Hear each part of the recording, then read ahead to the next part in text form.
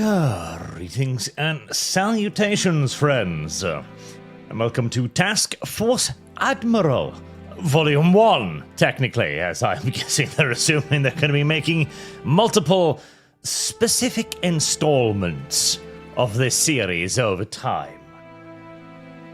Firstly, a shout out to the top chatters of last stream, Brandon, Trogan, and Taratine. Thank you all very, very, very much. And now we can get into it.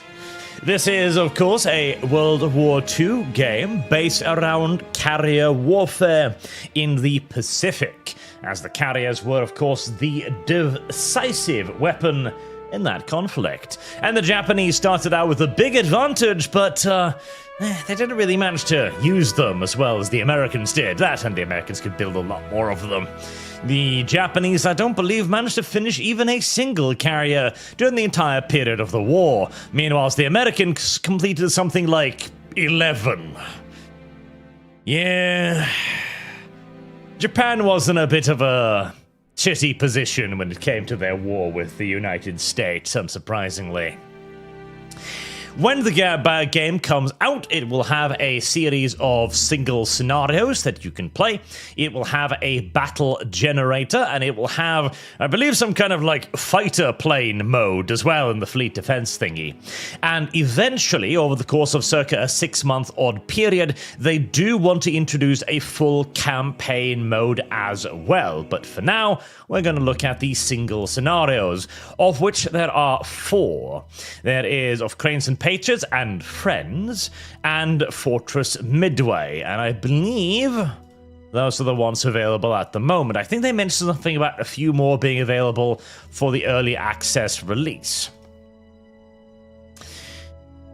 Let's see then. So they also, one thing that's kind of neat here is that they divide them into historical and hypothetical. So the historical is, of course, what actually happened, and the hypothetical is a slight variation on the scenario where something else might have happened. Now, in this case, the hypothetical doesn't mention anything, but I'm pretty sure that it's probably going to be a flight of, was it the BN-4? The long-range Japanese bombers out of Rabaul, conceivably coming by, which would indeed be rather unfortunate.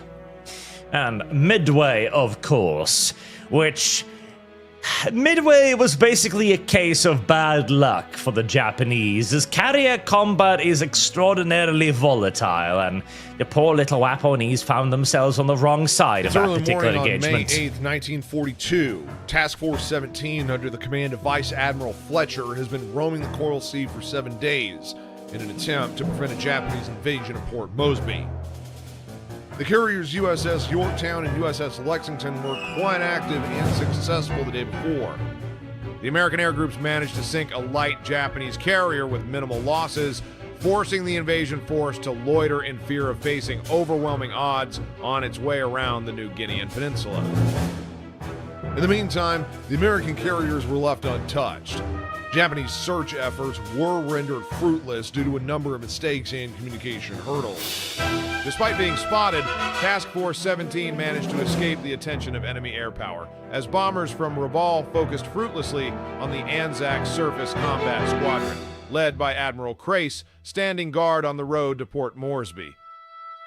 As for the main Japanese carrier force, they attacked in droves the oiler USS Neosho and her escort USS Sims, mistakenly identifying them as a carrier force.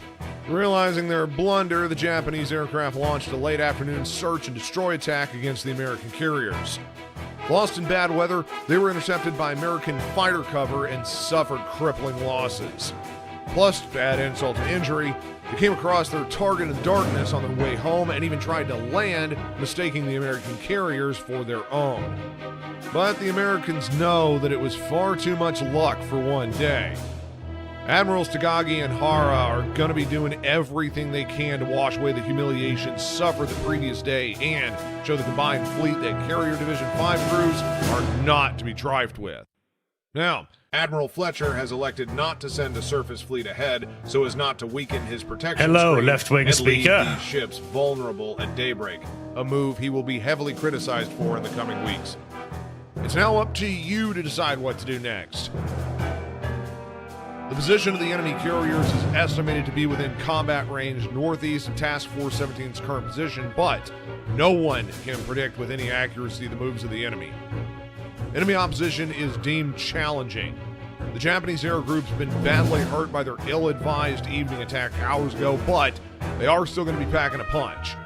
Expect to be going toe-to-toe with about 60 to 70 enemy Zero fighters, dive bombers, and torpedo bomber crewed by professionals, some of them veterans of many campaigns. As for the Americans, your own air groups are in good shape, but are still suffering from a low number of available fighters, which will force you to make some tough calls. Should you escort your bombers as a priority, or protect your carriers? It's your job to figure out how to best prepare for the... God damn it, yes. It's a very long briefing. Thank you. I actually do like that. That's a lot of history. That's a lot of details to get immersed in, and I like it, but I know this stuff. And also, you gotta work on your audio balancing. Jesus Christ. Now, the audio balancing, by the way, is one of the first things that they do need to work on post the early access, because there is no audio options in this game whatsoever. There's music and sound volume, and that's it. So, some sounds are going to be vanishingly small, and other sounds are going to be absolutely ear-blastingly deafening. This game has the same option screens I've seen in most hentai games, which is it's not good. Not great, I gotta admit. Not fantastic. Anyways, here we are, aboard the USS Yorktown, and you have this little kind of interior 3D view here. It doesn't do a whole lot, if I'm to be honest. It would have been really cool if you could, like, play with the various instruments and stuff, like get weather reports, check your radar, just various little play things that you have around the room, but it mostly exists as a little bit of, like, immersion to your two primary ways of interacting with the fleet, which is the fleet management screen and the map screen. You can also interact with them with the icons up here. We are 1 minute past midnight on May the 8th, 1942, so it's going to be a fair few hours before we've got any air operations going about. Let's open up the map. So, this is our fleet and its current heading, and we are expecting enemy carriers to be in roughly this area, as they were spotted there at 2100 hours the preceding day. Now, a Japanese carrier task force is likely to be traveling at 16, 17, 18 knots, maybe. They did add in a measure distance device, and thank fuck for that, by the way. Jesus Christ, I wanted that a lot. So over the course of an entirety of a night, assuming that they were at roughly that area, they could travel a good old distance. So we're not going to be assuming that they're in there directly, as they have a fair bit of a radius that they could have operated in. A radius tool would have been lovely as well, incidentally. So we've got a weather thing here. I guess this is cloud cover. It would be great to know exactly how high that cloud cover is, which I don't believe we can tell, but having access to clouds is good. We have our radar range, which isn't much because it's old-ass radar, a little bit of AA and main batteries, although I very much so doubt we'll be going to be getting into any main battery range today. And there's the wind. Now, the wind is pretty important, considering that, that's what determines whether or not you can send up aircrafts. We are 110 odd nautical miles away from the targeting area. Right. That is important because I'm pretty sure... Let me... SPD... F4s... TBDs. Okay, right. Yes, I am pretty sure we are indeed carrying some old-ass fucking torpedo bombers, which only have a range of about 270 nautical miles, so 110 miles is already beginning to push that just a little bit.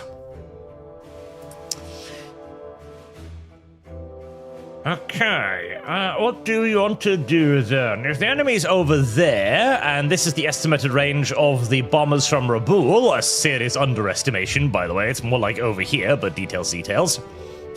As that is where the Americans think the range was, but see, the Americans continuously underestimated just how good Japanese aircraft were, particularly when it came to their long-range endurance. Turns out the Japanese had built some really fucking good aircraft.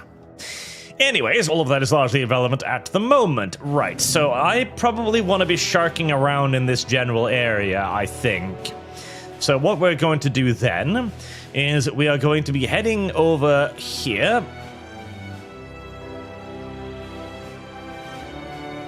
Until about 5:56, at which point we will turn into the wind for about half an hour. Like so. And we are going to be planning some scouting missions at right about that point as well. So, how do we do scouting missions? I played the demo of this a while ago. I've forgotten pretty much all of it, but I think it's got something to do with the map view. I'm fairly sure. Search. That probably has something to do with the map view, yes.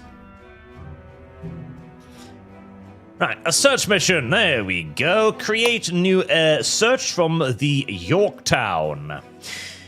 Right, so we have our converted search craft, which are just SPD-3s and TD-1s. I mean, the TD-1s are going to be slow and fat. SPDs...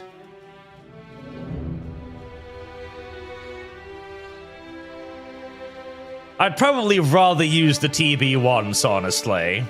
Right, so, since we expect the enemy to be somewhere north of our position, we are going to send out 2 search parties.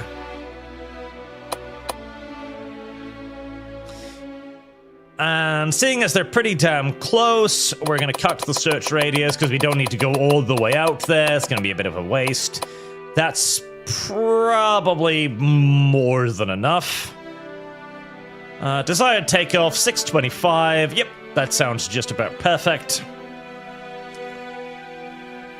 Alright, shadow priority targets. If you see a carrier, follow it and keep me updated on its position. Accept. And then we're going to create a second one coming out of the Lexington.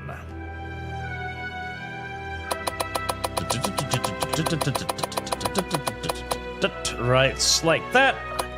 Patrol strength, 3 aircraft. Same orders. Shadow priority targets if you spot something you think is a carrier. Again, search radius does not need to be anywhere near that large, and we are going to be using the TB-1s because, frankly, the TB-1s are fucking worthless, and I'm not going to need them for anything else. There we go. Let's widen the angle a pinch. There you go. That should be more than enough. Oh, by the way, actually, let me, before I say anything about this, let me check, because they sent me this handy-dandy little briefing sheet along with this. There we go, I think. Let me see if there's going to be adding tutorials to this game, because that might be useful.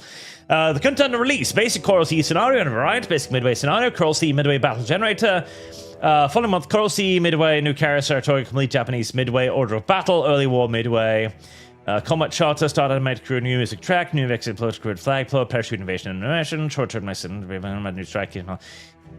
Oh god, is there no plan for a tutorial? Help me. Nothing mentioned. Maybe I overlooked it. But right, okay, so carrier combat. The difficulties of carrier combat, first and foremost, comes from actually finding the enemy, as you need to search quite a lot of ocean to actually be able to find a carrier fleet, despite, you know, the seemingly obvious nature of enormous mass of ships traveling through the open ocean. This height has something to do with it. Now, we're flying at a patrol altitude of about 30,000 feet. It would be lovely to know exactly the cloud cover, but I mean, we do have some clouds coming in. Where was the wind direction again? Now we got fairly clear whether it should be fine. 30,000 feet, if anything, is probably undercutting it. We can probably go 15,000 easy. So we are sending out both of these search patterns, which will fly out in a fan formation away from our carrier, like so. Now, we're also going to add in a different waypoint here to turn our fleet again to the right. Once the aircraft have gone out, they will of course need to return to target as well. Now, once you leave them, they should update the waypoint path so that once they are done, the aircraft will return to this point so that I may recover them. Even if they don't, I'm only about like an hour away, so the friendly direction finder, which should be able to guide them home anyways. But yes, that is going to be our basic search pattern. I see no reason to start searching in random directions because we do have a general idea of where the enemy fleet is going to be. And the Japanese are looking for a fight, so they're unlikely to just fucking hightail it back to Rabaul or anything. Right.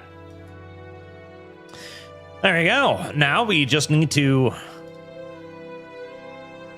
increase the time generation.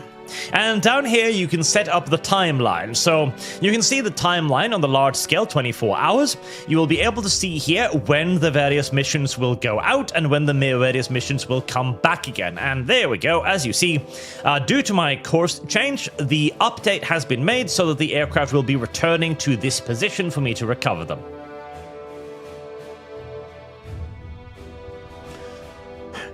Hello, Lum Lum. Why is Arch doing graph-based math? Because you kind of need to do so to figure out games like these. If anything, I have nowhere near enough tools. Okay, so the addition of the ruler is fantastic. I'm very happy for the ruler.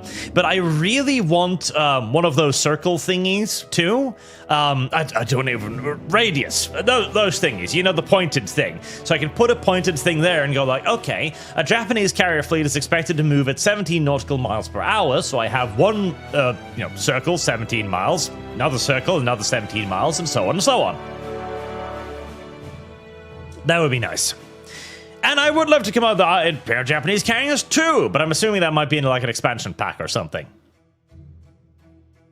Anyways, we are now going to wait for time because, well, whilst it is theoretically possible to carry out carrier operations during the middle of the night, and the Japanese actually did do that fairly frequently, the Americans were, well, they were shit at their jobs. They were just shit at their jobs, okay? The American carriers were not anywhere near as good as the Japanese carriers in the beginning of the war, nor were their pilots. They had nowhere near enough night operations to, carry out strikes like that effectively. Even the Japanese did so with significant risk, but they were also a lot better than the Japanese, than the American pilots were, so they could risk it. The Americans did not fly at night, which is also probably a good idea because their ancient-ass fucking torpedo dive bombers, well, they were barely operational during the day, much less so during the night. That's also going to be the primary danger during this mission, by the way, the fact that the Japanese are a lot better than us. Alright. It's about to be 6 in the morning, which means that we are going to start actually seeing some stuff out of our window. At 05:57, we will begin our turn into the wind to prepare launching our scout planes, and I do believe we have a nice little 3D view of that. Well, we do, technically, theoretically. It's fucking pitch black, and I can't see diddly dick squat, but... Oh, there you go, there's a boat over there. See? Boat.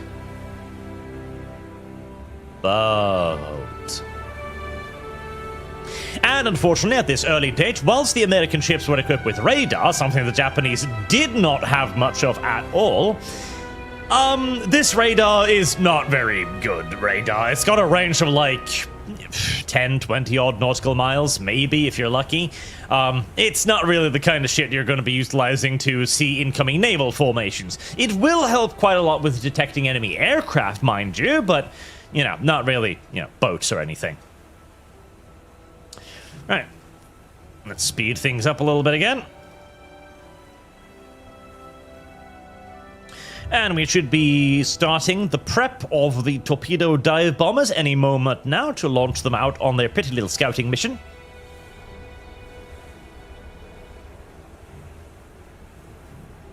There we go. The aircraft are being reorganized, and here goes the scouts.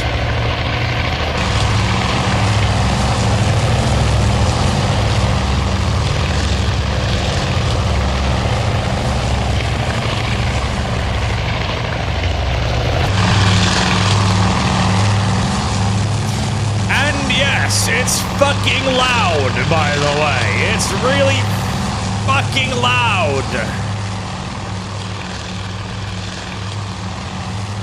Again, this is why you really need more sound options than this.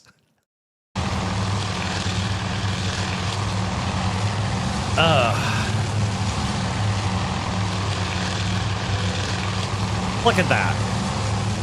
All right, brace your ear canals.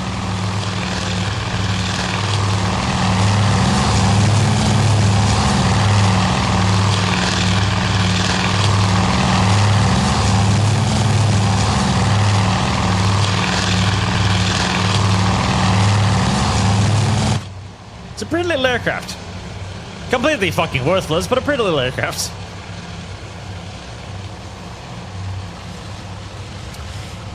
Right, with our happy little aircraft out on their way, I mean, we should probably start to launch some carrier air protection here for safety's sake. That would probably be a very, very good idea indeed.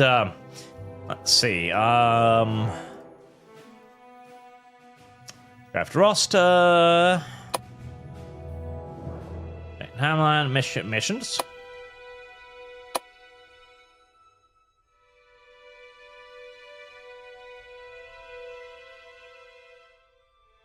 Ah, combat air patrol. There you go. Right, so combat air patrols are, of course, pretty fucking useful.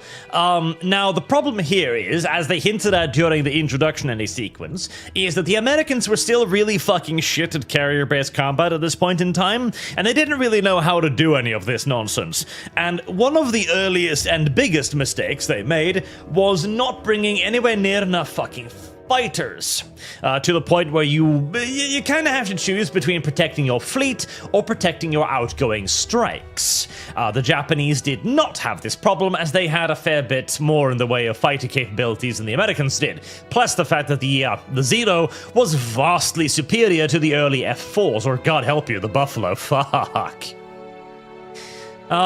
So, when it comes to combat air patrol, god. At the end of the day,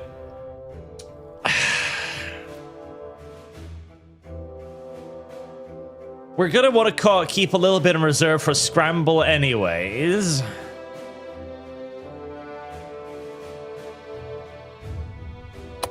Alright, we'll create one around the Yorktown, 4 aircraft strong. Patrol altitude, we will put that at 15,000 feet, so we'll keep them nice up and high. We'll extend this out a little bit, because we don't need them. Actually, do we? Now, they're probably going to vector towards incoming aircraft anyways, and I'd like to break up their formation before they're bombing my ships. Not after, preferably. So, we're going to have an inner ring of cap provided by the Yorktown. Then we are going to have an outer ring of cap provided, more correctly, by the Lexington.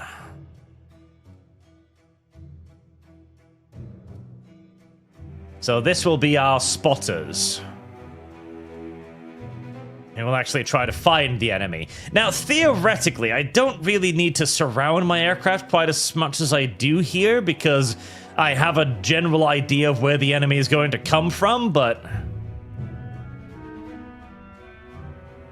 I like to be safe. I mean, safe. There's nothing but open ocean to my flank anyway, so it's not like any Japanese are going to be coming from there, but still. Right, 15,000 feet, patrol strength of 4. That's a fairly generous cap, I'd say. Everything considered.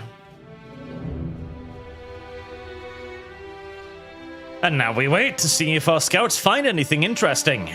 Or if the Japanese find us first, 1 out of 2.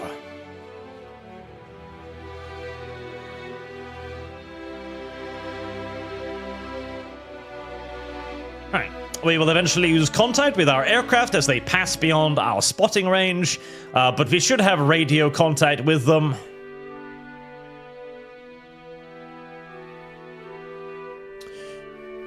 And now we wait. Patiently and eagerly. Oh, Frey Lota, America built a few carriers in 15-20 months. Red leader, Boggy, sector 300, 20 miles. Boggy. Angels 10 plus. I remember Boggy. Boggy? Boggy? Right, let's see if I can find the cap here. Air. Are you ready to rut this yellow mare's fluttery buttery bud? There we go, there's the cap. Prepare your ears! Oh, that's a Japanese scout plane. Launched by launched not by a carrier. That looks like a warship scout plane. You can tell because of the floats it has underneath it. Oh god, those are rough close. Alright, well, we hit it, and it doesn't seem to be... Oh, fuck.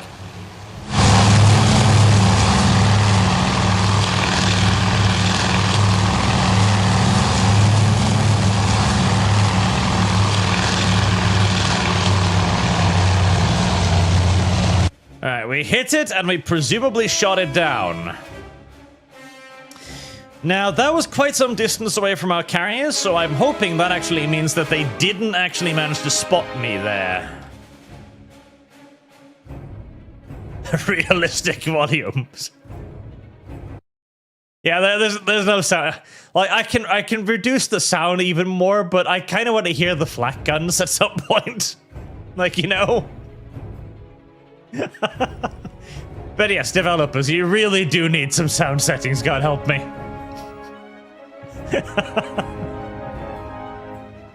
Primark, question for you, Ash. Theoretically, if everything went well for Japan, what would a Japanese invasion of Australia look like? A massive fucking clusterfuck. Japan should not have invaded Australia. It would have been stupid. The problem is, there would have been no way to really support an invasion of Australia because Australia is too fucking big. What the Japanese would have wanted to do was basically just set up a naval blockade between America and Hawaii, or not Hawaii, Australia, which incidentally also means, by the way, striking at Hawaii. If the Japanese were going to invade anything, it should be Hawaii. Fuck Australia, Jesus Christ. You're gonna spend the next 20 years chasing fucking Aussies in the deep outback, God. But right, we intercepted one enemy aircraft there, and that appeared to be, by the way, not a carrier craft, which immediately makes me wonder, can I launch non-carrier craft spotters? Because that'd be kind of neato cheeto.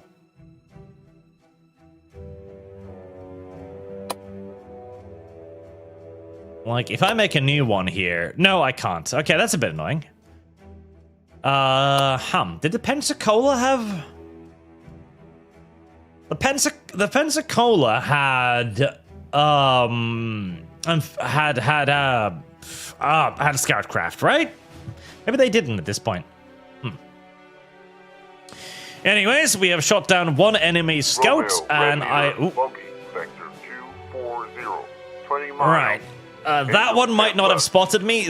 That one has probably spotted me, however, because unless the Japanese fleet has fucking steamed it all the way over here, which I very much so doubt, that one looks like it was shadowing me, which means that that one almost certainly has spotted me. All right. Well, going completely undetected was unlikely, I do suppose.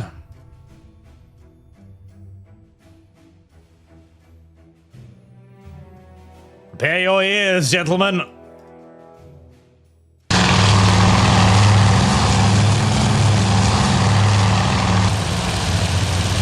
Oh, that's slightly not as loud.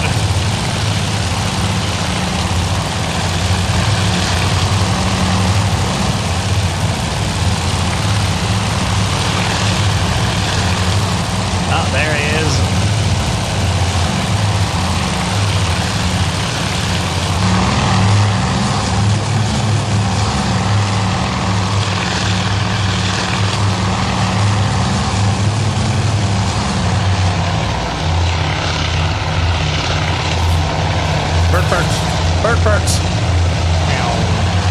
well, he doesn't have a wing anymore, so I'm pretty sure he's done. I was wanting to see if I could click on the enemy aircraft, but I don't think so. All right, well, he's up there somewhere, and he doesn't have a wing, so I'm pretty sure he's fucked.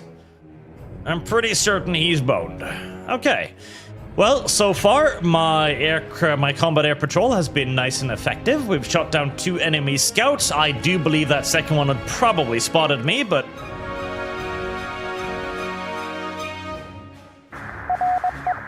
Oh. Really?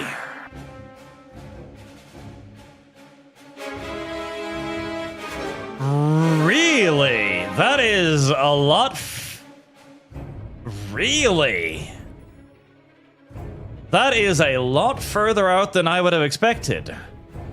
Okay, 5 ships, 2 small, 3 large. Surface Combat Task Force. Destroyer 1, 4 large.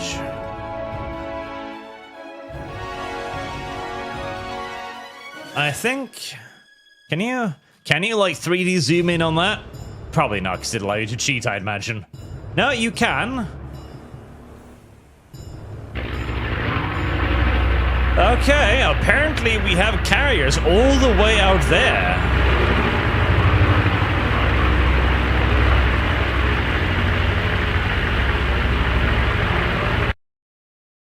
Right, color me surprised. That is really fucking far away, too. Jeebus, that is really fucking far away. 145 nautical miles. Okay.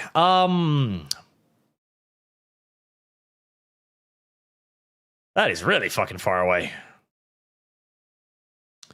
Right, well, we're gonna have to organize a strike on them.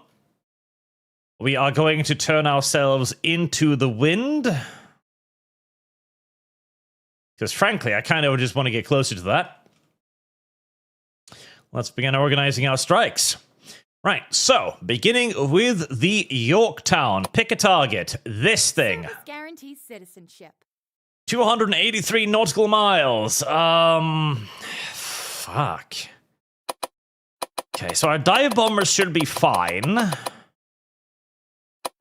I think I had 243 nautical miles. That's out of range of my torpedo bombers.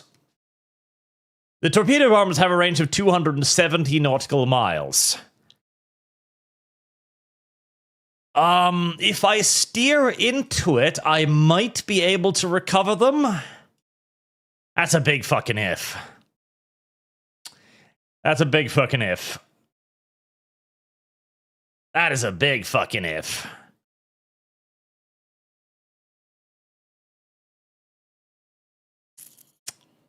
And I would have to do a normal departure.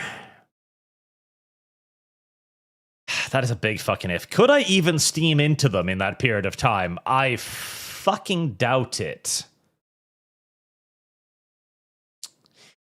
It's... God, do I want to even fuck... Okay, so the problem is, right, so you've got 2 times of departure, normal and deferred departure. Normal departure simply means that you send your aircraft as soon as they're in the air, they head straight towards the enemy. The idea here is that you launch the slowest aircraft first, which will be the torpedo bombers, so that the faster aircraft will catch up with them, with the idea being that by the time they reach the enemy target, they will all be traveling in formation. That's the idea. It rarely worked out quite that well, unfortunately.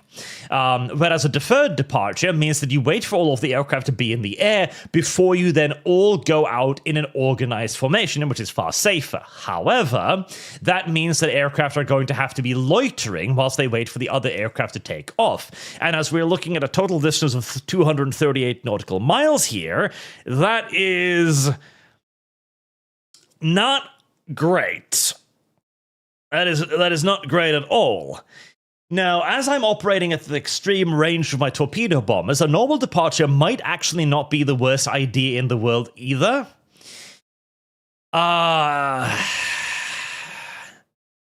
Fuck it. The torpedo bomber is goddamn useless anyway. Send everything. Fuck them. If they die, they die.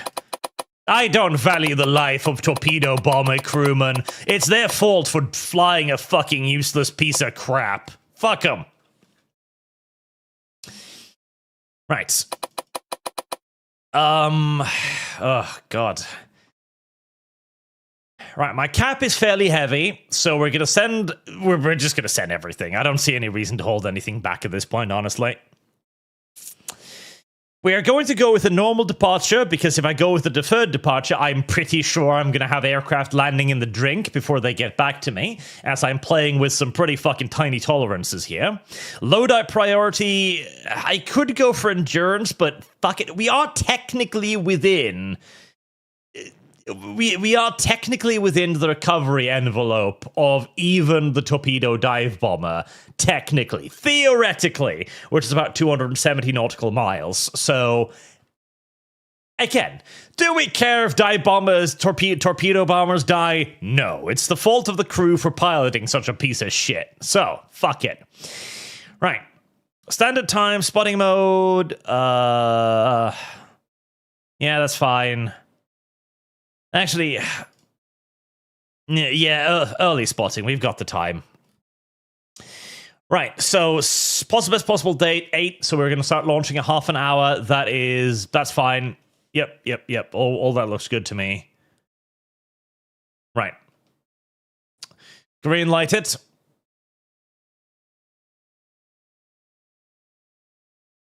All right, second strike from the USS Lexington. Same deal.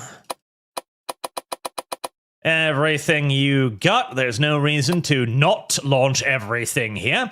Remember, carrier combat is extraordinarily volatile. A single bomb, a single torpedo can change the course of an entire engagement. So don't bother sending out small forces. You're going to be up against mass amounts of flak. You're going to be up against mass amounts of enemy fighters, etc., etc. You are going to need to deal with fucking everything the enemy fleet can conceivably throw at you. There's no point whatsoever in trying to be coy about it.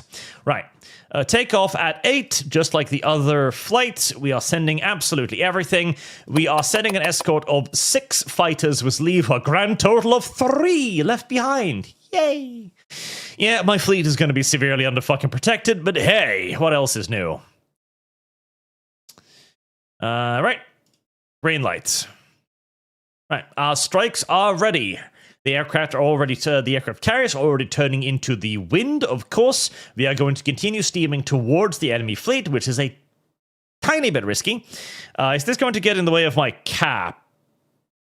Oh, God, it is going to get around my fucking cap recovery. Right. Mission spot. Mission recovery. Search. Okay, that's fine. Takeoff, cap. Mission recovery, cap. Recovery, nav strike. Okay, yep. We've got it. It's okay. It's a little... It's a little closer than I would like here. I would love it if I could slide these around, incidentally, which maybe I can. No. It's a little close, but we should hopefully be able to recover and launch our cap before we start the mass launch of aircraft. Right. Friend Lotta, all the Axis powers seem to have logistics not figured out. They knew they had problems with that, though. Well, America wasn't the best. We knew how to keep things going. Dawn of War 3. Dawn of War 3 has already been funded, so you no longer need to give money to Dawn of War 3. It's already done. And Mallory, is the torpedo bomber a bit of a gamble because they didn't have useless Mark 14s at the Coral Sea? Yes, they're fucking shit. But listen, they might only have a 10% chance of detonating, and I'm not fucking kidding you, they did literally have something like a 10% chance of detonating, but that's still a 10% chance of detonating, okay? And sure, the majority of the torpedo bombers will be shot down, mercilessly so, by enemy AA and enemy fighters and everything, because they have to approach the enemy, There's no boats here, but I wanted to go where the boats were. God damn it. Fleet. There. There you go. And sure, they're basically lamb to the slaughter, but as I've already explained to you, I don't care about the lives of torpedo bomber pilots. It's their fault for sitting in that piece of shit anyways. Also, it's a fun story about the American torpedo. So, the American torpedo was absolute hot garbage, and everybody knew it was absolute fucking hot garbage. The people using it knew it was garbage, the people making it knew it was garbage, the Ordnance Board knew it was garbage, everybody, from pilots to submarine captains, knew it was fucking garbage. However, in a classic case of Americanism, the people who were making it were friends with all the right people, senators, businessmen, etc., and there were enormous governmental contracts issued for the production of these torpedoes, meaning that it took absolute ages until the problems with the torpedoes were actually rectified. It was after one particularly ridiculous incident where it became impossible to ignore. An American submarine captain engaged an enemy vessel. He fired four torpedoes against the enemy vessel. Every single one of the torpedoes struck the enemy vessel. Every single one of the torpedoes failed to detonate on the enemy vessel.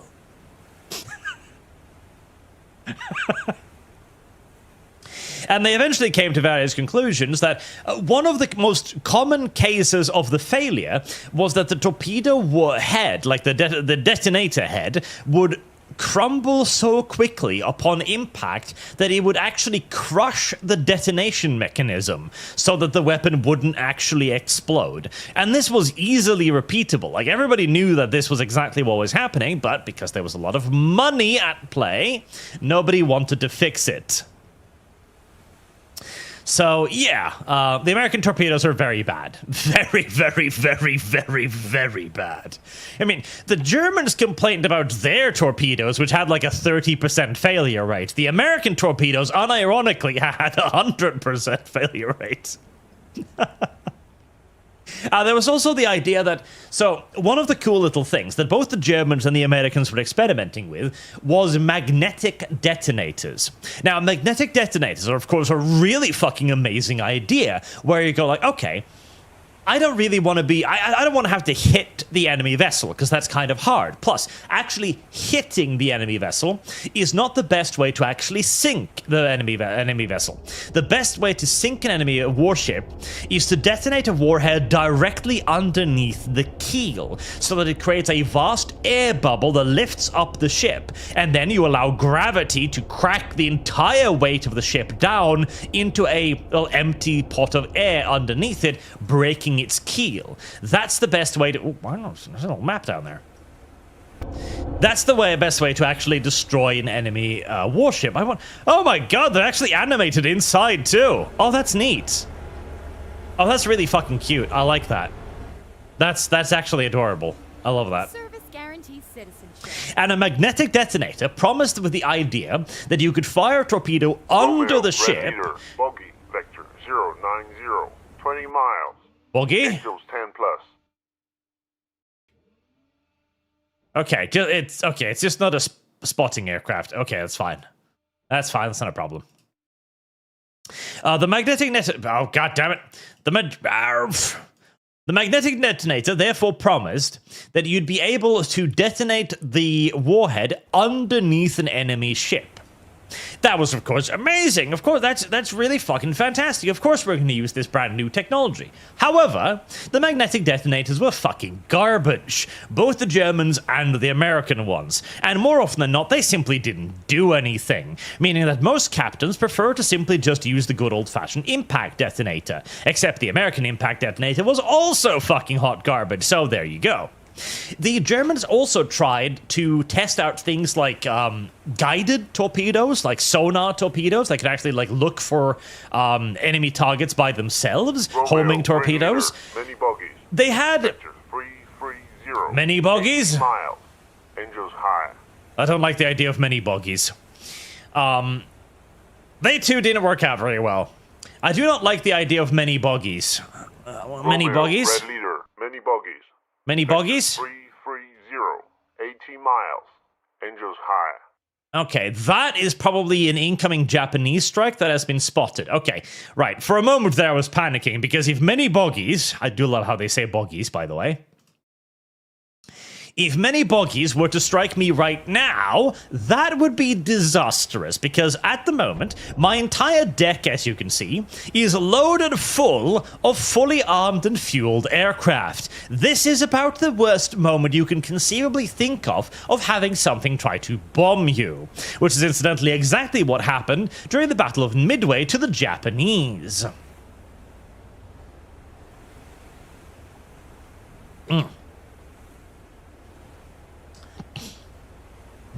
So, we will want to get these aircraft off the deck ASAP, but we should have plenty time to do so before the many boggies arrive, I'm hoping. As we should start launching airplane any seconds now. Hopefully. Alright, everybody ready? God, we're still priming the deck, okay. There we go.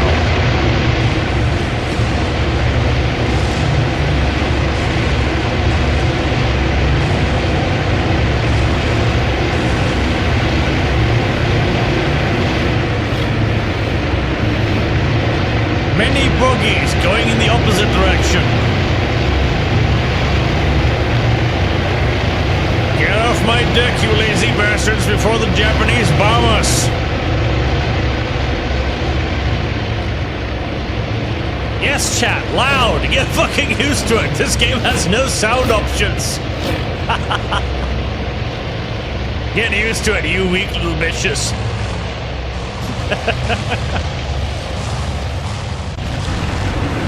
Uh-oh. Man, you remember that worst case scenario I mentioned to you? Well, welcome to the worst case scenario.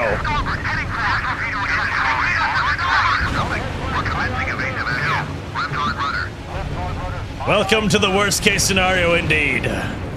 Speaking of... Oh, okay.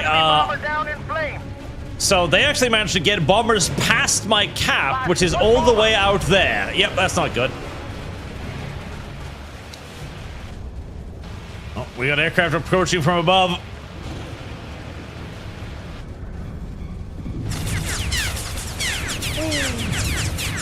Oh.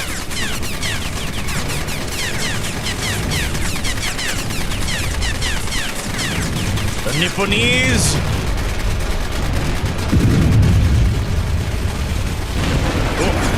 Missed me, bitch! Missed me again! Enemy bomber shot down! Bitch, you can't aim for shit! Bomber shot down! Eat dick and die!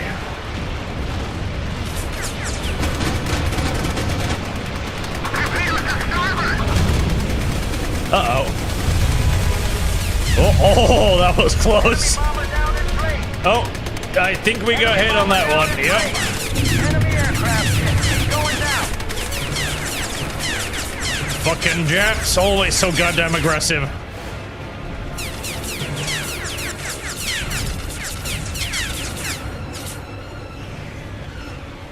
Always so goddamn aggressive indeed. Right. We've got some fire and we've got some mild damage, but we ain't got no flooding at the moment. Okay. Our damage control sections look operational, so this should not be fatal. At the very least, not yet. Oh, fuckers juked the shit out of our cap, though, which I'm not a massive fan of. Right, so the Lexington got a love tap or two. The Yorktown got a way worse love tap, and he was spotting... How were you doing still spotting aircraft, Yorktown? What the fuck? Well, that's a disaster. Yorktown, you should have been launching those 20 minutes ago, you fat fool.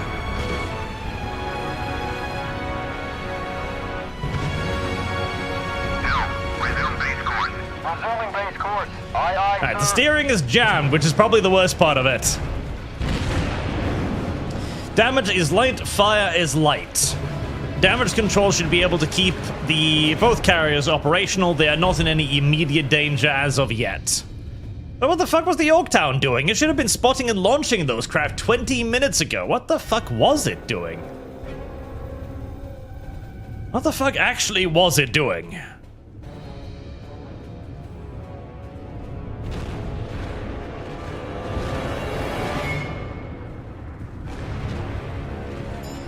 Did it get offset when I greenlit the other mission somehow? Because I specifically put them both to 8 o'clock.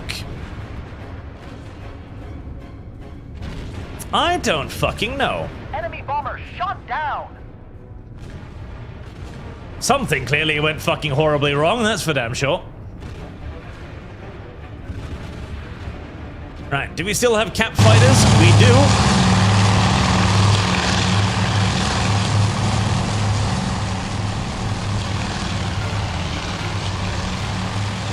They're climbing up to intercept the aircraft, trying to get out of there.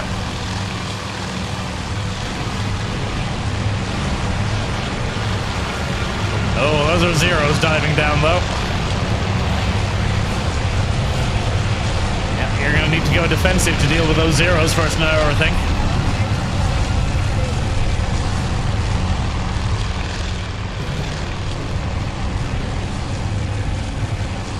Flying right through the flak. Bold. Very bold. Alright, we do have Cap engaged with the remnants of the enemy strike, but unfortunately they juked the shit out of us there because the Cap was out here and the Japanese strike came from our flank and headed straight into the formation. I would love to know what the hell happened to the Yorktown's carriers, though.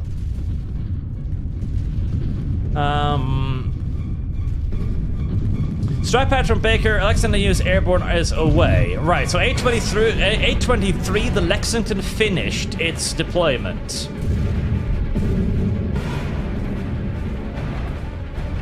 Air defense stations manned.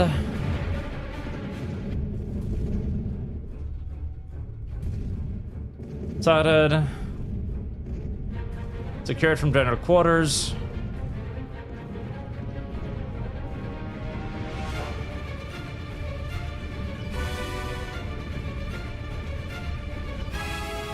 I actually don't know.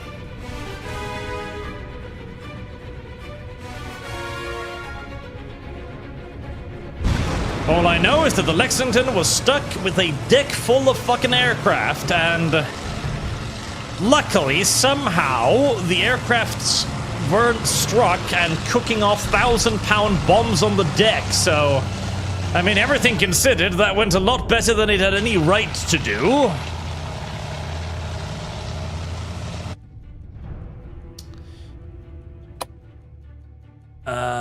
Lexington. Okay, so deck timeline, missions.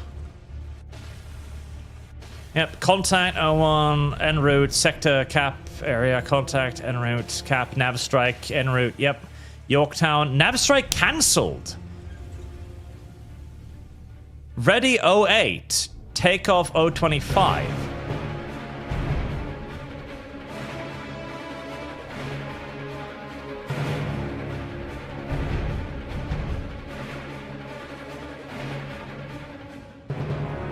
Takeoff 025.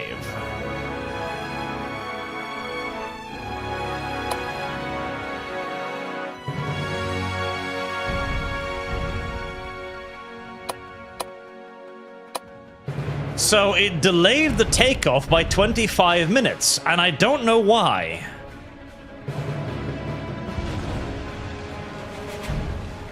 Maybe I clicked something wrong and I delayed their takeoff somehow? I'm not entirely sure. So yeah, no, they're spotting it at 8 o'clock, like I ordered them to, but then they didn't take off. Right, well, at this point that everything is clear, whatever you've got left, scramble any old fighters that are still in on the decks.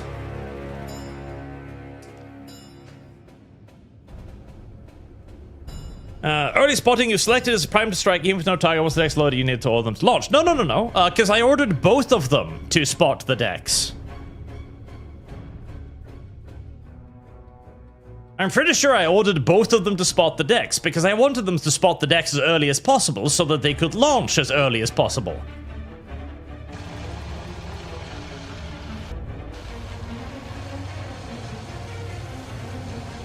Okay.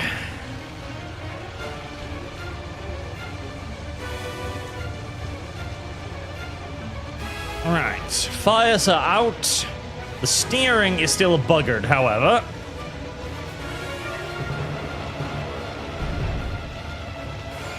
So until the steering is fixed, there will be no air operations going off the Yorktown. And the Lexington is currently a little bit fiery, so it's unlikely to be launching anything anytime either. At least its steering is alive, so that's nice. I'm not too worried about the fires. I'm pretty sure the damage control crews will be able to get that under control.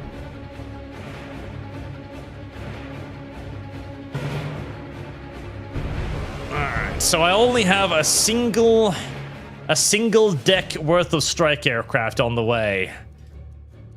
Not great. Not great. And I do have another wave of enemy aircraft incoming as well. Maybe, though? Maybe... Did I not... Can I go back and check the mission? Can I go back and check the mission?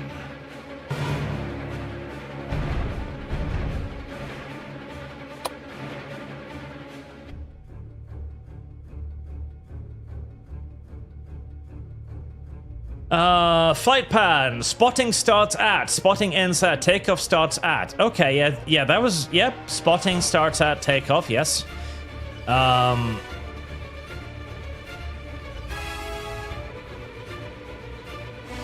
For departure, offensive power.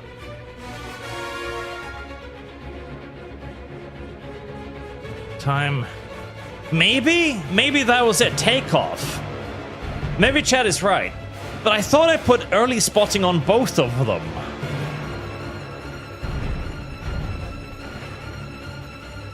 However, the flight take a fifth scheduled aerospace management will prevent a spot on the flight take at the expense of the other operation. No, okay. See, that's weird, because that sounds like exactly what I thought it was. So, for me, in my head, early spotting simply means you prepare the aircraft on the deck, and then they launch at the given time. But apparently, if I click that, there's then a takeoff button. So maybe you then have to manually order them to take off, which I don't know if makes any sense. Maybe? I thought I clicked early spotting on both of them, though. Apparently fucking not. I wish I could see the earlier mission so I could double check if that was what went wrong.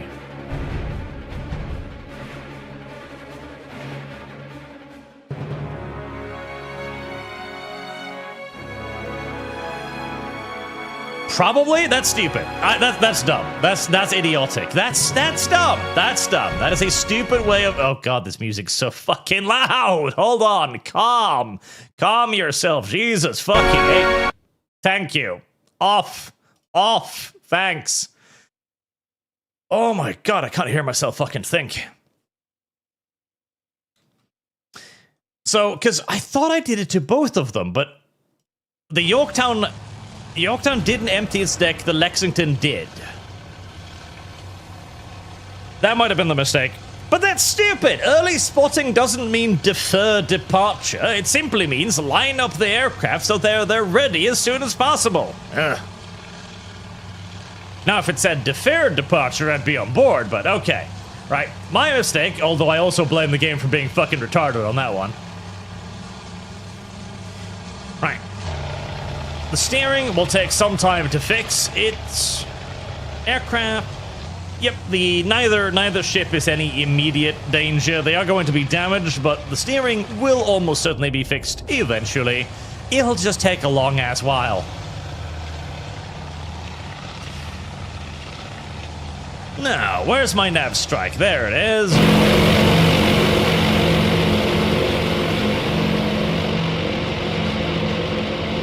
Right, at least we've got one strike in the air. That's something. Where are they right about now? Right, so the nav strike is about halfway to target, so hopefully at least I'll get some payback. God, the Japanese must have prepped their strike before even dawn came up, because They're a lot further along than I am. Right, we've got some aircraft in the air as cap. We're not going to really be able to make any maneuvers here, so we're just going to stay the course until our, rudder is fixed. Sound fluctuation. Yeah, the sound fluctuation. See, the problem with I want to have the music on, but the music goes up and down by a lot. Like, it's nice and quiet and perfectly proportioned 1 second, and then it gets crazy loud the next second. Right, torpedo planes coming in. Nice big cluster of them, too. They are going to... Oh, God. My carriers are kind of, bunched up on one another, which is not great, either. On the bright side, the enemy torpedoes and strike planes are going to have to fly through the entirety of the covering force before they make it to the carriers, which is nice.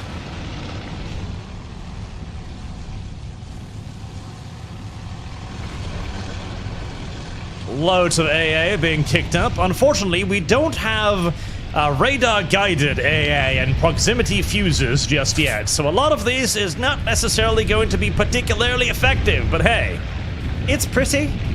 It's very pretty. Torpedo attack coming in. Join front. Right. Carrier will no doubt be engaging in some evasive maneuvers.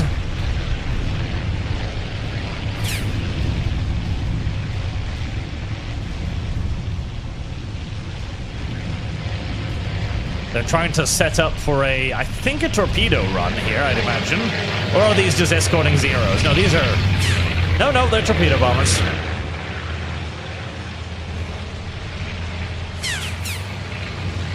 They came in really high, so now they're spiraling to get down to attack altitude.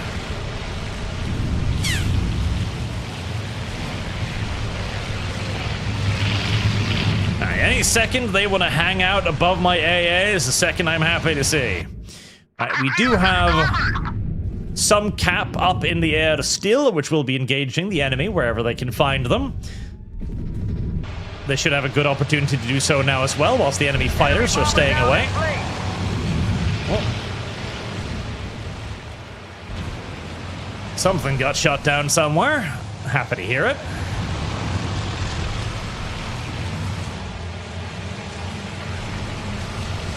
These lucky motherfuckers still have not been hit by anything as they're circling down to attack altitude.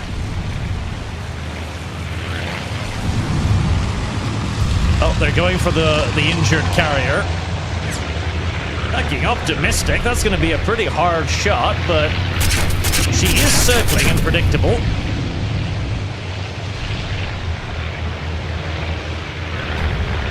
Ooh.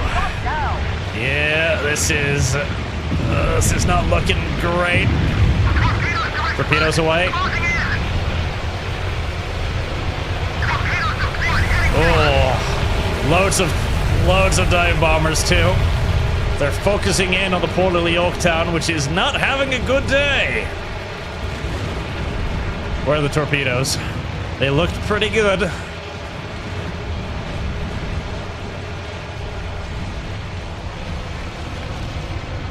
Oh, there they are. One impacted, one missed.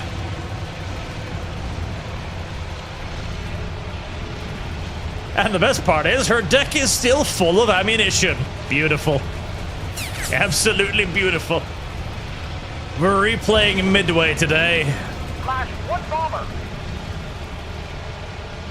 Enemy aircraft hit. He's going down. American damage control, though. Still on the ball. It's reducing the fires. She's suffered some damage, but I don't think this will be enough to sink the Yorktown.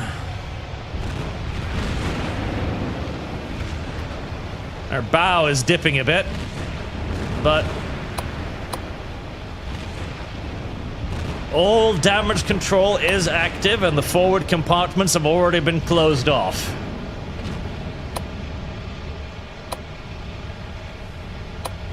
Let's see, her magazines are safe. Yep, I think she's fine. In stark contrast to how she looks, I actually think she's fine.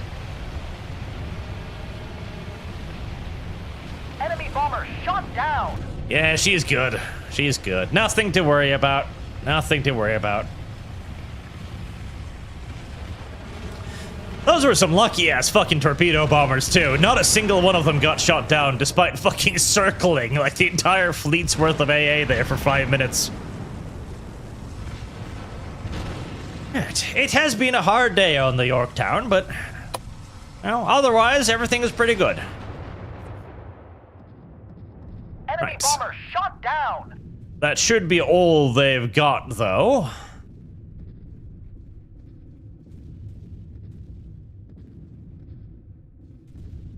Where are my little dive bombers?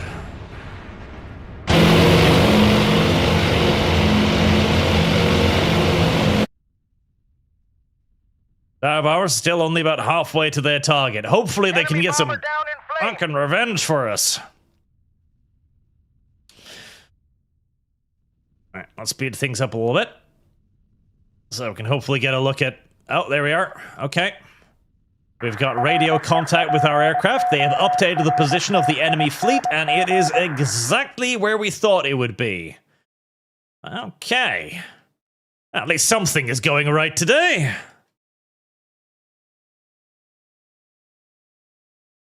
Right.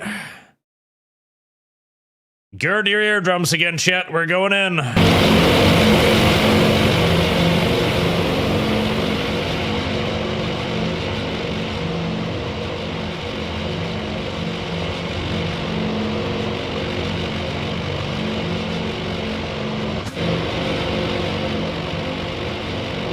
Not quite as mighty of a formation as I was hoping for, but a fair few fucking aircraft nevertheless. Oh, we got a 0. Yep, we've got engaging enemy fighters. That's a torpedo bomber that's not going to be making it back home. What's the escorts doing?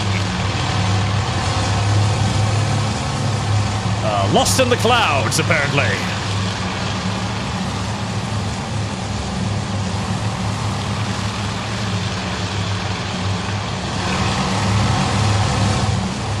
Lost in the motherfucking clouds, indeed.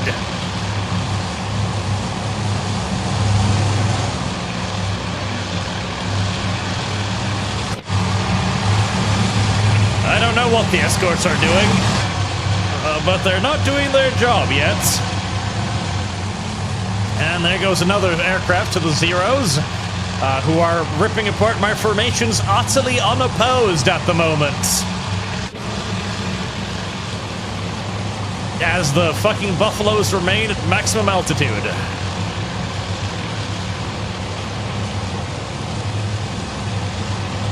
Oh god, they're way too far back. They're massively out of position.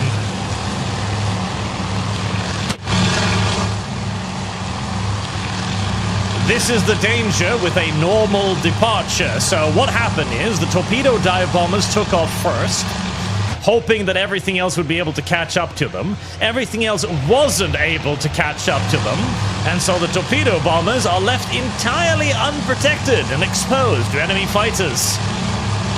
Not great.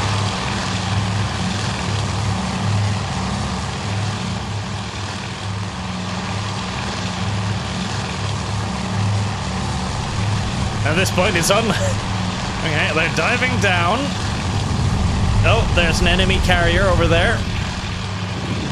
I don't know if any of them are going to make it. The Zeros are still attacking. Now, on the bright side, all of the Zeros are going to be dragged down to the deck by the useless torpedo bombers. I expect absolutely nothing out of them, so if all they do is die and drag the enemy fighters down to the deck, you know what? That's fine. That's fine by me. It's a sacrifice I'm willing to make. I will gladly sacrifice any number of torpedo bombers if that makes my dive bombers get through unscathed.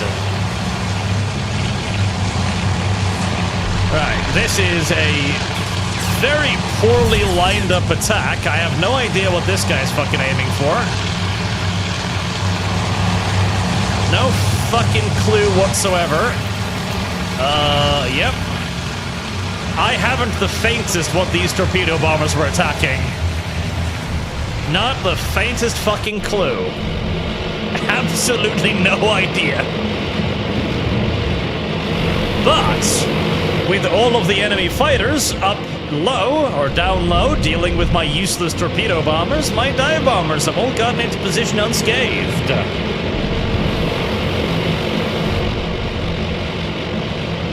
Alright, dive bombers.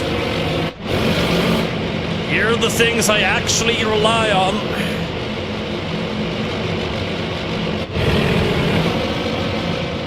Don't disappoint me now. Oh, that's not a carrier. Don't fucking bomb that. That's not a carrier, it's a fucking cruiser or something. Go find a flat top to fuck over.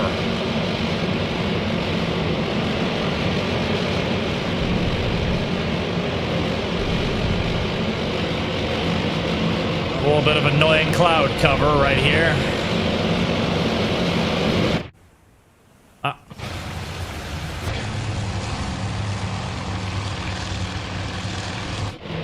At least the escorts have finally come down from up on high.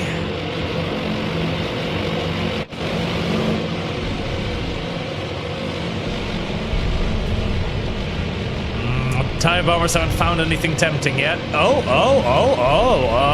there we go. There we go. There's something tempting.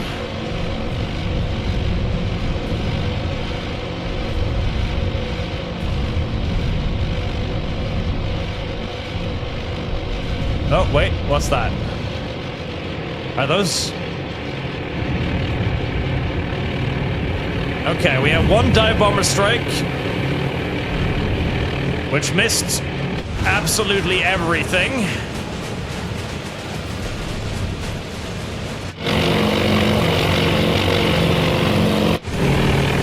Got another one coming in. There's a 1,000-pound bomb away.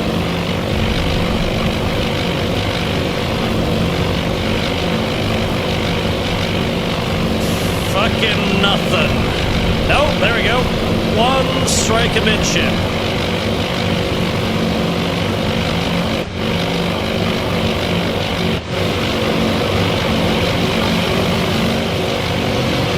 Okay, we have one hit on both carriers so far.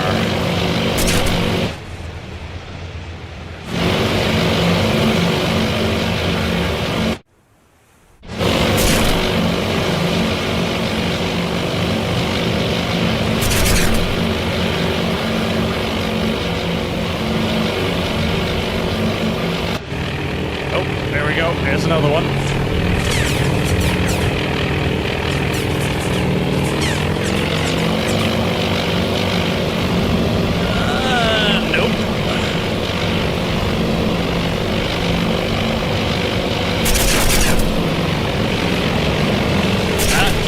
Nothing. Not a thing.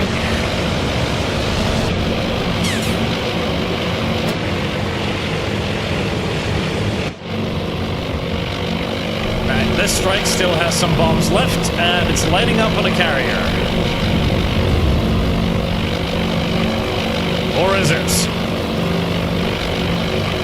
Where are you going, sir? You got bombs left? Oh.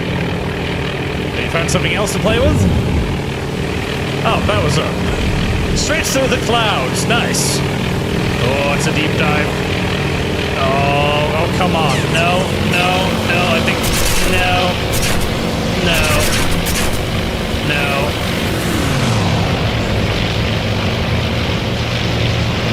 Nope, one hit. One strike amidship. Oh, well, you're not looking good.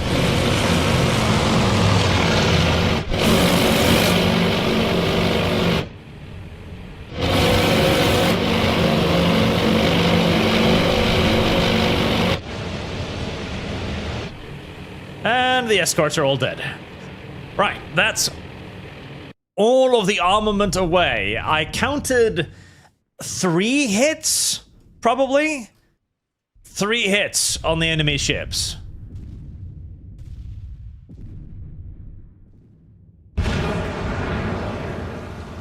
It's not great. It's not great at all.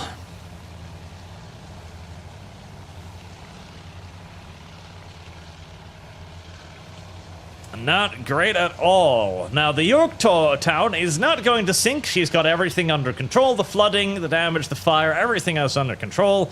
Her rudder is still not fixed, however. It's going to remain jammed for the probably the appreciable future. And her deck is not going to be launching anything anytime soon. All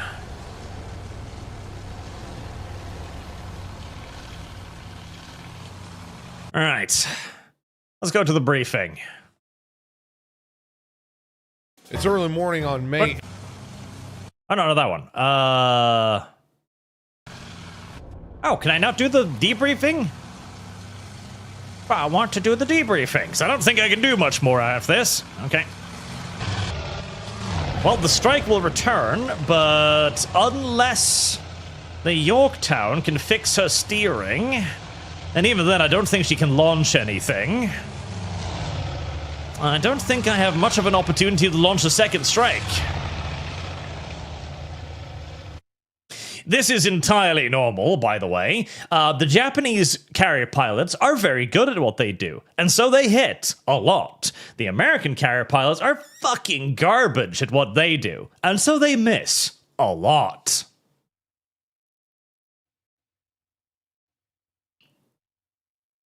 That is basically the state of the war at this point. The Americans still hadn't quite figured out the whole carrier combat thing. Ooh, more enemies. Lovely. The Japanese were just a lot fucking better than the Americans. A lot better than the Americans. But, whereas the Americans were capable of replacing their lost pilots, and the fact that they lost a lot fewer pilots than the Japanese, meant that in the long term, the Americans became a lot better than the Japanese, because all of the Japanese veteran pilots were, well, killed, and they didn't manage to replace them. Like, ever, basically.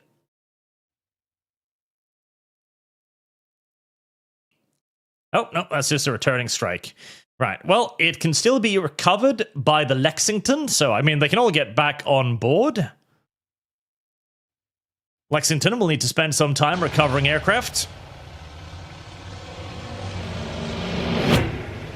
She's got a couple little dents in her flight deck, but, you know, nothing serious. Nothing overly problematic.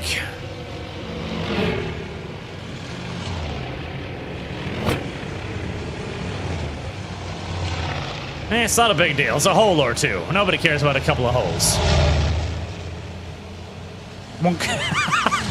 as she is rammed by the Yorktown, still spinning in circles. Bonk. I see now why they elected to not put in collisions. Strategic victory, tactical draw. Yep, I figured.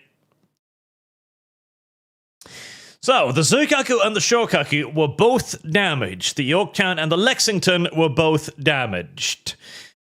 But they lost a lot of aircraft. 31 Zeros. 21 direbombers, 31 torpedoes, and 4 spotting planes. And the damage to the Zuikaku and the Shokaku were more severe than that taken by the Yorktown and the Lexington. Final total score of 123 points. Not too bad, not too bad. So this is basically what happened in real life too, by the way. In fact, did the Americans lose a carrier at the Battle of the Coral Sea? I don't remember now. But what happened in real life was the carriers engaged and the Zuikaku and the Shokaku were both damaged. And that was absolutely crucial because them being damaged meant that they couldn't participate in Midway. Whereas the American carriers, which had access to way better repair services, at least one of them, I think, were ready again for Midway. So this was actually a very big deal for the Americans. They took out 2 Japanese carriers for an extended period of time, and they managed to keep at least one of their own operational. So that's a pretty historical scenario, honestly. The Lexington was sunk. There you go. As the American repair crews, well, not only were like their repair services at port vastly superior to the Japanese, but their damage control crews. So one of the key differences between the Japanese and the American carriers was that the American carriers had several damage control departments, all with access to independent water lines to utilized as hoses to cut off fire. That was very important. The Japanese only had one central water line, meaning that if it got destroyed, they were utterly incapable of fighting fires aboard their vessels. So that was honestly what led to the majority of Japanese carriers sinking. It wasn't, it wasn't great strikes by American aircraft. It was that they were shit at controlling the damage sustained after the strike. Because a carrier can take a lot of fucking damage. A lot of goddamn damage. Especially as both sides' torpedoes were nowhere near as good as neither side thought they would be. Most of the damage from the Americans, for example, came from their dive bombers. In fact, during this particular battle, the only damage came from dive bombers, because the dumbass little torpedo bombers rushed ahead, which they fairly were ordered to do, and got gunned down by Zeros. But by dragging the Zeros down to sea level and sacrificing their dumbass little lives in so doing, there were no Zeros up on high to fuck with the formations of dive bombers coming in, which are vastly more dangerous than the useless torpedo bombers. I mean, hey, even if the torpedo bombers had hit, they wouldn't have destroyed anything. The torpedoes would have just gone doink off the hull, and that'd be the sum total of their contribution.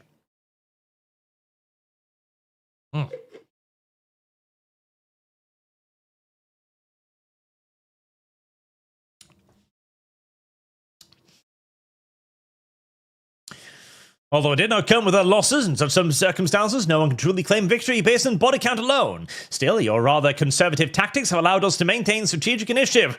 I don't know if they were conservative, sir. I don't agree with your assessment. For the first time since Pearl Harbor, perhaps a semblance of control over the tactical battle. Loss suffered in the Coral Sea will be felt, but they have provided a much-needed respite for our Australian allies, while the General MacArthur will gladly cease to reinforce the Allied presence in New Guinea. History books will surely call it a victory, but for now we have more pressing matters. What is done is done. Let us move on to the next round of this fight. This time off the shore of Midway Atoll, we're steaming north, starting tomorrow, Admiral. Yep. I did pretty good. Pretty good indeed. Number 91 Redbird. The captain fired 15 out of 16 and sank the ship by poking so many holes in it with torpedoes. He brought the last one back for examination. That's right, he did bring the last one back for examination. Ash Anderson, careful out. I've been informed by Disco Mores that Jap is a slur. Fuck him. I don't give a fuck. Everything's a slur if you say it with the correct inclination and intonation. But Brittany Yank aren't for some reason. Gravity. Erasmus, ever consider playing a game like DCS, but as command to direct chat around? We all know you all enjoy being in command. I don't think most of chat can play the DCS. Honestly, I can only play like 2 DCS modules. That shit is like... that shit's too much. Marine Alva, U.S. Enterprise versus the Imperial Japanese Navy. You mean the Starship? Because I think the Starship wins. By virtue of being a Starship. No, where the fuck's my mouse? There it is. Cranes, Patriots, and Friends. That's going to be a flight of B-4s, isn't it? Intercepting my fleet and getting me absolutely murdered. Yeah, I feel like that would just be a lot worse, honestly. Yeah, I feel like that almost guaranteeably would just be a lot worse, honestly. Or do I want to do Midway?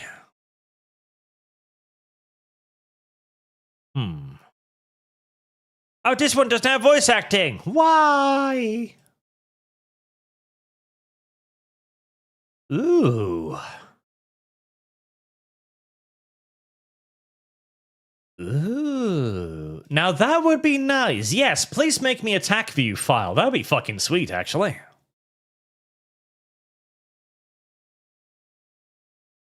I would love me a TAC view file. I have no idea where you'll put it, but hopefully it'll be somewhere useful. How many cars you're going to give me? Many, I hope.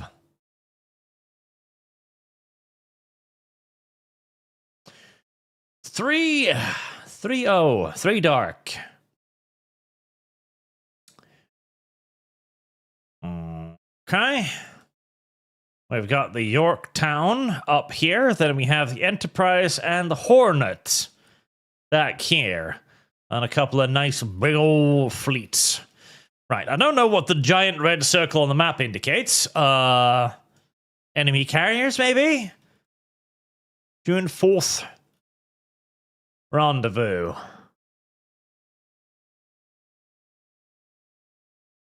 I can't zoom out anymore on the map, which is... Okay. Well, I'm assuming that's where the enemy's bad guys are going to be in somewhere. Very well. Okie dokie then. All right, well. First things first. Air search in the direction of the giant red circle. We're probably going to need to use SBDs for this, aren't we? Yeah, the TBDs just aren't going to have the range. I do fucking hate using valuable fucking dive bombers and shit like this, but...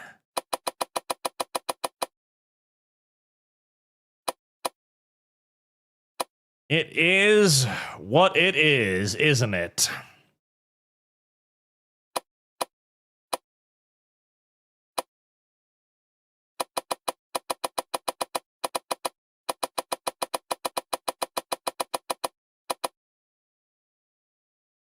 It is what it is.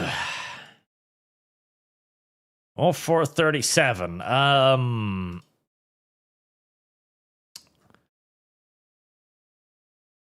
0540. That should be nice and bright by then, I'm hoping. 0540. Right. Off you go. Oh, finally. Okay, so we've got some seaplanes at long last. Fuck yes.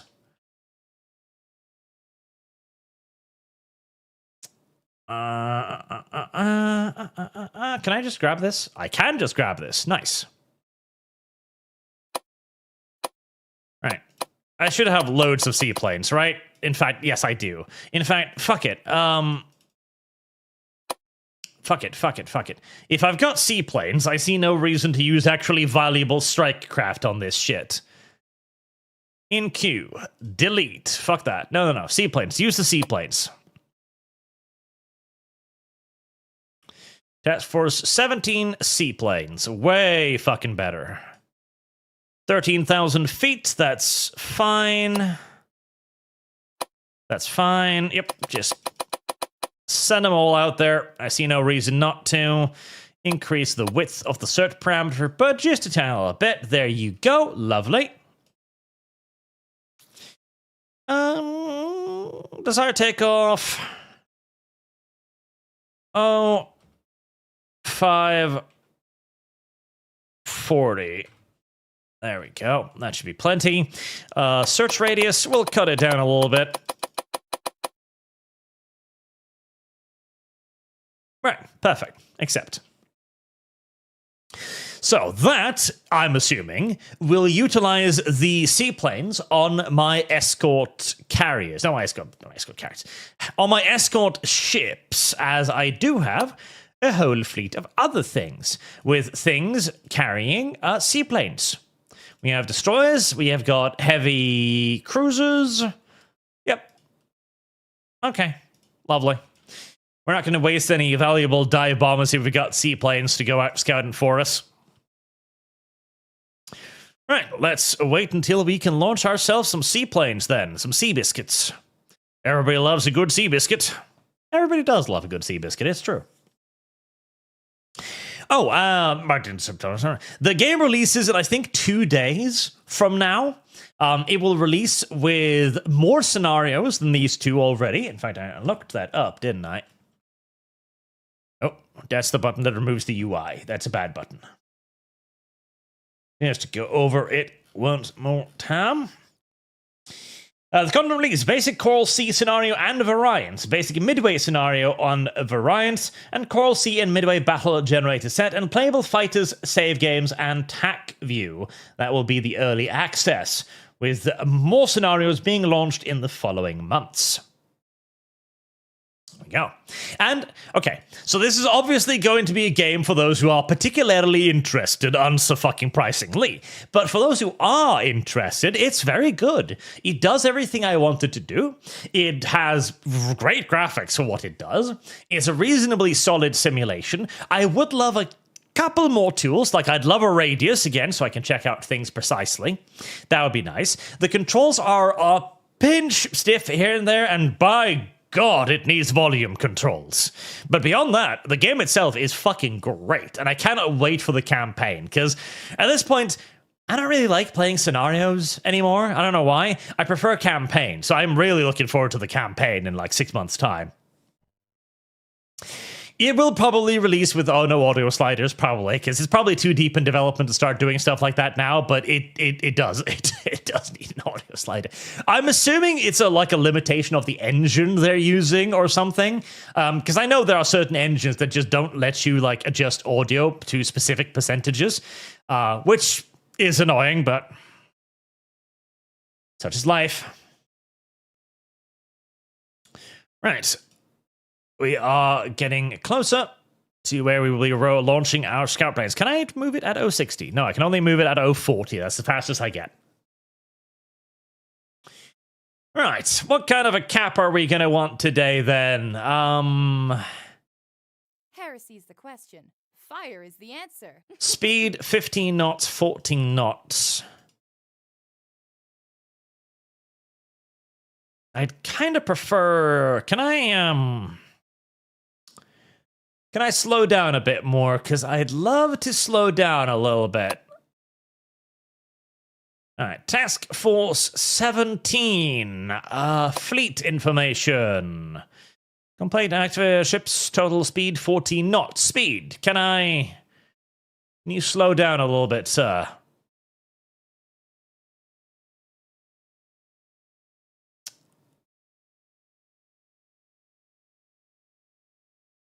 Unfortunately, I don't think I can.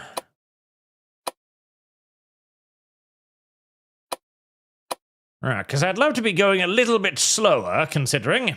Right, well, I'm launching scout planes, so I don't really need to worry about that. In fact, we'll just double back a little bit.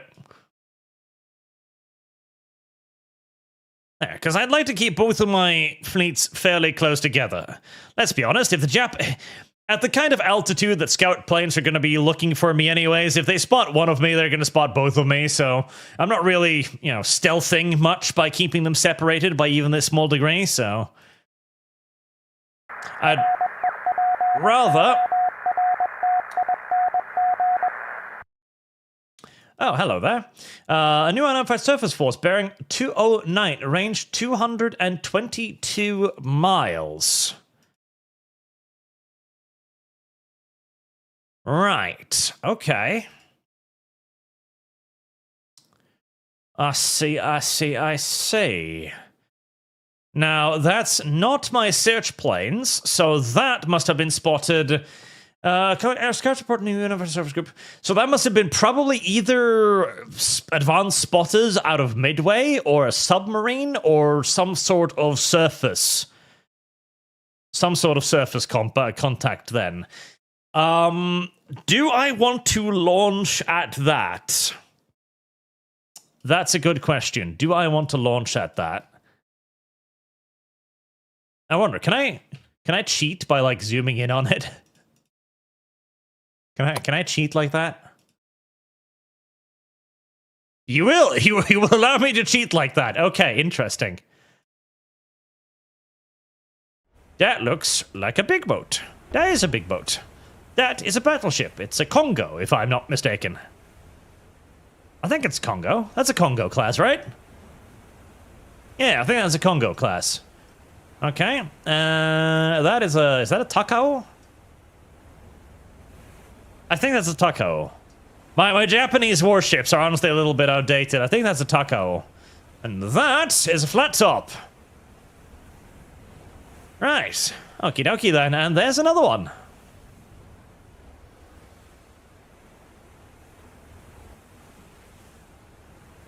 Right. Well, shit. Okay then. Now the problem is they're really fucking far away.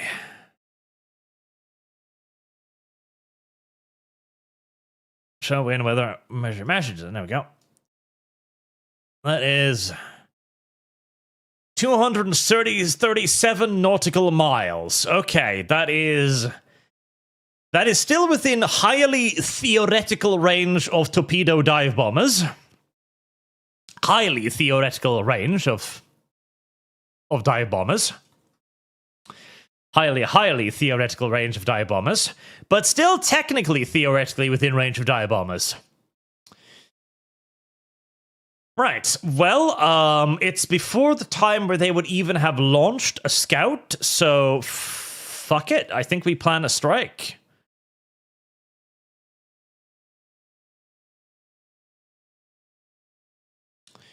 Now, how do I actually select my task force here, I wonder? Like, if I click on that... Okay, that brings up the Yorktown. But I'm pretty sure the Hornet is in there too. No, that's Task Force 17. How do I select Task Force 16 with the Enterprise and the Hornet? Yorktown? Click? No?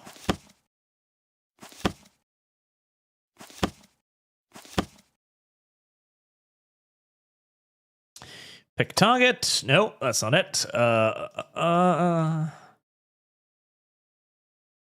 Task Force 16. Strike. There we go. There's the... No, that's still the Yorktown. How the fuck do I... there we go. There we are. Task Force 17. Okay, Task Force 17, Task Force 16. There you go. Okay. Right, so begin with Task Force 17 then. Let's see what we've got here. So, we have a strike. We're going to pick the target. We've got... We've got actually a decent load of fighters this time, which is nice. We are within the theoretical range of our torpedo dive bombers. 300... Oh god, we're within range by one... we're within range by 1 nautical mile. We're within recovery range by 1...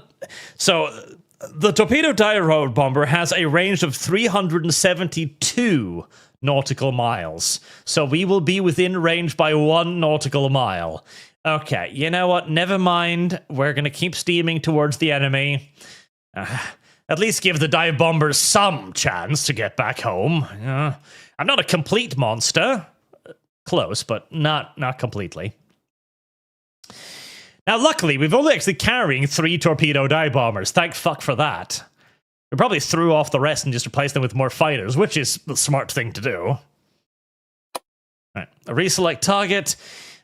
Send out the torpedo dive bombers because I hate them and I want them to die. That's better.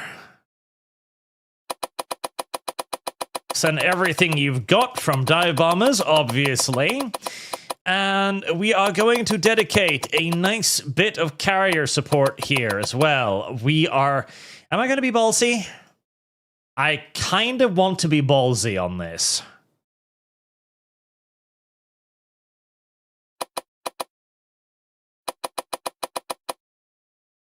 Not that ballsy. I'm going to send 15, keep 10 back for carrier patrol.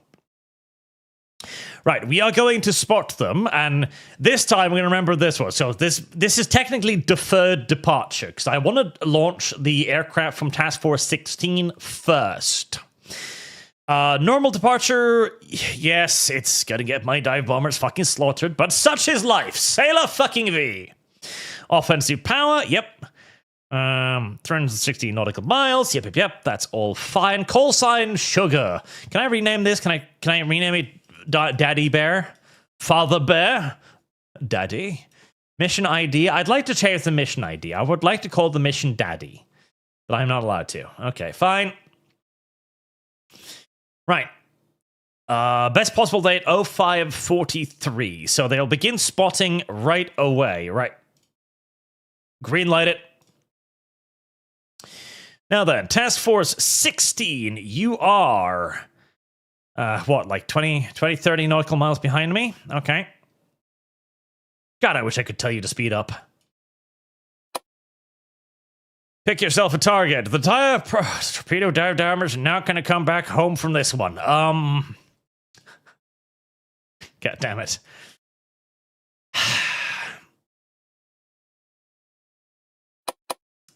Right. The dive bombers can still get there and back. The dive bombers are fine. It's just that the torpedo bombers are not going to survive. Right. Sizable escort, 15 craft. We're not going to launch the torpedo dive bombers this time. I'm at least going to give them a chance of recovery. I'm not a complete monster, okay? Just mostly one. Plus, the torpedo dive bombers might be a second wave later on. Yeah, it might be. Standard time of departure, offensive power, normal departure. Yep. Green light, you will go as soon as you can. And then I will green light the launch from Task Force 17 once the aircraft are in the air and near my first task force. Right, this is going to be a massive fucking strike. Can I? Speed 15. Ah, there we go. Fuck yes. 31 knots. You gotta fucking move on. That is a weird point to put that, but nice. Okay, 31 knots. Yep, straight up. Go on.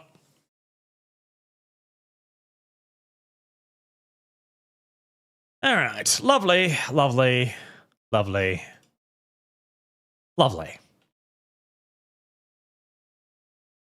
Well, the strike is gonna happen really fucking soon. Hold on. Search. Okay, no, did I active patrol zone? Strike, search, Task Force 17. Search. There we go. Yes, seaplanes. Delete the seaplane search. Fuck that nonsense. I want the aircraft away, and I do not want the enemy to have any opportunity to spot my seaplanes and guess my direction. Fuck that shit. We're going to send the seaplanes out afterwards to confirm damage. That's it. Marino, U.S. Enterprise versus the Imperial Japanese Navy. Right there. What? Protesters are all over town. I did see that one. And there was also somebody who infiltrated a group for the protesters as well, and has revealed that they're basically coordinating to harass agents and attack them. So, you know, business as usual. That'll probably be tomorrow's video, I imagine.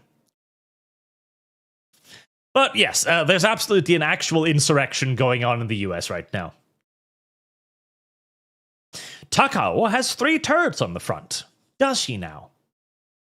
What's the Kuma? Is it the Kuma? It was the Kuma, wasn't it? The Kuma-chan. Kuma.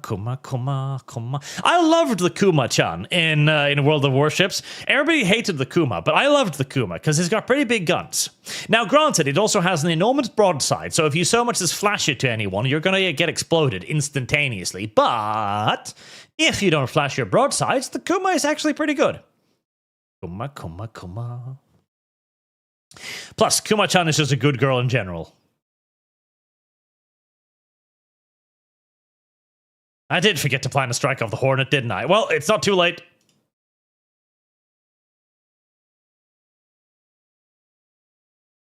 It's not too late. I still have time. I actually do still have time. Right.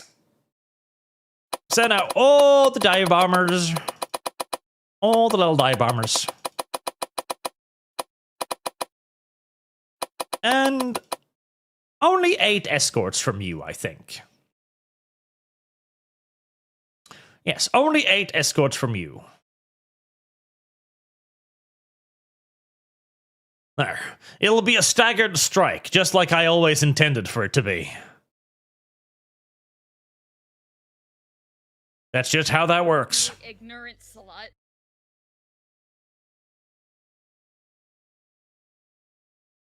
Task Force 16 is moving. It's holding ass at 30 knots to catch up. Getting closer as we can begin our takeoff very, very, very, very soon. Update, presumably from the submarine or whatever spotted all of that nonsense.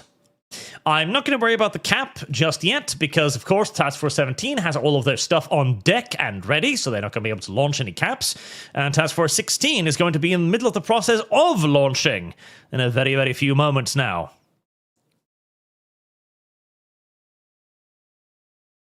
In fact, if we were to zoom in on them, I think we will be catching them in the process of launching quite soon.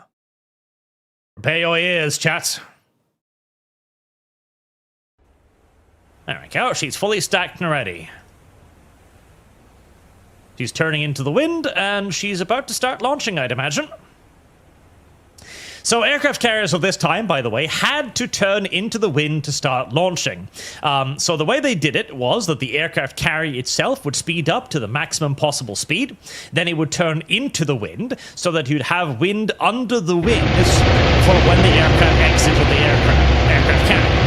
This provided the aircraft with the maximum amount of lift capabilities in an era where they didn't yet have, the little jet hooks, the catapults, to shoot the aircraft off the carrier. Meanwhile, the Hornet will be preparing its own strike, which will be coming up shortly after the Enterprises.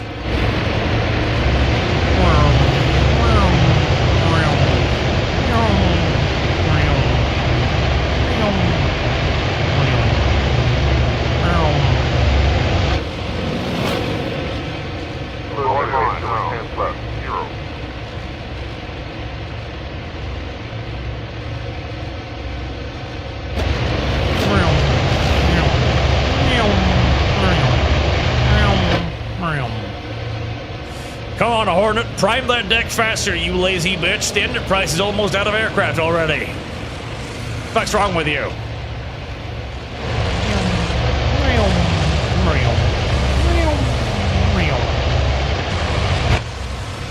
Faster, Hornet, you lazy whore.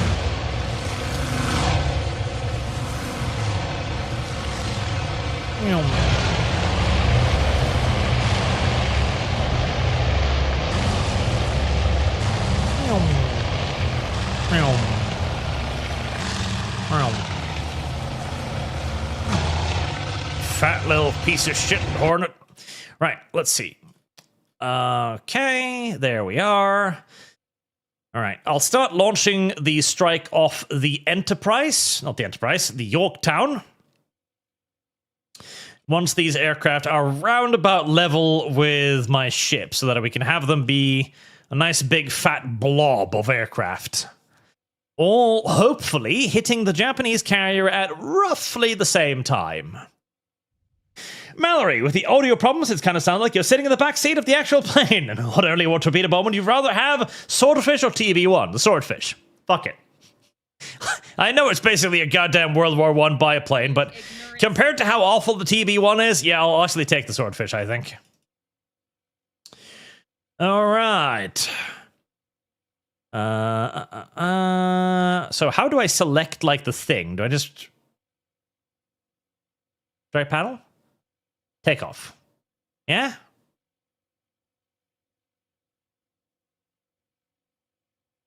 Nav strike 8. Takeoff?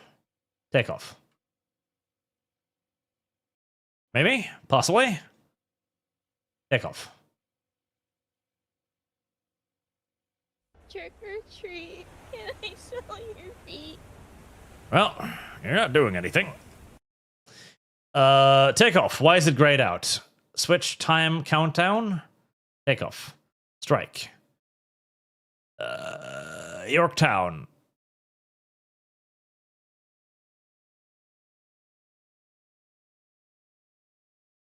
Takeoff? How do I get you to take off? That's a good question, actually. I don't want to cancel it for obvious orders. Contact, target idea. Yep. Yeah, that's all correct. Best possible date. Yep. Tactical. Yep.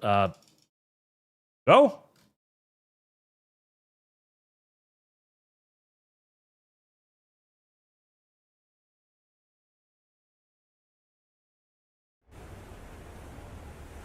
Well, that's a bit of a problem. That is a bit of a problem.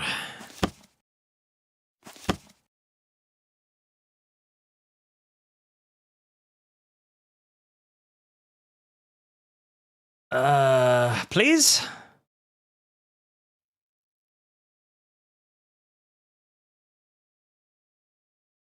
Missions? Planning spotted. Navstrike 08. Yes, Navstrike 08.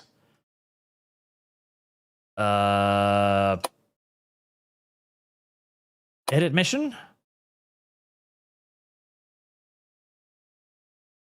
Fuck. Okay, that's a really big problem. Okay, it doesn't want to take off. Click to open the strike planner. Yes, the strike planner is right here. What do you want me to do?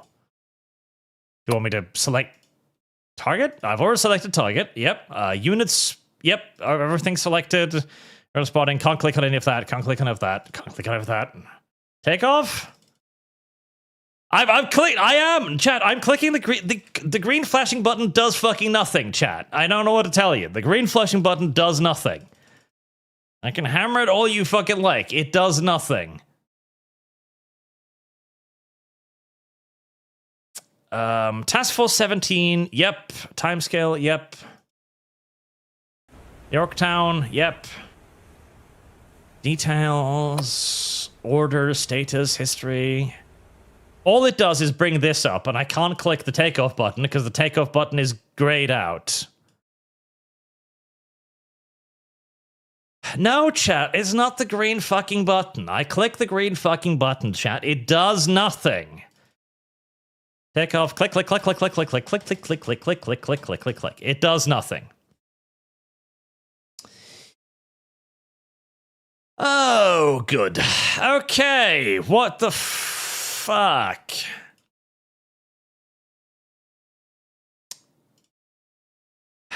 Okay, I can plan another strike. Yorktown, Navstrike 34. Yep, that's not the one. Mission, Navstrike 08, spotted. Squadron, stores, range, edit mission. Yep, they're all ready. Yep. Countdown 09, Navstrike 8. Answered 064. Countdown 09? Are you doing it now? Activity launch. Countdown 009. Are you doing it? It doesn't. Sure as fuck doesn't look like you're doing it. Spotted. Status spotted. Edit mission. Take off.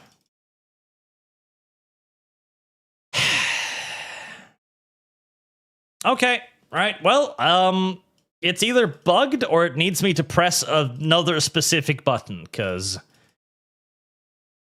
Switch time, countdown, yep. Arming ends, spotting starts at... Yep, landing ends, landing starts at arming ends. 09. Arming ends. Oh, are you not... Are you not done arming yet? Is... 2 hours for... No, there's no fucking way. No, there's no fucking way. It can't... No, that's retarded. Hello, X-Ray Girl. I hope you're doing better than I am. It's not Paul's chat. It's running. It's running. You can even see the other things moving. Ah, well, that's fucking great, isn't it? That's absolutely great. Resume, suspend, take off.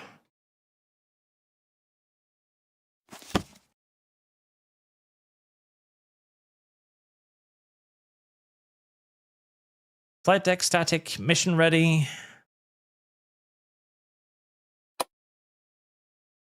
Navstrike 08 ends at start mission, spotting scheduled missions.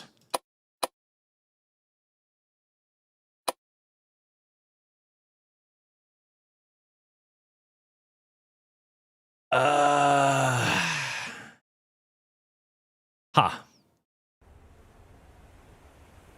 Missing wings? Oh no, they're not missing wings. This is just the foldable wings. See? They fold their wings up. That's all. It's not that.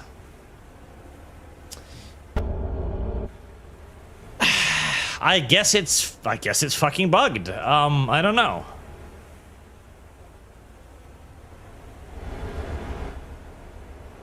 Well, that's mildly annoying. Okay, select the other task force. Right, that's launched everything. Go back to Task Force 17, click the button, take off still grayed out. Okay, No, I don't want to cancel the strike. I don't.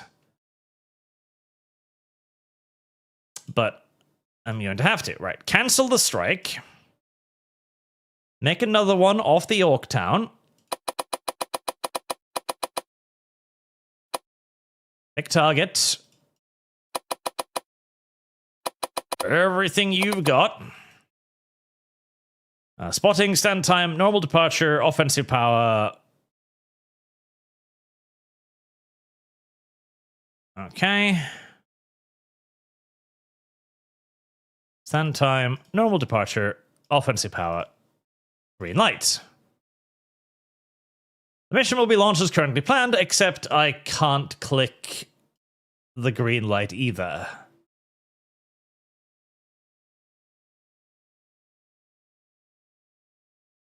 Okay. Right.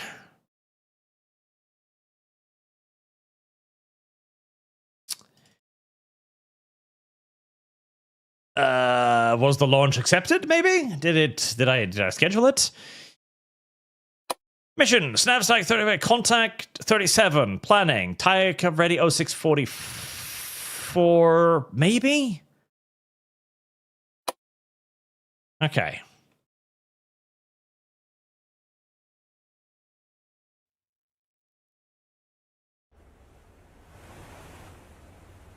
Okay, I think it's planning a new mission now. I think it's planning a new mission. Okay, well that's annoying. That's a dumbass little bug to be in the game 2 days before launch, but there we go. That is rather silly and needs to be fixed. That was probably what happened the last battle too, when they just didn't launch at any point.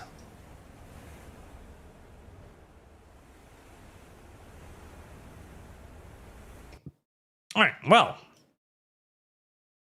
The first bombers are on the way. I'm seeing here that Allied aircraft are also going out from Midway. They are probably not going to do great, as there's a lot of enemy planes in front of them, and they will probably achieve very, very little.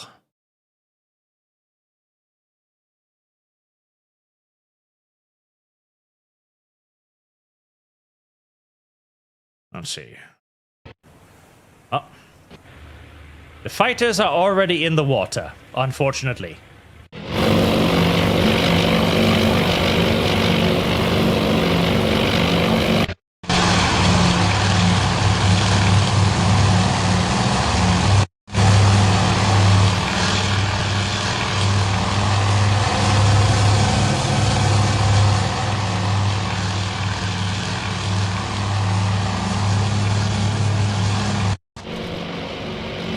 B-17s.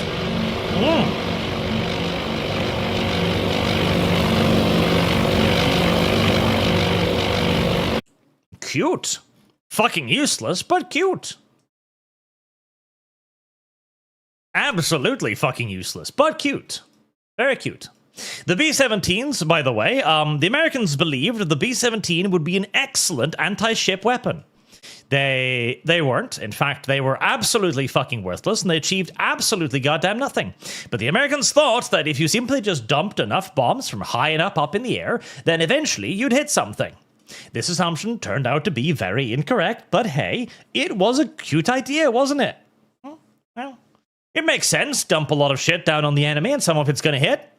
The only problem was that, well, the ocean is really, really goddamn large. And so, even if you dump a lot of shit into it, that by no means whatsoever means that you might actually hit something. Okay, we're going to keep the cap down because I don't want to interrupt the launch from Yorktown even more unless I absolutely goddamn have to. Which is a bit of a risk, but you know, I like taking risks. Risks are good. And we do have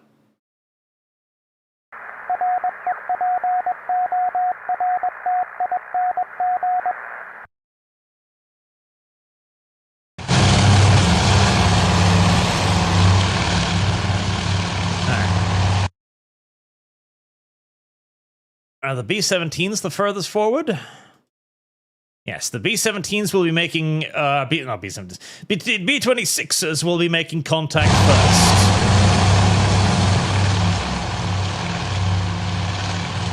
So we'll keep an eye out on them until we hear about many boogies.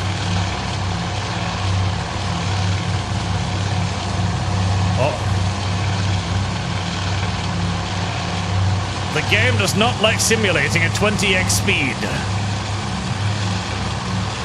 There's a lot of cloud cover, which is not ideal.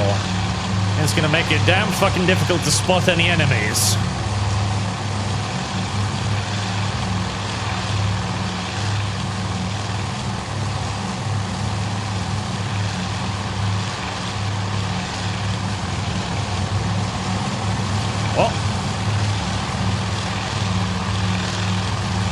They're making a descent to pop under the clouds now. Probably chasing for targets.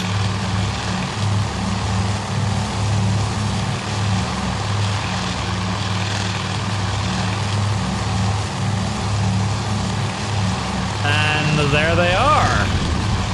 Enemy surface force.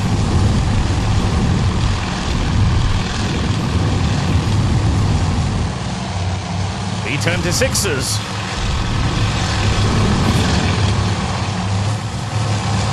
Leading the charge. Let's see if they find anything worthy of hitting. Doing a torpedo run in the B-26. God, that's gotta be a shit job.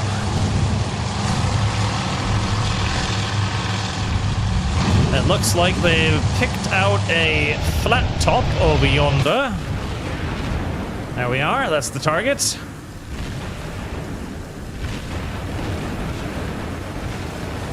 Oh, are they carrying out a double-sided attack? I think they are. Sneaky little bastards. That's actually some pretty fucking clever AI right there. Yep, so here comes the B-26s. They've dropped their weapons. Torpedoes in the water.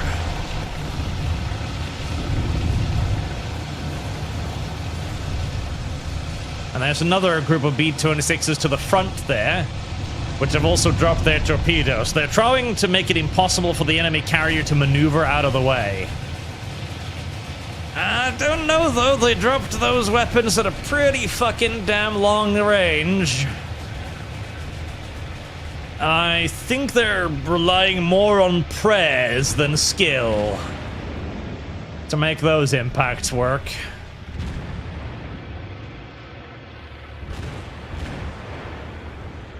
Yeah, I am not optimistic. I don't even know where those torpedoes are now. Okay, there we go. There's one. There's one torpedo contrail right there. That is... that ain't gonna hit.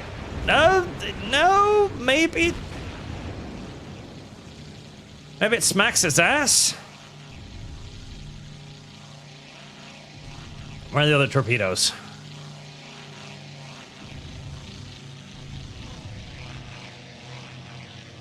Yeah, that ain't gonna hit. That is not gonna hit shit. Where are the other torpedoes?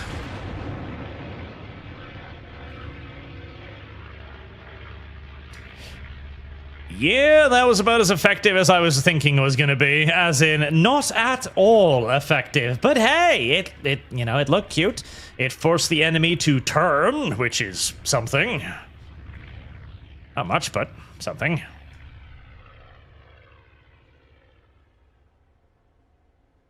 Right.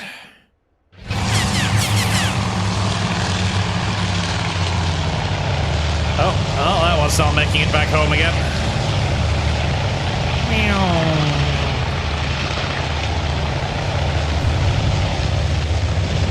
Oh, maybe.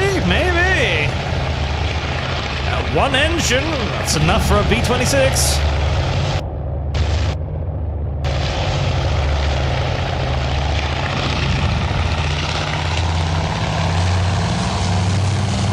Oh, no. But hey, that was a pretty soft landing, everything considered.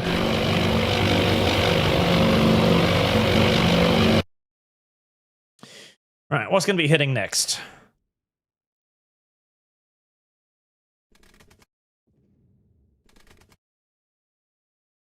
Probably the bombers. Okay, the bombers are going to arrive alongside the torpedo bombers. And torpedo bombers might be slightly further ahead.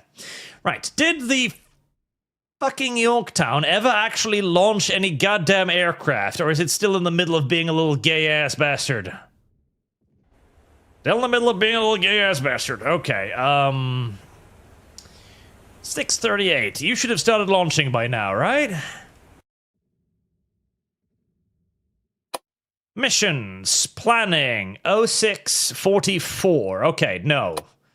0644. Right, so it's not launching yet. Well, I guess we'll keep looking at the bombers a little while longer then.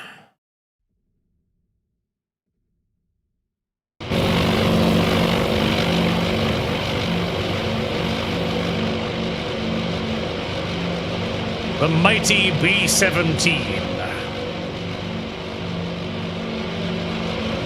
It may not be an effective way at striking out at enemy ships, but it is a safe way, at least, you know?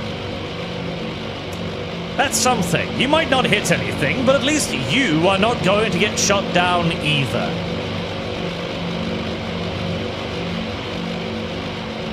Oh no, they're all in range. Mark on FC, they're all in range.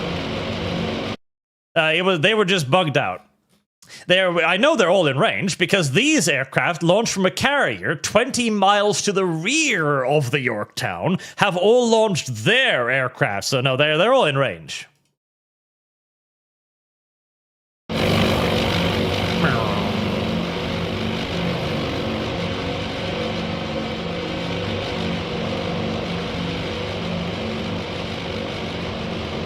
Go on, little B-17s.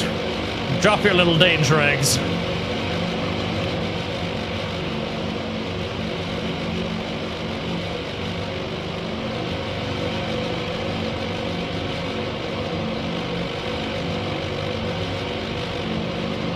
And finally...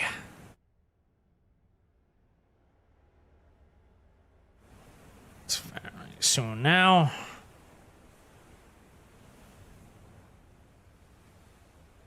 Mission spot. Mission takeoff. 0705. Oh, God, they have spent a lot of time preparing this fucking takeoff spot, but at least they're working on it finally.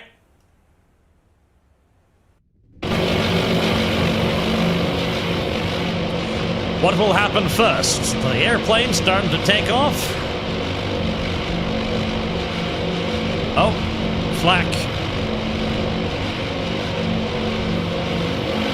B-17s are over something.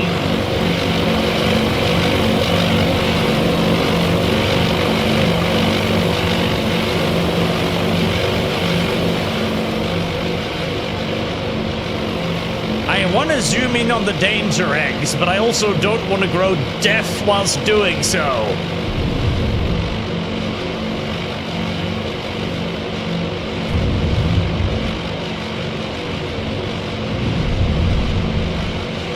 There we go. There we are. We're deploying potatoes. We're deploying danger potatoes. I don't know against what. I have no idea what we're deploying the danger potatoes against, but we're deploying the danger potatoes against something, that's for sure. Oh, were those danger potatoes? Well, if they weren't even fucking remotely close to anything of worth. Oh, there's more danger potatoes. Yep.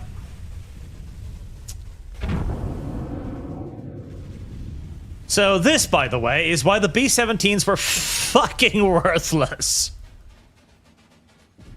Look at that. It's not even remotely close to anything. Level bombing through solid cloud cover. Yeah.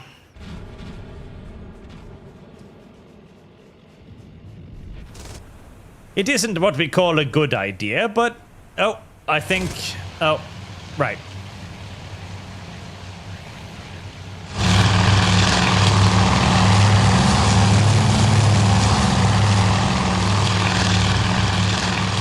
And the torpedo bombers are currently busy getting shot to fuck by Zeros.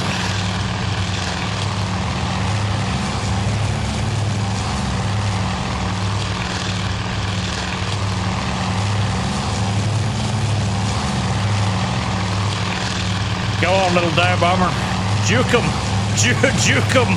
Juke him, my boy. Juke harder. You have a lot of juking to do if you want to live through this. Oh, I mean, he's doing it. He's juking.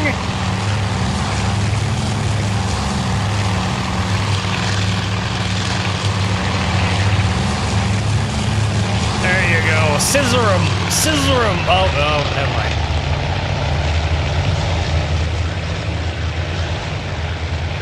Well,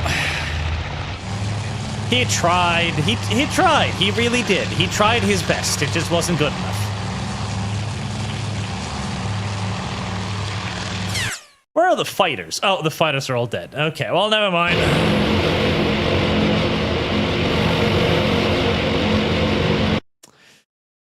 Right, well, at least the dive bombers are still coming in. That's something. That's something.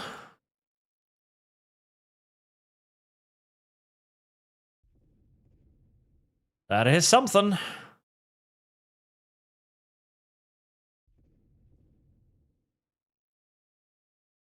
How are you doing, Yorktown? You still just chilling? You are.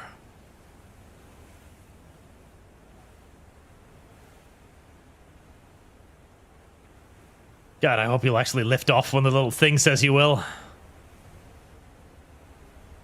You're so close now. You're so close to beginning to the process of leaving home. I fucking hope. Because I'd like to get some cap up at some point in the not too distant future. Come on, please. Start launching little aircrafts.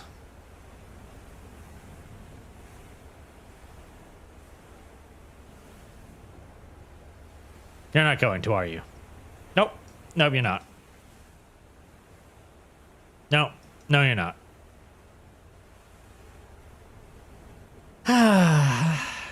Little Yorktown.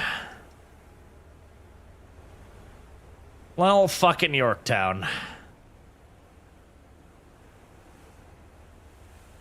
Well, fucking stupid ass Yorktown.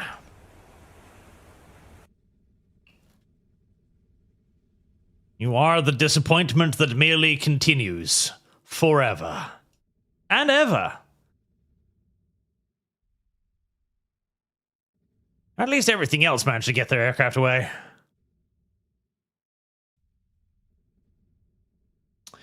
Oh, 7-11 now. I'm pretty sure that's even for just the next thing. I wish you could look through this for the missions you had instead of going over here. Wait. Planning? 37. Airstrike 37? 0644. Time target.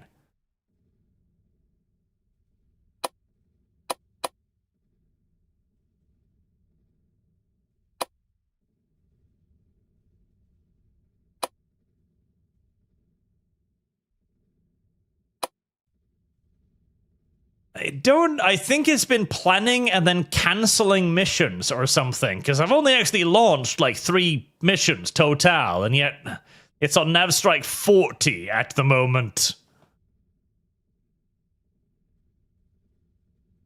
I have a sneaking suspicion it's bugged itself out, so it's just constantly planning strike missions or something and never actually launching them.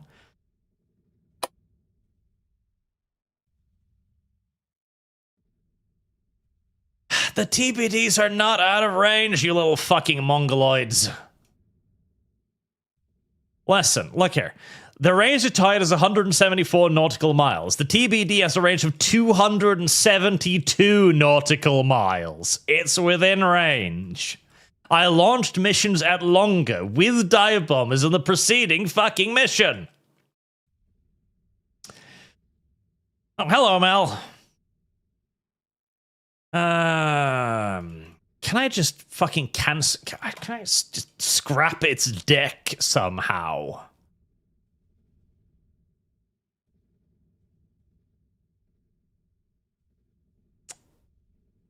Okay. Planning. Planning, duration, edit mission. Right, edit mission. What are you? No. Mission. At a normal. Wait, are you coming from dive bomber fighter? No, this is the correct mission. Okay. Yes, this is the correct mission. Yorktown. Yes. Well, apparently I can't cancel it either now because I've only got the green light button, which I can't click. 251 nautical miles. Yep, that's within range.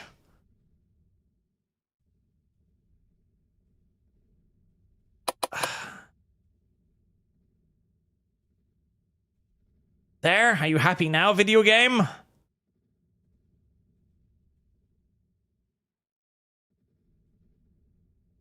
Is that it? Because that's stupid. They're TBDs. I know their range. 272 nautical miles. That is their range. Fuck it. Let me see.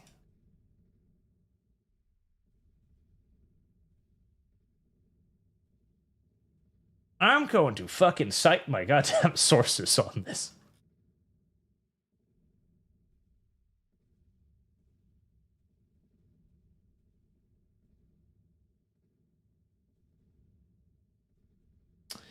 In fact, it's more. It's 300.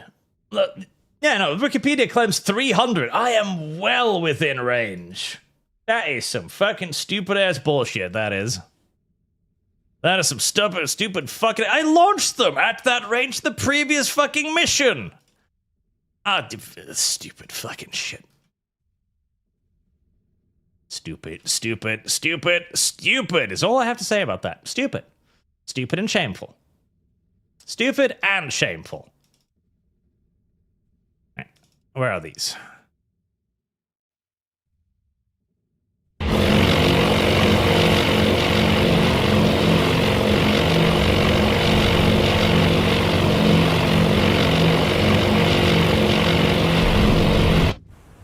Imperial bombers, they're already dead.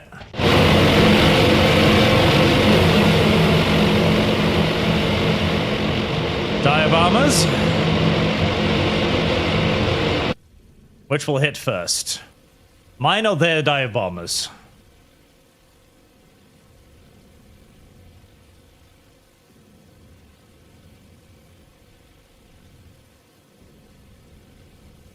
Mine, I think.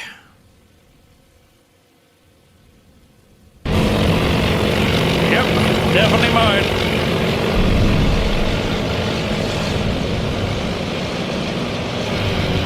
Come on, little dive bombers. I expect great things from you today.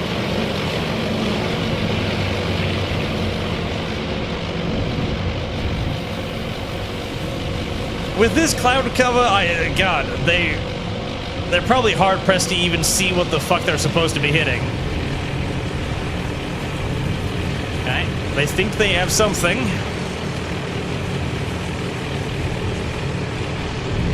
Oh, yes, they do. Oh, yes.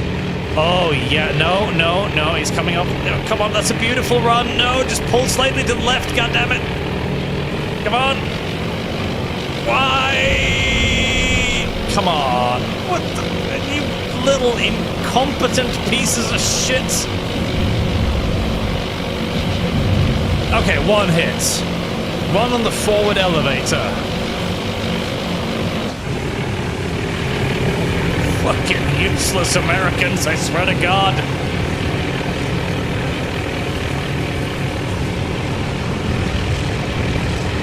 Alright, we got a second warp. This is against another carrier that's already been hit once. This is a good angle too. Come on, my darlings. Come on. Yes.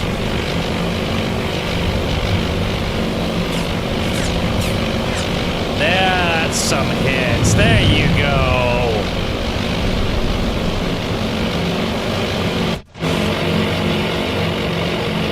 And those dive bombers have already dropped their loads. And the escorts are playing with zeros.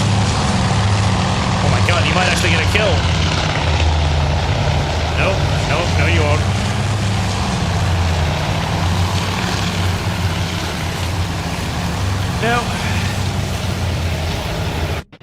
No, you won't.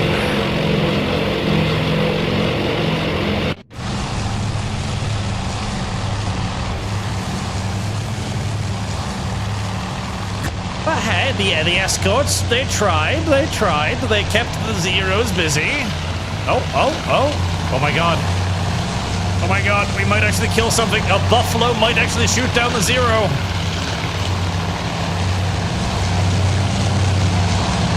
Come on, bitch. Come on.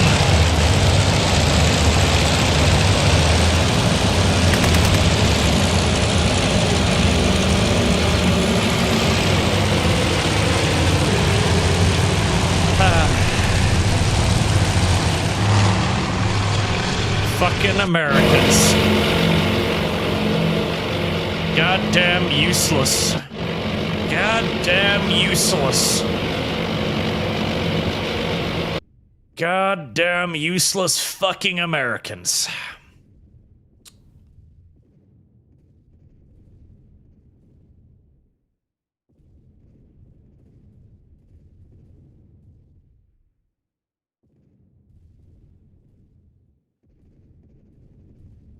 Alright, we've got another ground-based strike, which will hit roundabout simultaneously with my second wave, I think.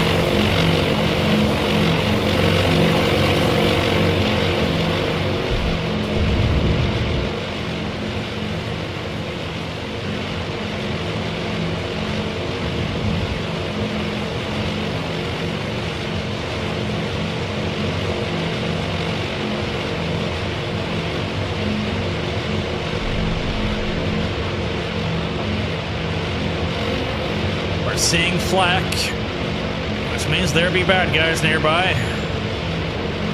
This is the Midway base dive bombers here. They're looking for targets. There should be smoke to be seen, but well, not through that fucking kind of cloud cover. There won't be.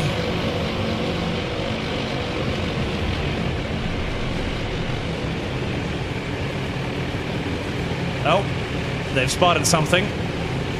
There's an untouched flat top over yonder.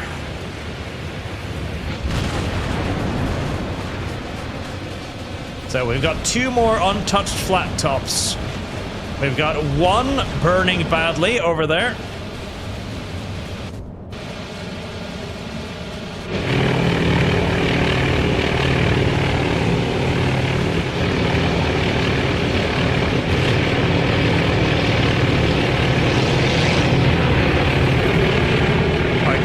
That was a zero that just zoomed past there.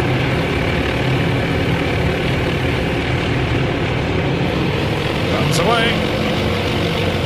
That ain't gonna hit shit.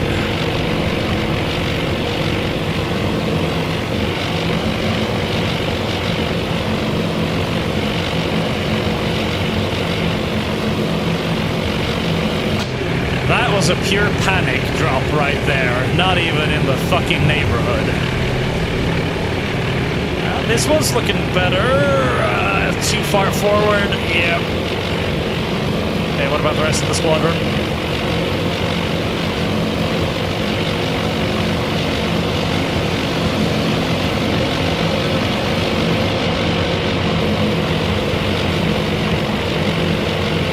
Now, all they did was move a lot of water.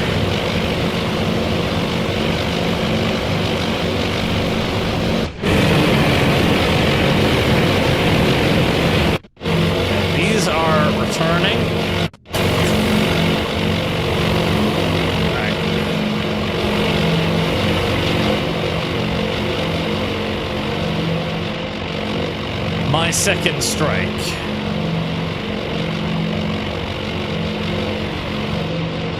Oh, there's the enemy fleet.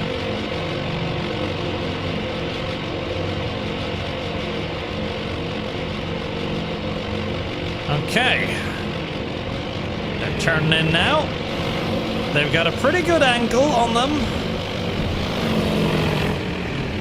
They have spotted a damaged carrier? Yes.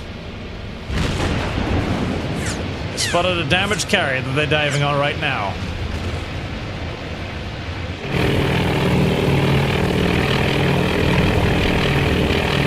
Good angle. Very good angle. Perfect nose on.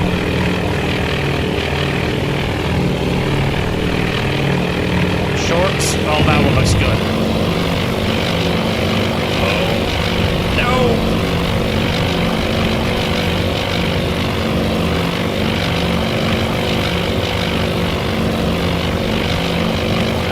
All we did with that one was help them put the fire out.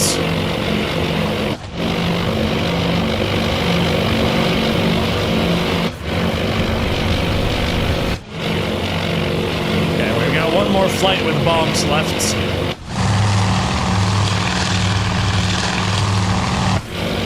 Very few enemy zeros.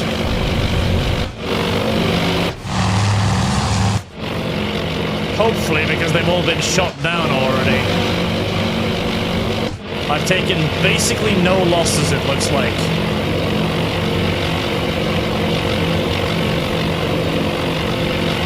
Alright, last flight.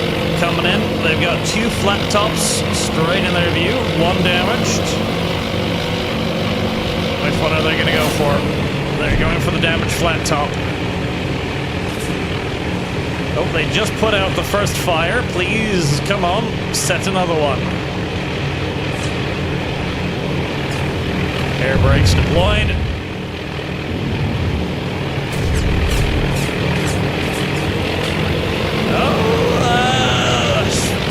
Shorts? Yeah, short.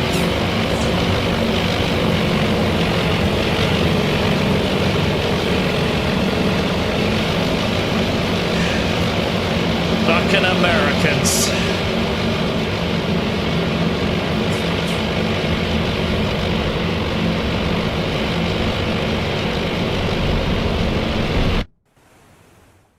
Yet again, we moved a lot of water, but that was it. That was also it. We moved a lot of water. That's it. Alright, are you finally gonna send a fucking strike out? God help me, I fucking hope so. So what was supposed to be one overwhelming strike has instead turned out to 3 far smaller strikes going in one by one.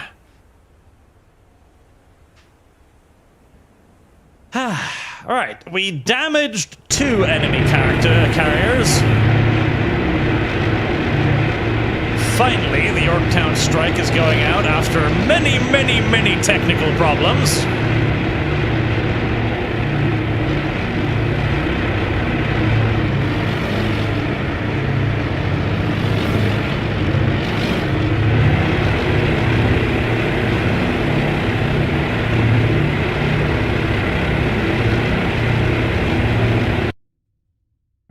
What's the map looking at? Task Force 16. Still struggling to catch up. Those are probably Japanese scouts, if I was to wager. Nat Strike 37. Wait, no, that's the one being sent off right now. No, it's return at 09. Yep, that's for Task Force 17. Task Force 16. You are going to recover aircraft at 7:56. Okay. Right. If you're going to be recovering at 7:56, I think it's time we put up a little bit of a cap.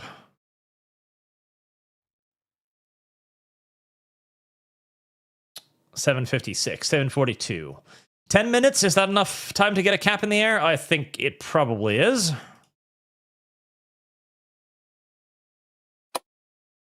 Task Force 16.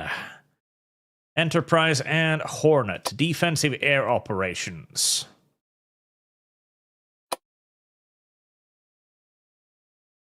Enterprise and Hornet. Patrol strength 3. Yep, that's fine. We'll put you out a little wide.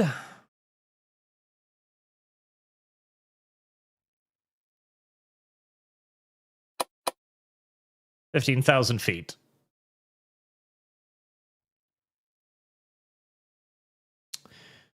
Right, yeah, that's plenty to get them up in the air before anything comes back. Excellent. Right, Hornet. You 2. Patrol strength 3.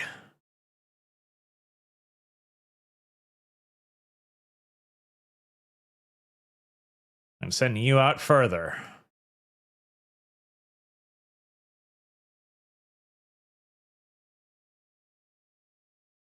There. That should give me enough warning if I need to scramble. And it should give me plenty of time to recover, rearm, and change the cap before we need to launch any more strikes. Task Force 17.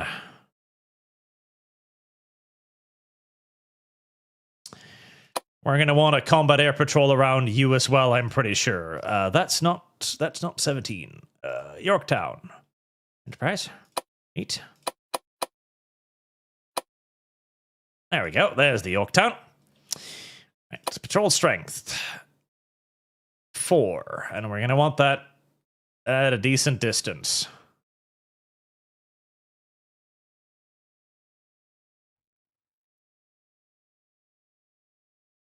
And again, should give me plenty of warning to scramble if needs be.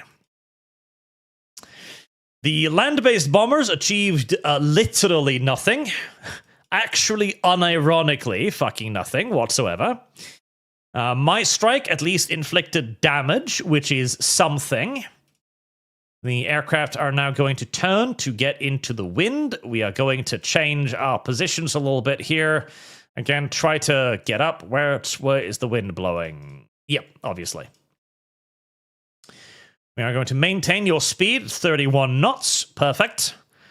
And we lost very little there. We lost very, very little there. Basically nothing, practically. We know now also roughly where the enemy is. We are going to launch a second strike, which is going to keep contact. So I'm not going to send up any search planes because the second strike is going to pretty much figure out where they are anyways. So now we just move into recovery operations. Nice. Right.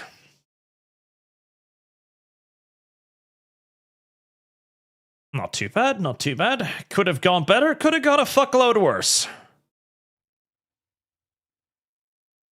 Could have gone a whole fuckload worse.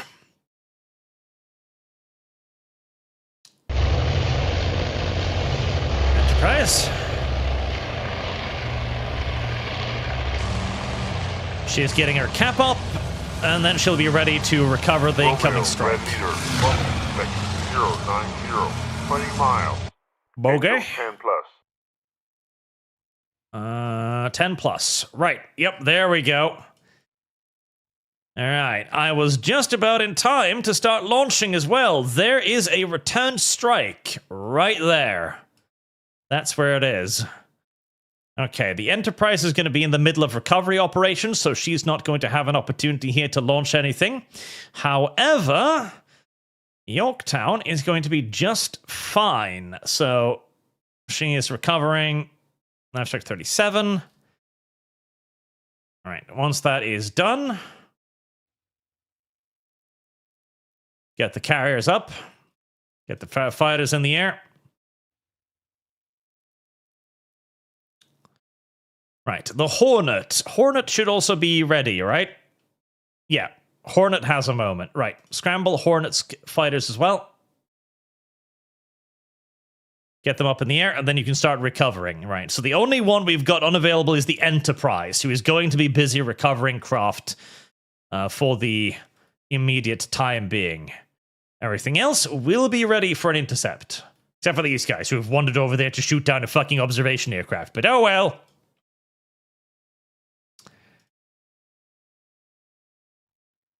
Okay, I'm gonna have a pretty good force in the air by the time those arrive. At least I sure as fuck hope so.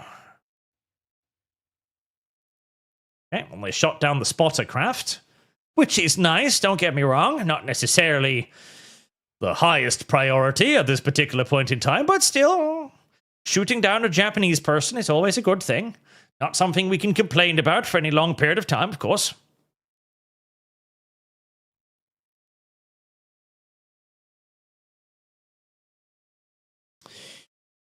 Missing main. What is this? Oh, God. Is somebody cooking a deck somewhere with stuff? Please don't.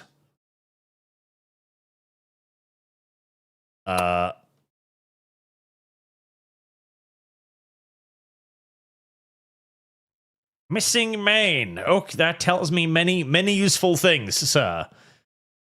Whatever this mission is, just cancel it, okay? No? Alright. Let me guess. There's going to be something on the deck of Yorktown that's going to prevent it from launching aircraft, isn't there? Yes, there is. Right, first and foremost, kicking into 31 knots. And let's try and figure out what the fucks were going wrong this time. Scramble. Yep. Cap preparing. Yep. Nav en route. Planning.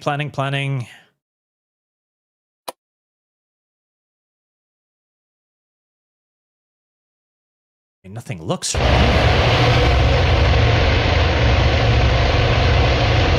That's the scramble taking off right there, I hope. Yep, there we go.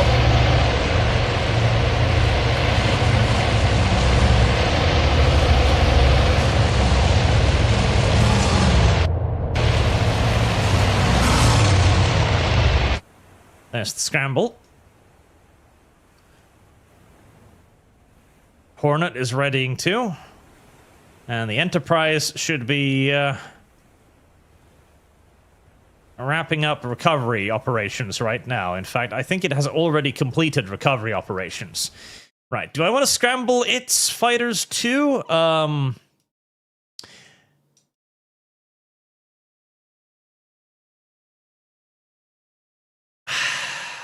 an idiot.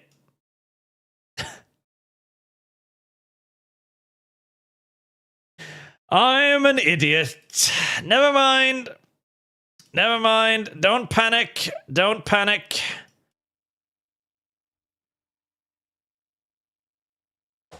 15 knots. Those are my returning aircraft. Okay. At least they should be, I think. Are they? Are they? Fuck, now I'm doubting myself. Are they? Are they? Now I'm really starting to doubt myself. Are those returning aircraft? Somebody really should go over there and figure out if those are returning aircraft. Somebody should really find out what those are.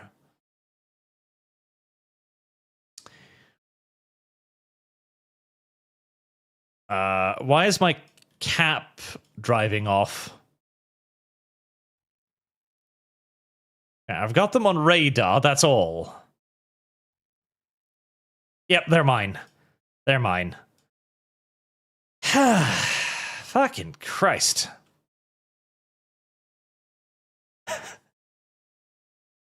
They're mine. I was starting to wonder, because I was like, hold on, no, those are probably mine. No, they're mine. Okay, never mind, we're fine, we're okay, it's everything's good, everything's fine, everything's okay. I scrambled for good reasons, then. It's fine. Better safe than sorry. Okay, better safe than sorry. It's okay. It's fine, chat. It's fine. Everything's okay.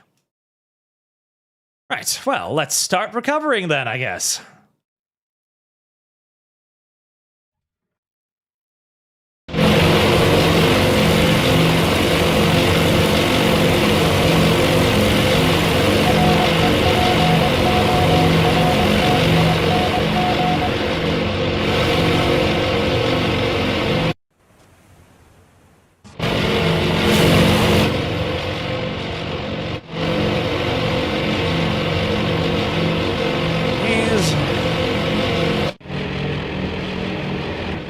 There we are. They're beginning recovery.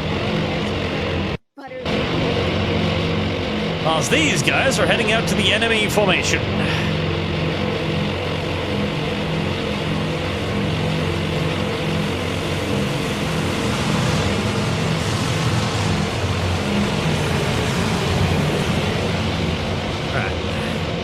Did you spot anything? We did get an update recently about where the enemy fleet was.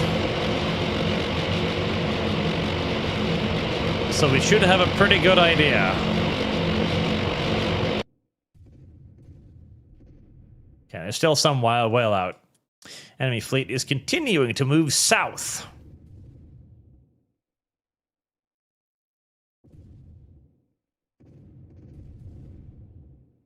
Right, once that strike is over, we'll need to send out some scouts to check on them. Aircraft are currently landing. Yes, they are. Yes, they are indeed.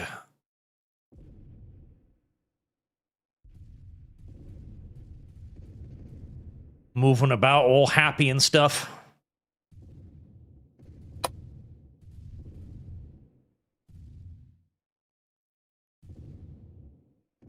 Alright, we've got the cap up. Small bogies, nothing. Captain, yep. Yorktown's got her cap up. Enterprise got her cap up. Everybody's got their stuff up.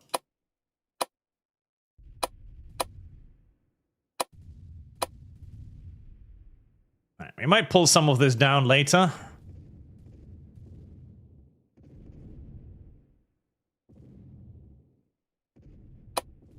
But for now, we can just keep it up there. There is not to. As we can now begin recovery.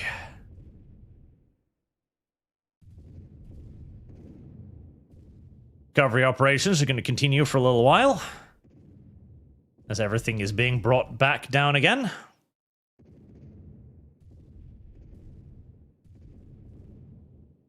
I did lose a couple dive bombers, but... in fact, I lost an entire section probably on the way. Yeah, an entire section actually got shot down on the way out, I think. In fact, I lost a lot more than I thought I did. Really? How? How did I lose that many? They must have gotten shot down on the way out, I guess. After the Zeros finished killing all of the escorts aircraft, which as per usual achieved absolutely nothing. It truly is remarkable how utterly worthless the American escort fighter is. Right. Let's hope this strike gets some damage done. We've got flat tops. I'm not seeing any smoke, which means they've damaged control, what I already managed to inflict. Not ideal.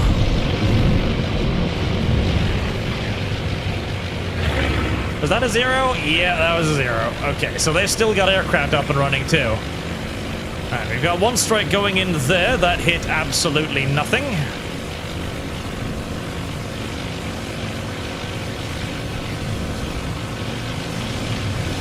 Another strike there, that hit absolutely nothing.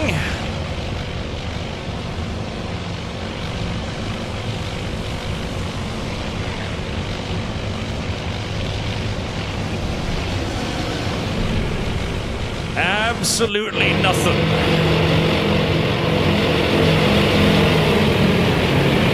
Okay, you drop your bombs. You drop yours. Nothing. You drop yours too.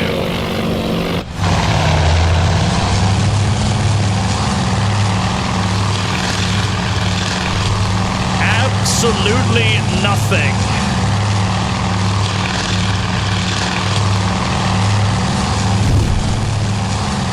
Come on, little F4. Surely you must be able to kill something.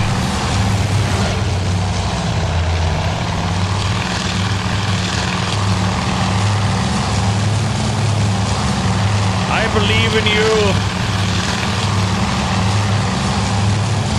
I believe in you, little F4. Maybe I shouldn't. There's the Japs right underneath you. Oh, they shot one down.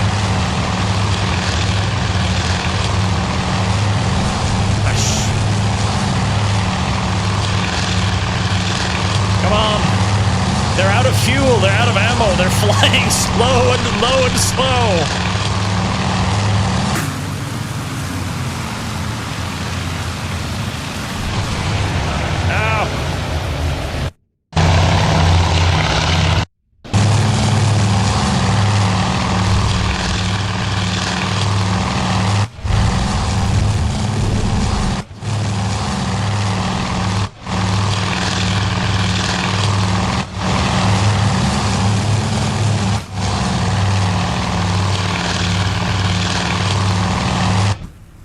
God damn it. Oh, is that another one? Oh, he's shooting at one.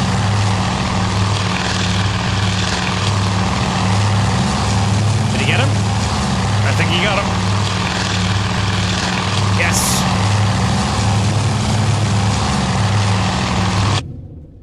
Right, so we've discovered the circumstances under which Americans can kill Japanese fighter planes. The Japanese fighter planes need to be out of fuel and out of ammunition. And under those circumstances, and seemingly only those circumstances, can the Americans shoot down the Japanese. It's not very heartening, I will admit, but hey, it is something, isn't it? It is something. It's not much. It's not a lot of something, but it is something.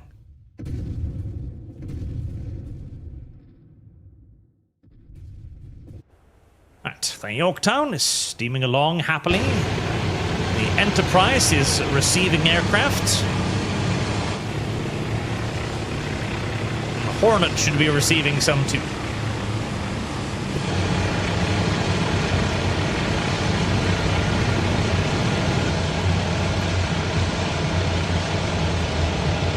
And then we can try to figure out how much we managed to save and how much we didn't manage to save.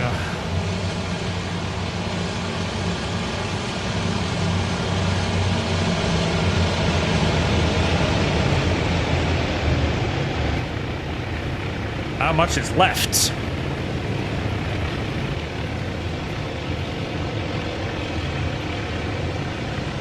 On the bright side, we actually probably did beat the fuck out of their cap doing that, because all of their aircraft had to be in the air and a constant attack both from Midway and from me, so the cap probably really suffered from that, I would imagine. I would imagine fondly.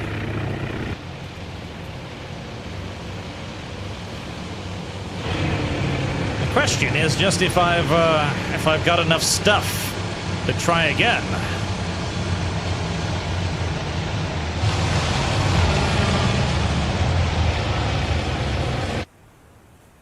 Meanwhile, the Yorktown's going to need to wait for a while before its aircraft come back. Maybe I should just try sailing my fleet directly at them and hoping that I can beat them in a gun duel. Which I probably can't, because I only have heavy carriers and they have battleships, so... yeah, sailing directly at the Japanese fleet is actually a really, really bad idea. A really genuinely terrible idea that we shall not be executing.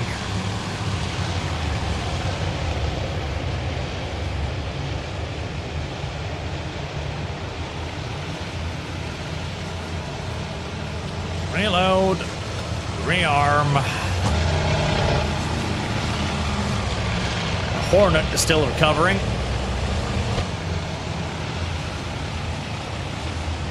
Well, the Enterprise, I think, is it just parking now? Oh, yeah, it's just parking.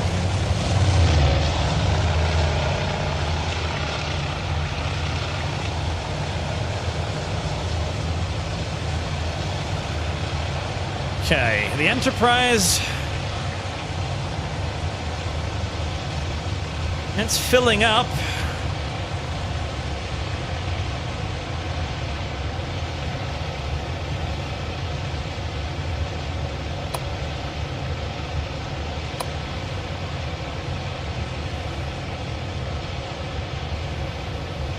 I think it's probably safe to bring some aircraft out of storage. I'm pretty sure we've suffered enough casualties to justify it.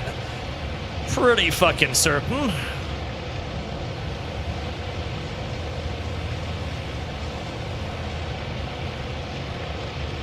Pretty fucking sure. In fact, do I want to start bringing shit out of storage at the Yorktown too? Yeah, fuck it.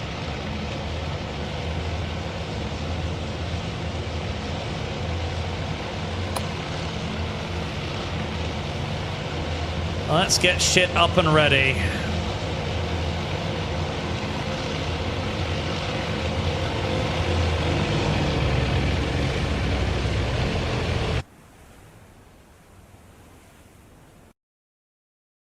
Okay, have my two fleets finally managed to get some kind of... Why are you going that way? Why are you going that way?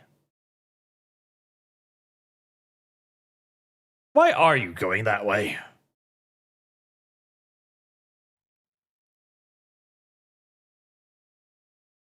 Okay, you gonna turn around for me? Yeah, there you go. Oh, you're trying to go. Okay, wait, are you... Oh, okay. Yeah, right. You recovered aircraft all the way up there. Okay, fine, fine. Turn around. Right, that's my strike returning. There might be enemy aircraft coming back at me by now. I'm going to give it a little while longer. I'm going to try and recover as much as I can. That's going to be more of my friendly aircraft. I've got them on radar. Oh, no! Task Force Admiral has stopped working. Please send us this error report. God damn it.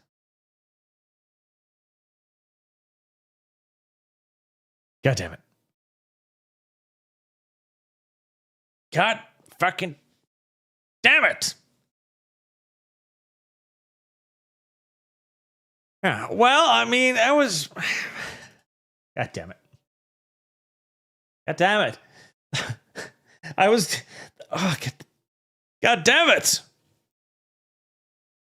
That was actually...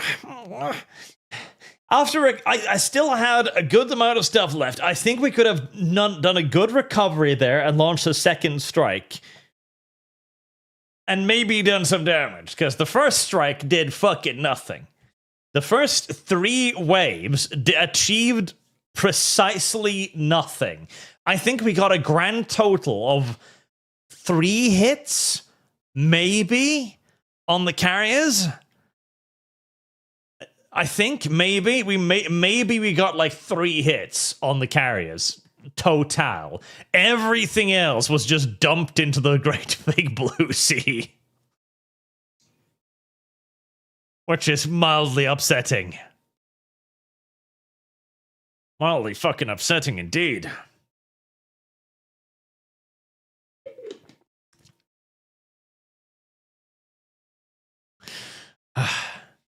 First 3 years achieved nothing, but the 4th was gonna nail it. Hey, maybe it could have. It might have. There was a possibility it could have achieved something.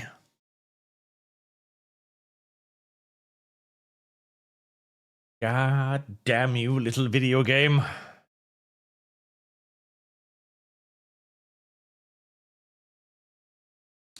The DB-17 made the Japanese very scared. I don't know about that. I think they were mostly just laughing at the B-17s. Death! Sent a 1,000 warp tokens, thank you very much. I hope everyone's having a good day. Lords of the Fallen Fund. Lords of the Fallen Fund.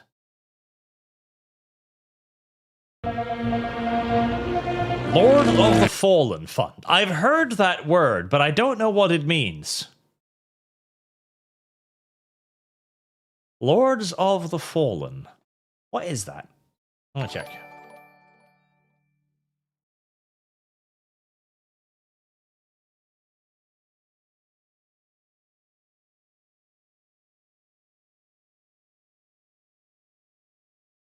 Lords. Oh my god, it's some kind of Souls-like thing. And it's mixed! Ugh. Are you sure? Are you certain?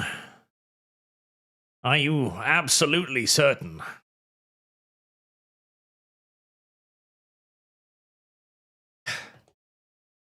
I wanna try again now.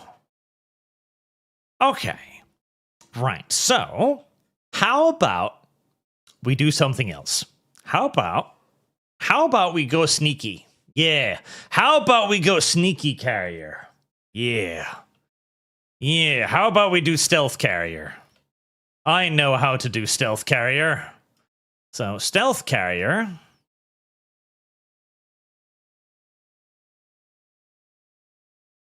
As just you and me steaming down here at 31 knots. You can catch up. And then we launch everything at point blank range, and we fucking pray that this time the Americans actually hit something. Yes. Yeah, sneaky carrier. Stealthy, point blank range carrier. Shotgun carrier, if you will. That way, maybe I can even use my torpedo bomber so that they can be useless too. My god. Imagine the scale of the uselessness. Actually, do I have space for my fucking reserves? Listen.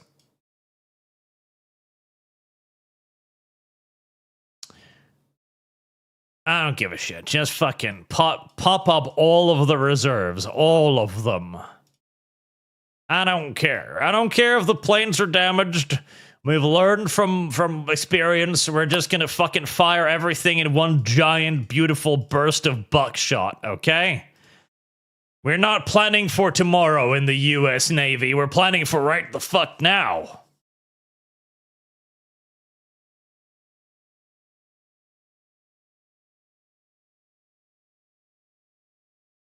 Sneaky 40,000-ton metal boat. Exactly. They will never ever see it coming at any point whatsoever. Okay, Midway is sending out its search planes. I'm just gonna rely on Midway to spot shit this time. I'm not even gonna bother spotting shit for myself. I'm gonna let Midway do all the work. Yeah. And they're gonna send out their useless little B-17s. They're gonna achieve absolutely nothing, and I'll spare. But then my sneaky metal boat will come. Which would be quite dangerous in and of itself. If a 40,000-ton metal warship ejaculates on you, you're not going to survive. Death, it's mixed because the left got mad at the dev for changing body type A or B to male or female. Oh, okay, well that sounds good. The Fallen Lord, almost same name. It's also wasn't very optimized when it first came to Steam. Okay. But if it's worth playing, then that's something to consider. There. My sneaky metal boats are beginning to harmonize.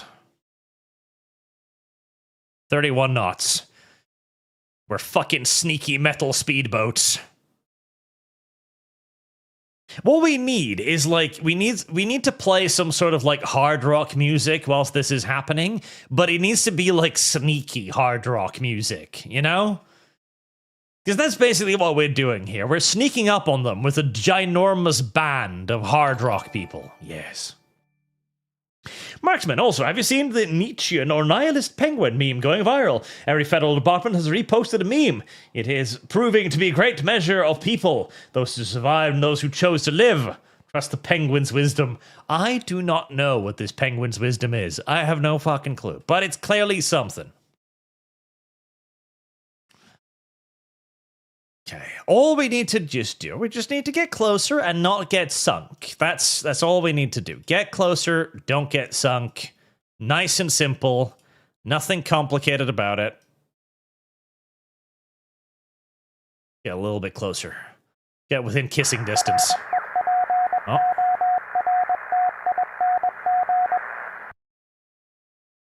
There's the enemy carriers.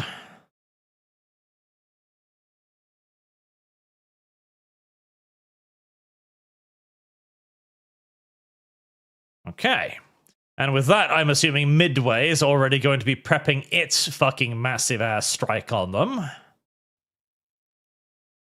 We are going to wait.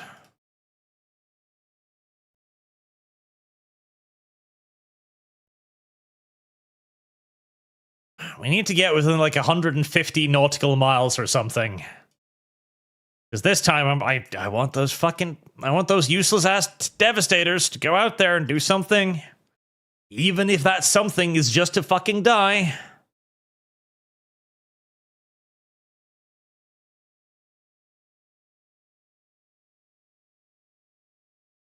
Midway is beginning to put stuff in the air.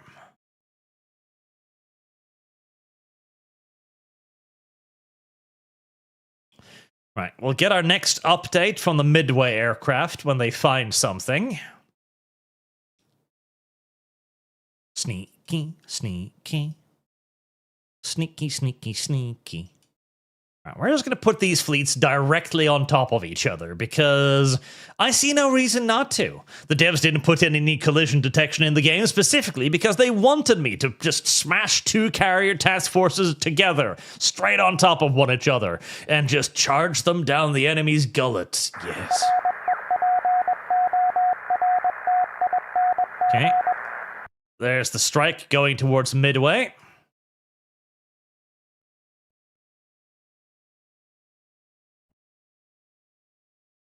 This way we can cover each other with our caps too. It's fucking brilliant. Uh-oh. Oh, no. You don't see me?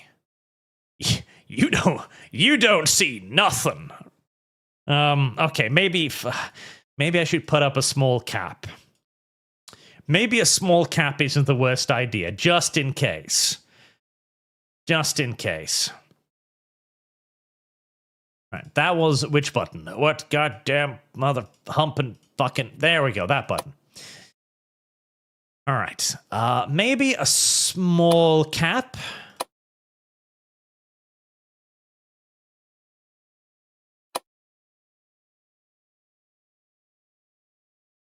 Maybe a small cap.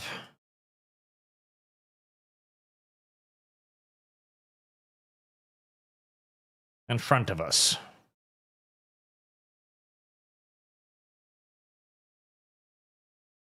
Yeah.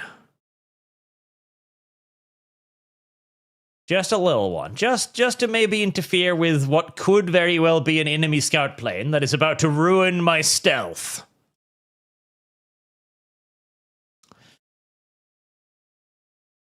Well, we have base ships.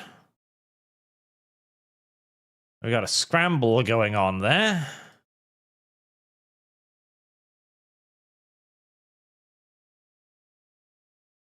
B-17s.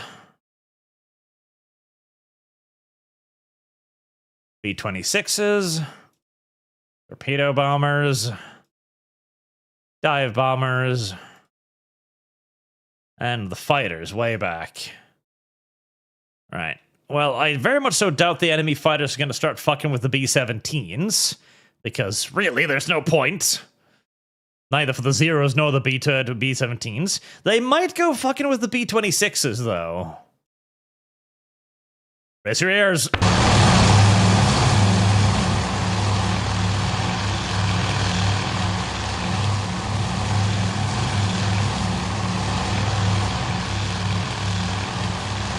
Nope. Don't look like it.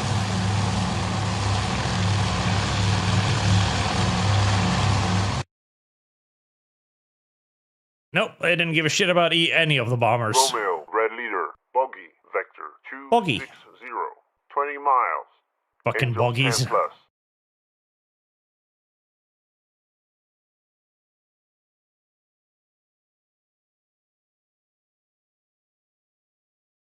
Sometimes it zooms to them. Sometimes it just doesn't.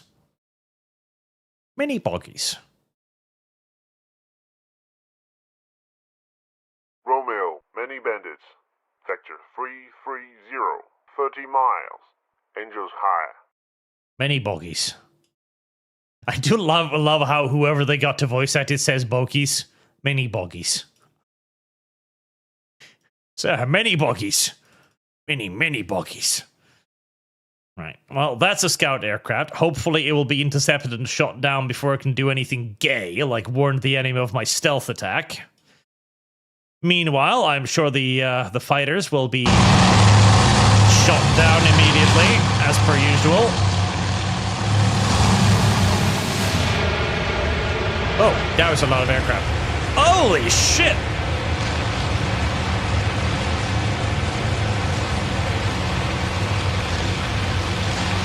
Hold on. It's time to take direct control. No, you've inverted my fucking... No! Oh, no. Oh, God.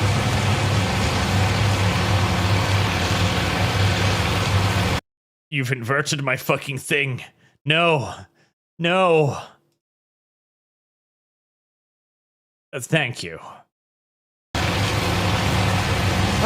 that's more like it. Still a pain in the ass, but more like it. Oh, God. Oh, boy. Oh, boy. Oh, boy, indeed. Like flying a fucking truck with wings. Oh.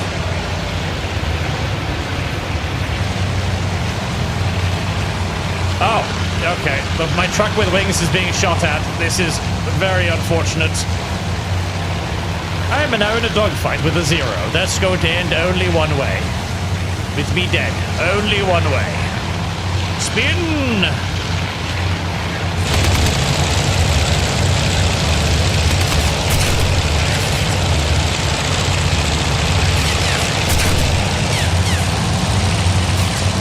Okay, fuck it. Right, okay, whoa. Throttle down. Maybe I can get him to overshoot or something. Oh, God, these controls. Oh, my God. Oh, Jesus. Oh, who the fuck invented this? Who the fuck invented these controls? Whoever it was needs to die. Where's my mouse cursor now, then? There it is.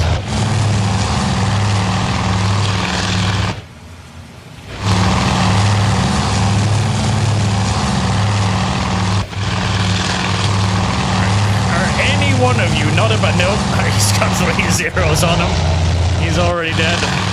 That guy's already dead.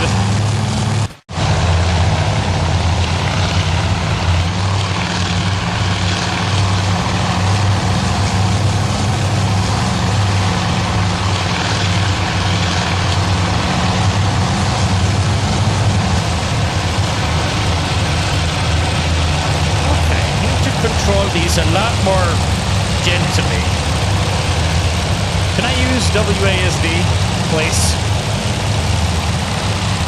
Need a little better. I need to go plug in my joint. Okay. Do I have rudder? I have. Oh, okay. I've got rudder control. Okay. Right. I have rudder.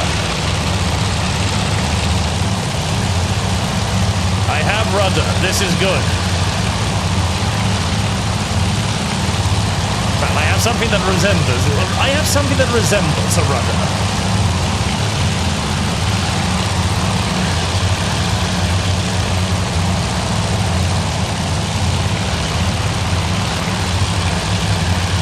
Many bogies.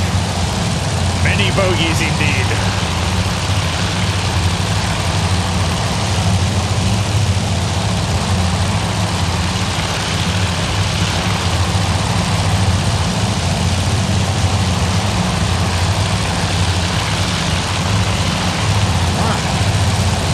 Far past.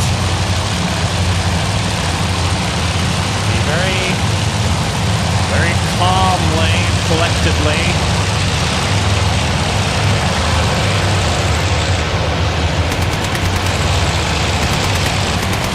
Oh.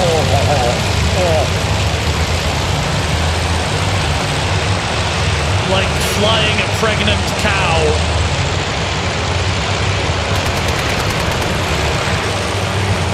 sorry, a pregnant cow would be significantly more aerodynamic than whatever this is.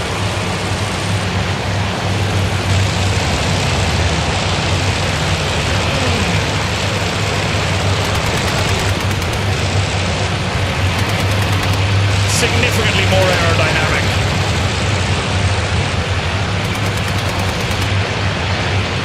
Well, I'm hitting stuff. Yay!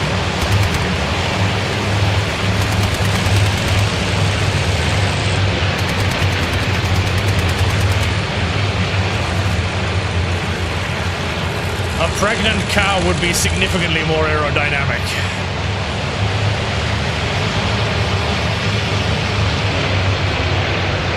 Luckily, the Japanese rear gunners are really bad at their job too. Thank God for that.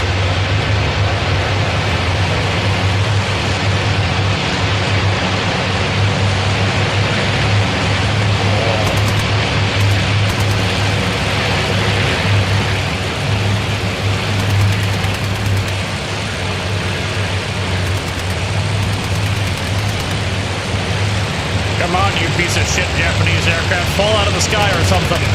Thank you.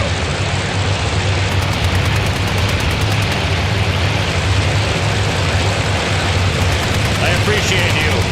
What the fuck do you mean that didn't hit?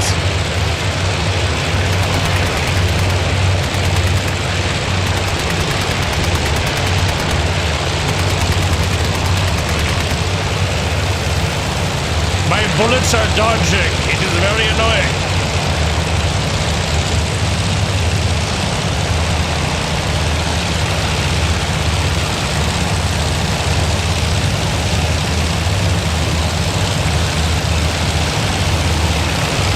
Every aircraft we shoot down here is one aircraft less to bomb the fucking shit out of me later. Very important. I do love the fact that this is in the game, by the way. It's challenging to control as everything feels incredibly slippery. But I do love the fact that it's in the game. How many bullets have I got left? 236. Right.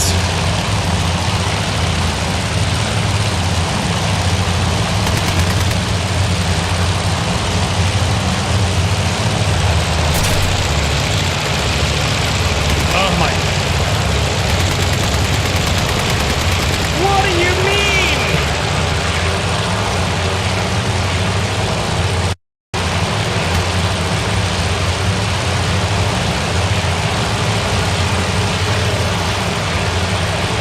How? There we go.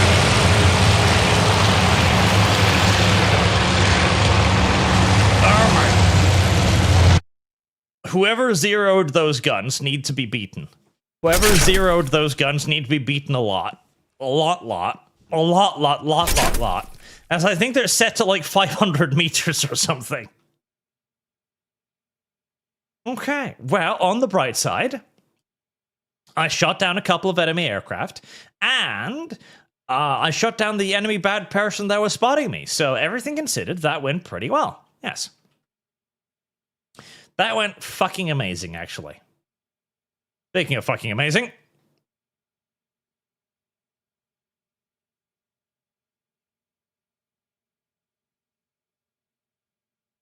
Am I in torpedo bomb range yet? 250 nautical miles. I mean, that is within fucking range. Fuck you. That is within range. Fuck you. That is within range. Eat my dick. That is actually within range. I'm not even kidding. But okay, fine. We are going to continue then, moving at maximum speed towards the enemy until we get within the game's declared range, which is about half that of the actual range. What are my fighters doing, and why are they over there?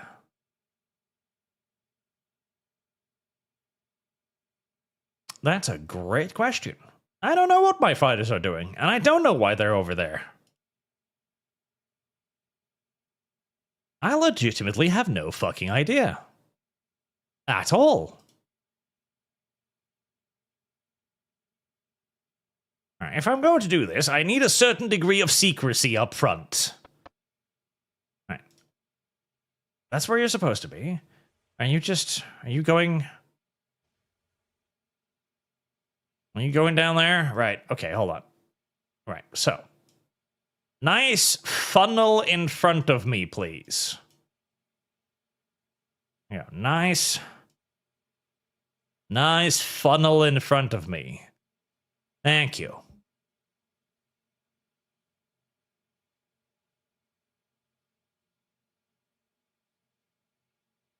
Right, not the Yorktown, no, Task Force 16. Not the Yorktown. Not the fucking Yorktown. Task Force 16.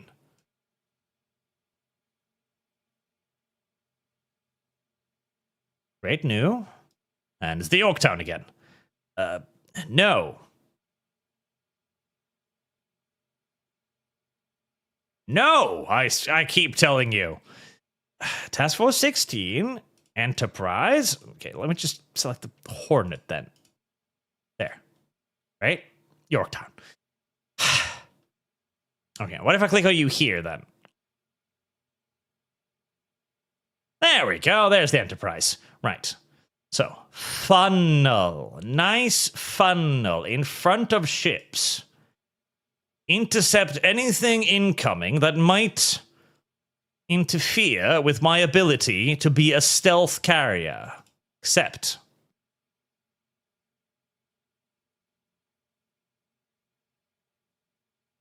There. Stealth carrier plan operational and proceeding according to plan. Now we wait for the B-17s to ineffectively drop their random garbage on the enemy, achieving absolutely nothing whilst doing so. Also, I want to point out, so the enemy has launched TB-1 dive bombers, right? And the TB-1 dive bombers are traveling at that point, let's see, 206 miles. Meanwhile, I can't launch them at less than, what? At less than, what, 150? Video game.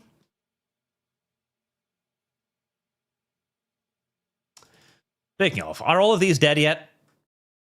Are they? They probably are. No, they're not.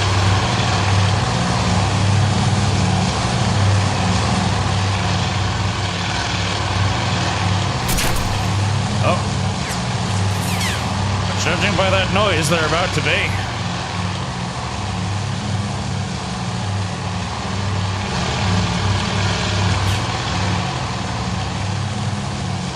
What's shooting at you?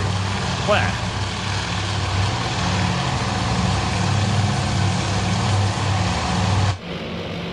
B-17s. They haven't spotted anything yet.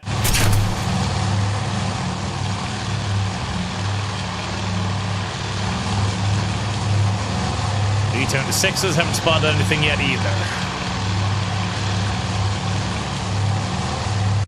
How far away are they? Decent distance as of yet.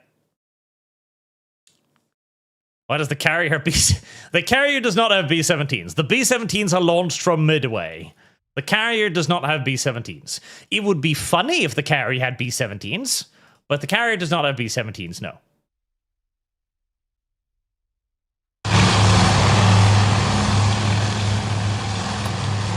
It would be funny.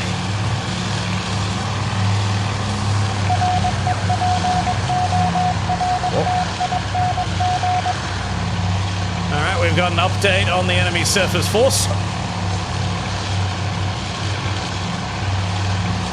I thought about starting a form of Dark Souls, but Lords of the Fall might be better, Arch. I like Dark Souls, though. If anything, we could play Sekiro again. I quite enjoy that one. I'm Tommy Lee. I know this sounds dumb, but ever since I started watching Arch, I feel like, especially the Kick Chat, feels like having another friend group. That's because it is. It's friends. We are friends. All of us. The parasocialism. Oh, that was zeros. That was a bunch of zeros going the other direction. And pointedly, they completely ignored the B-26s, probably because they know they're fucking harmless. Let's see. Let's see if they can achieve something this time. I think they've already overshot that first carrier. Oh, they're heading for a second one. Lord, that is loud.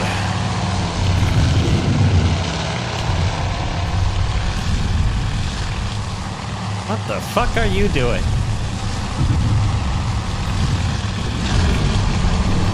Oh no, they've spotted the third carrier they're gonna attack. Okay. Well, they're attacking side on. I mean, that's good. They launched from fucking miles out, though. Yeah, that ain't hitting shit.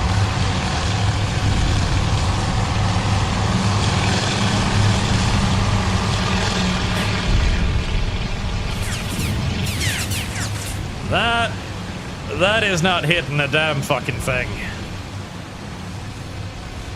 Or maybe, you know, that one's not looking too terrible, actually. You know, if the carrier doesn't see it... Oh, God. Oh, my God. Are the midway planes actually going to achieve something? Oh, my God. Where's the fishy? Where's the fishy? Oh no, my headset is running out of batteries. Oh my God. Oh my God. No, no, no, no, I don't think so. It's gonna be close, but no, I don't.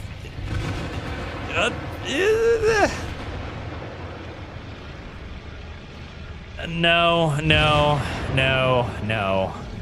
No. No. No. It was too much to hope for.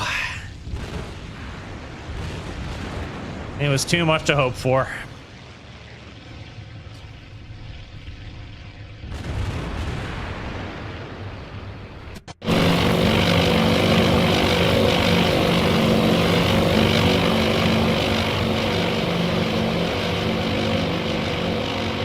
An attempt was made, but it was an unsuccessful one.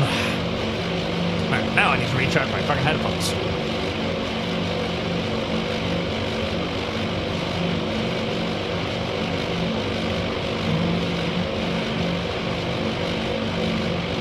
I love these new headphones, by the way.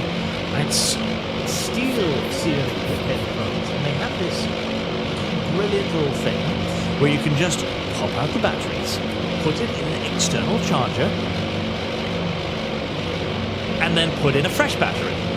It's fucking genius. Romeo, red leader, Bumpy, 90, 20 miles, Angel 10 plus. Okay. The B-17s are up next. Oh, what do we got here? The Cap has found something.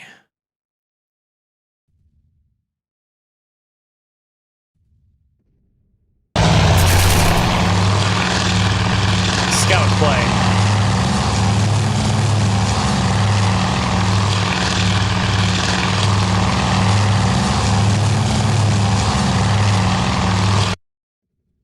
All right. So my sneaky carrier play has probably been detected. Probably. More than likely, my sneaky carriers have been detected. 160 nautical miles. So close, though. Romeo, red leader, Boggy, vector 300, 20 miles, Angel Getting 10 so plus. close.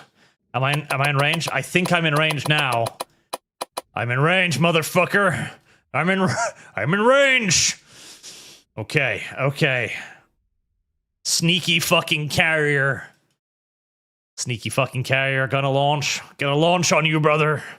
Okay, right. So we've got the Hornet here. Is everybody in range? Yeah, Task Force. Yeah. We should all be in range, right? Fucking everything. Everything.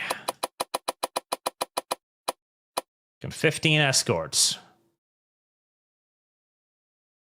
Deferred departure. I really want to do deferred departure, but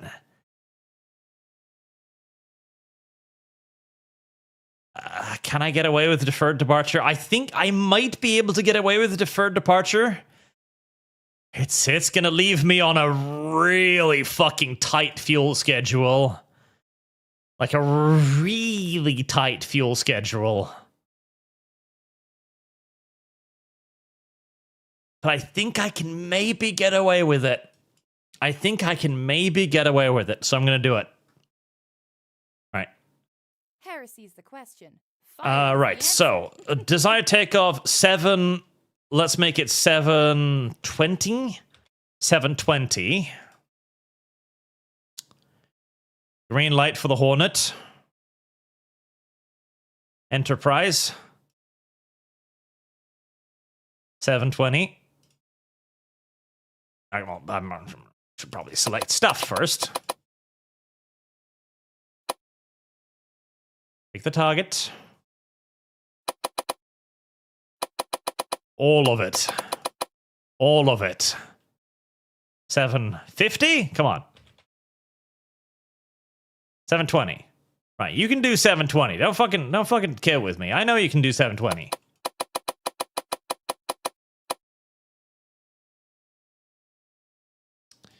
Deferred departure. 722. Okay, 722 is fine. That's fine. Green light. That's for 17, Yorktown.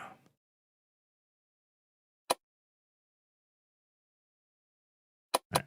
15 escorts. Everything else. I don't even have torpedo bombers in you, okay. Deferred departure, 720.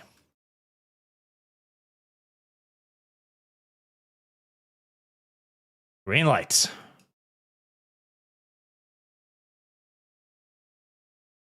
Stealth carriers.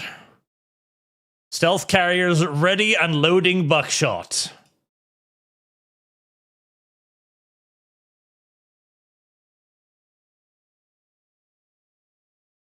This will be a rather beautiful strike if it if it works out.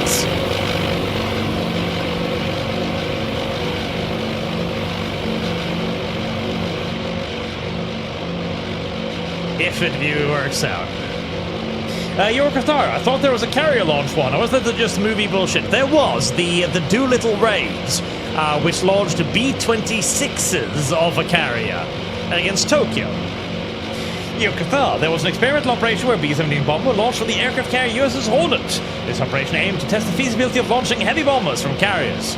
And it probably ended with the bomber landing in the ocean, I'm presuming.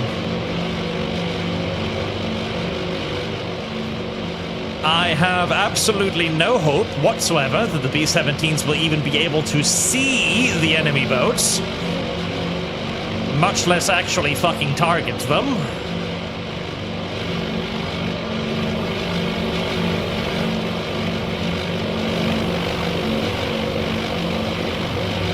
Because I can't see any enemy fucking boats, much less target them.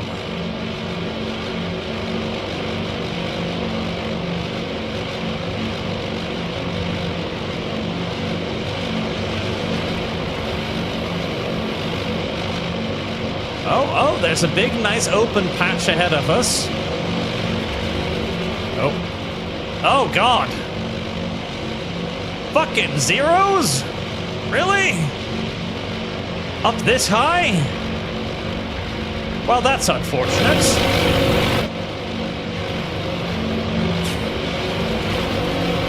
Zeros indeed.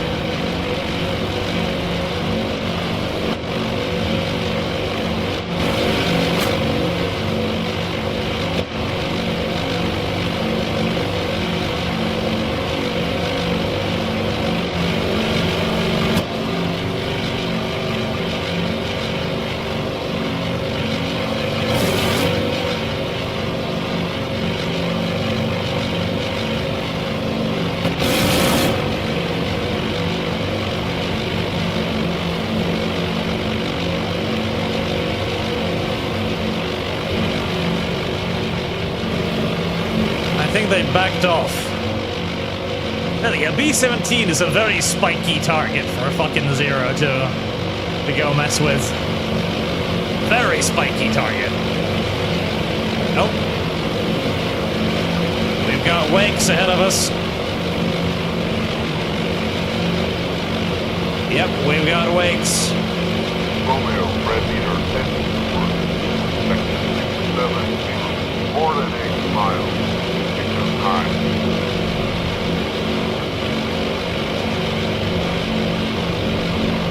Romeo, red meter, 10 Alright, B-17s. more than 8 miles. More Zeros. That's a lot of machine gun fire.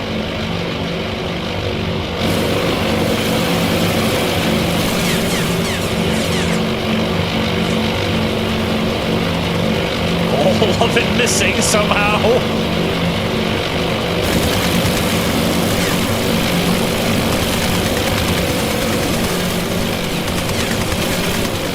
These cameras are a bit jerky.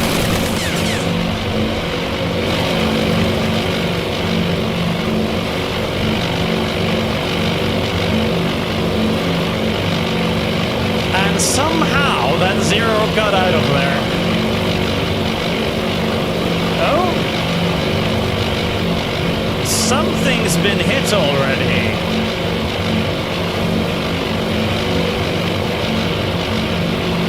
I don't know what the fuck's burning down there, but something's been hit. Our B-17s, you getting ready to deploy your danger potatoes? There we are.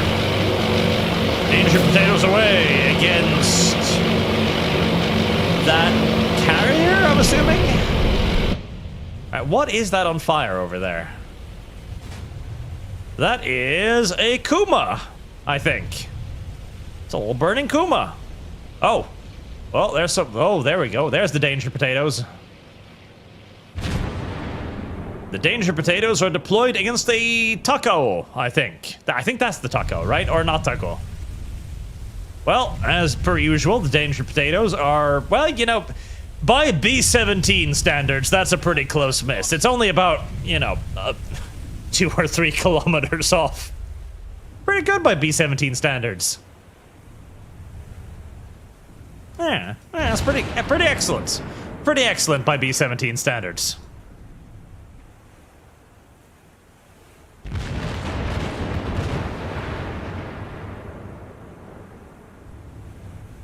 Right, as per usual, the B-17's achieved absolutely nothing. B-26s were, of course, shot down. Oh, it might have been the torpedo bombers, which I'm assuming are all dead. Yeah, they're all dead.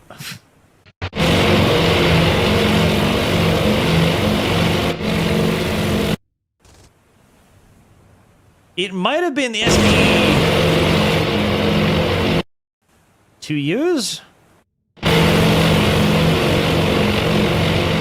Yeah, because apparently one of their sections got shot down, it looks like.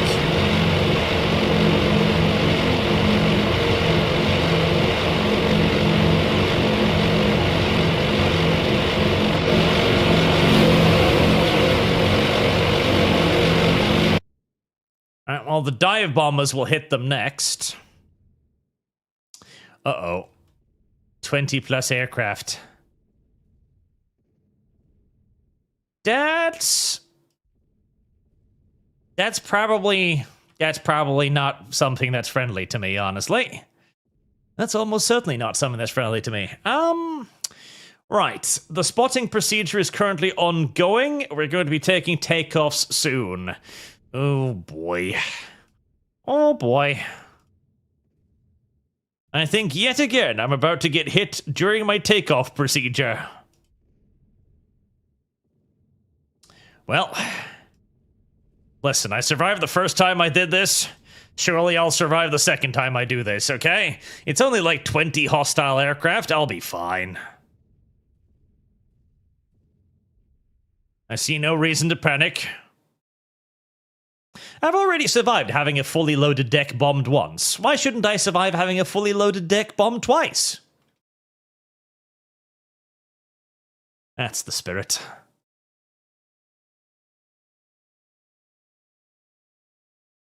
Alright, the dive bombers might hit first. Not that that's gonna really help me much. Nor can I really launch anything because my decks are gonna be chock full of aircraft. So we're just racing against time now. We just need to get as many aircraft in the air as quickly as fucking possible, and then hope for the best. That's going to be that. Oh, bad. In the meantime, the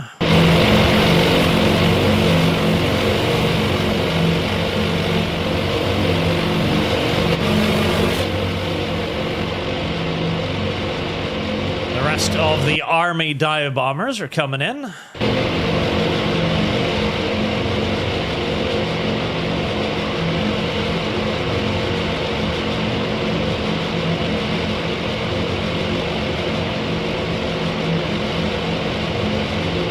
Probably hit the enemy fleet before the enemy stuff hits me. Maybe.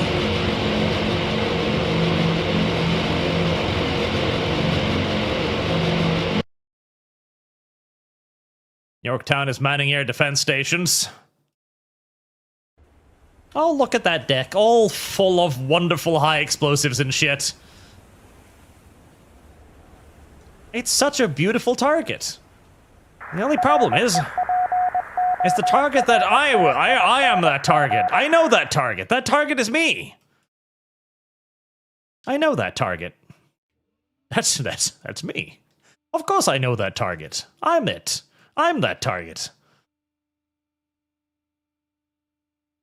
I'm assuming my cap already waffled off to get fucking butchered, I'm presuming.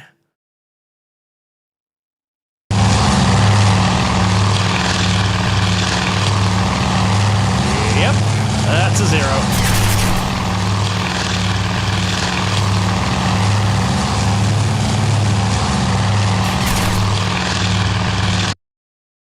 Well, we now know for damn fucking sure that whatever's down there is hostile, so that's nice. At least now we know for certain, right? Yes.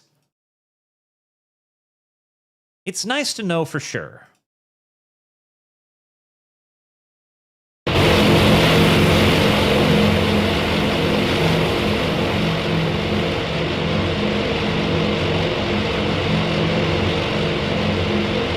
We're going to start launching in 10 more minutes.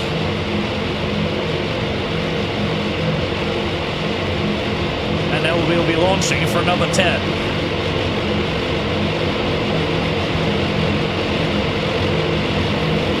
Who's going to reach who first? Friendly bombers or theirs? Oh, there's the Zeros passing through the dive bombers. We're beginning launch operation, both task force.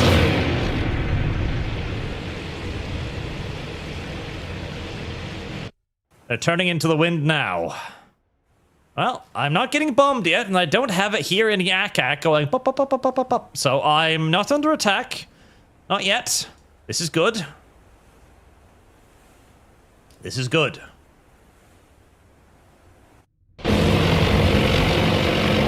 Friendly dive bombers are above the enemy fleets. Alright, where are the enemy aircraft? They still haven't turned to attack me, which is nice of them. They are mysteriously moving to intercept me as I turn into the wind, however, which is upsetting. Very upsetting.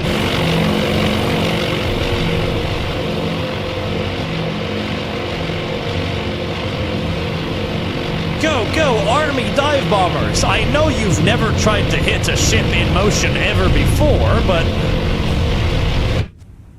Oh, well. Such is the fate of all Army dive bombers, I guess.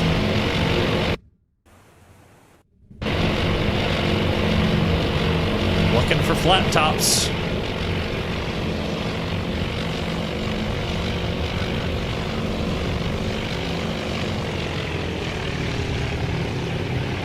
Oh, I think the Hornet is under attack.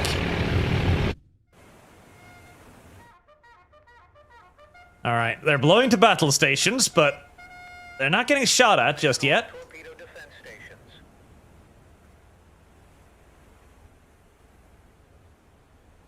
Go on, dive bombers. Go on, disappoint me like I know you will. Uh-oh.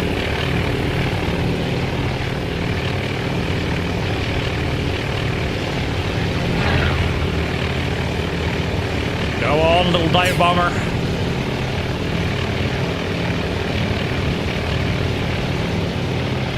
Oh. Meow.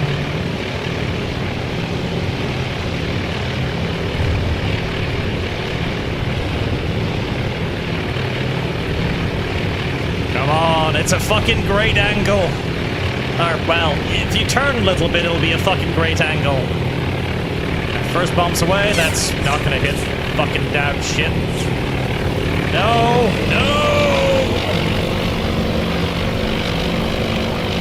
Who taught you army fuck nuggets to aim? Seriously.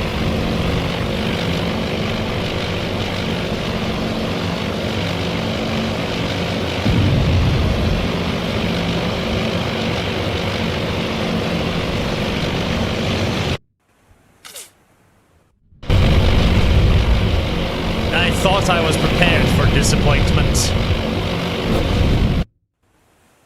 I always think I'm prepared for disappointment. But then they disappoint me harder than I thought I could be disappointed.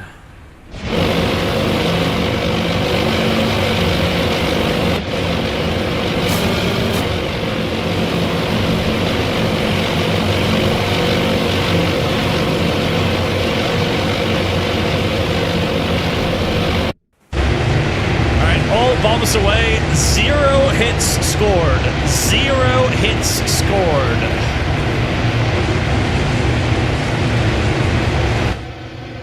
Yorktown has started flight operations. Hornets is just beginning flight operations. And the Enterprise should be right behind them. Okay, boys, start getting those fucking aircraft off the deck before we get swarmed by Japanese aircraft.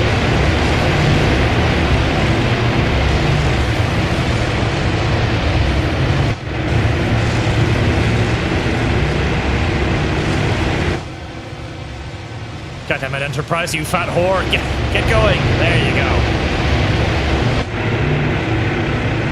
Hornet, 1/3 through deployment. Yorktown, about the same. Enterprise, just started. Still no flak, so still no enemy aircraft in range. Hornet, halfway through deployment. Yorktown, halfway through deployment. God, I might still get away with this somehow.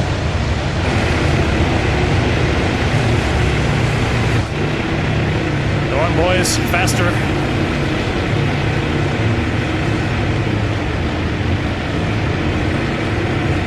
Oh, shit. I'm seeing flak.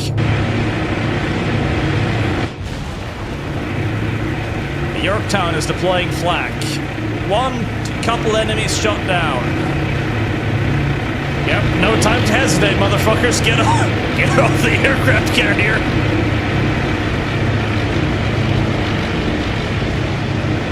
You little destroyer, place yourself in between me and torpedoes. Now, it's an order.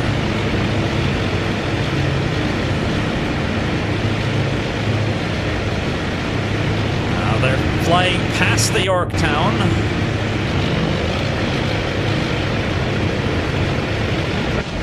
Looks like they're heading towards the Enterprise.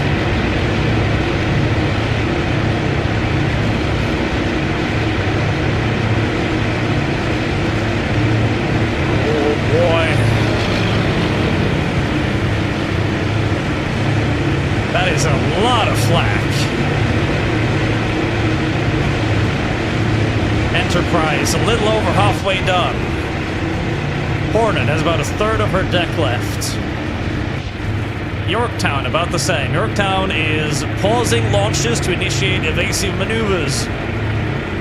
Another enemy down.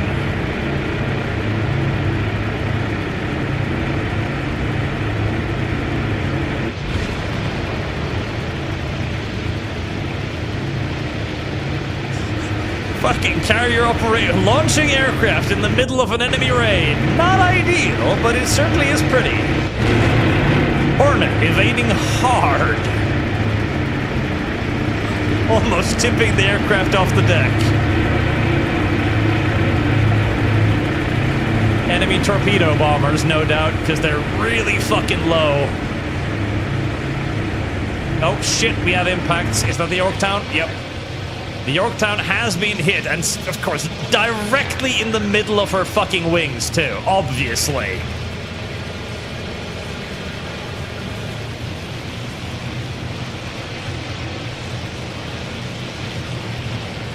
How the fuck are we not shooting these things down?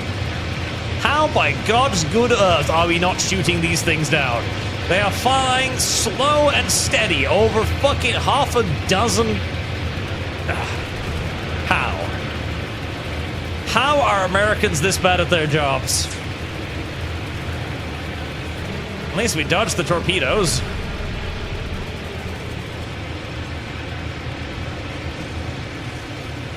How are Americans this shit at their job? I genuinely do wonder. The Hornet was hit too.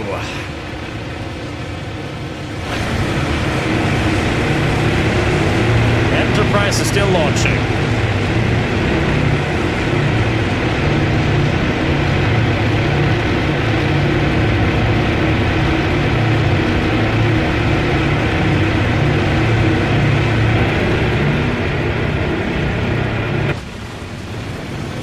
Now, I'm hoping the game is intelligent enough to just send the aircraft that were already in the air instead of just randomly deciding that they're not going to go anywhere. I fucking hope so.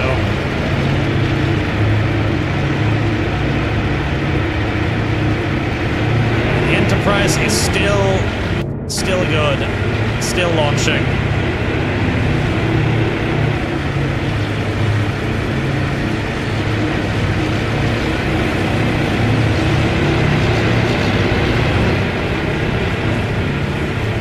More hits on the Hornet.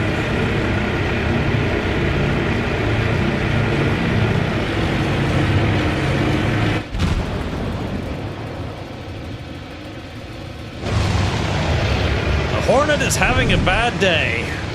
It looks like its rudder is out too. The Enterprise is still fine.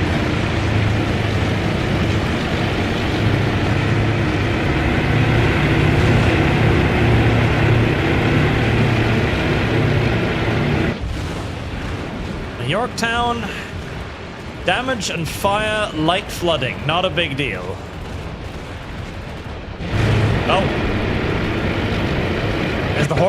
Is the Hornet sunk? She's not in the task force thing anymore. I think the Hornet might be sunk. Sinking, abandoning ship. The Hornet is down.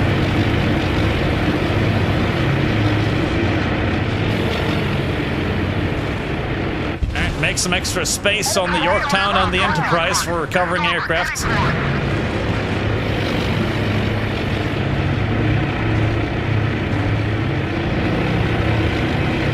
Alright, please tell me that the game is intelligent enough to send strikes. Okay, I think it is. Right, so that is the damage that 20 Japanese aircraft can do. 20 Japanese aircraft can enter 2 task force worth of ships and sink a light carrier. That's what 20 Japanese aircraft can do. Meanwhile, so far, in excess of 50 American aircraft has achieved absolutely nothing. I'm hoping that the next strike will achieve something more. I hope. Ideally fucking hope.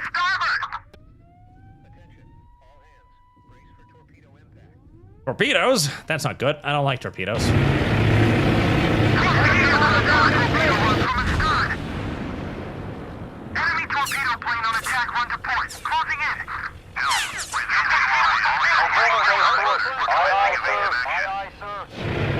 I don't know what they're talking about. Everything looks fine here.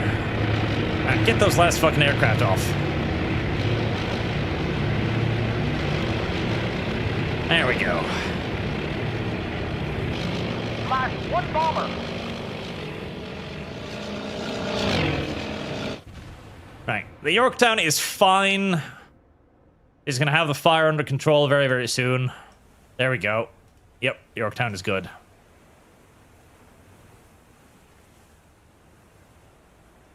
Enemy air attack over.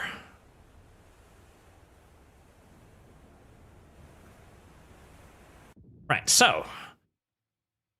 Right, 20%. Okay, so it did launch something.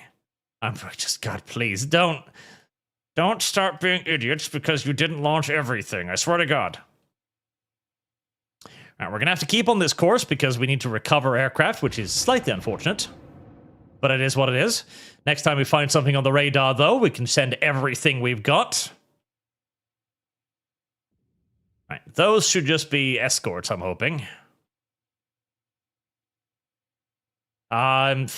Shit, I'm seeing groups of like 20 aircraft. It did cancel the strike, didn't it? Why would you do that? Right, nav strike, dive bombers. Yep, there's dive bombers just spinning around here. Of course. Yep, of course.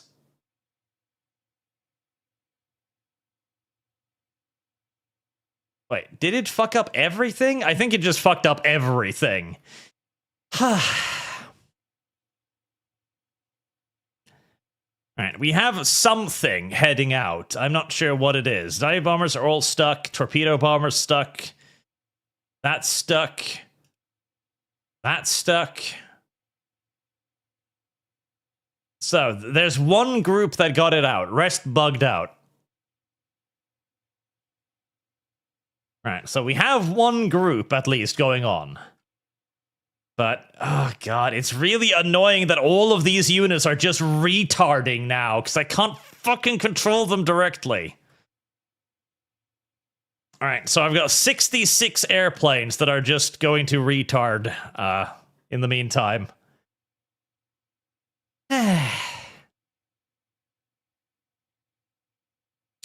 Let's at least see if this strike gets anything done.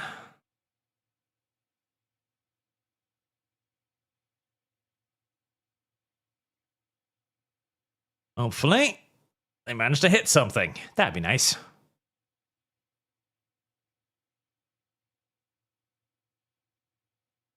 Ah, that is so fucking infuriating. That is so fucking infuriating.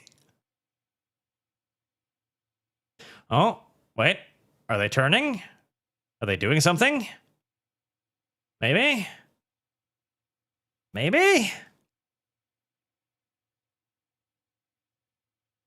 Maybe? God, I hope so. Right, on the bright side, I'll be hitting the enemy carriers right when they're carrying out recovery operations, so that might be something.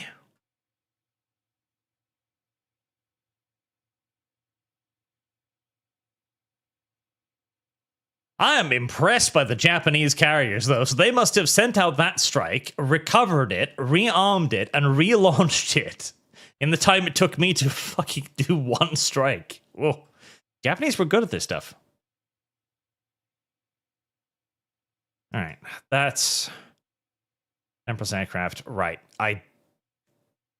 Reported by U.S. Enterprise. Aircraft locate, bring contact 08. I wish it would tell me. But I think, yeah, this is this group. So this is Task Force 16's group. Yeah, it's kind of pell-mell wandering over there. But it is finally wandering over there. Right, 51 aircraft in the first group. There's the enemy carriers. 51 aircraft. Come on. Come on. They gotta be able to do something. I have hope. I have hope and a prayer. Both of them at the same time.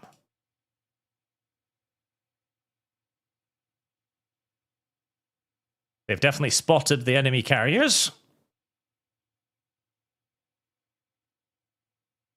And even if they haven't, they can literally just follow the enemy aircraft back to their flat tops. There we go.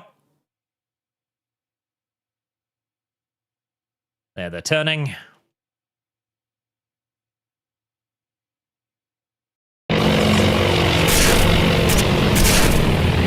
Exempted by zeros. What are my escorts doing? They're getting fucking uselessly butchered.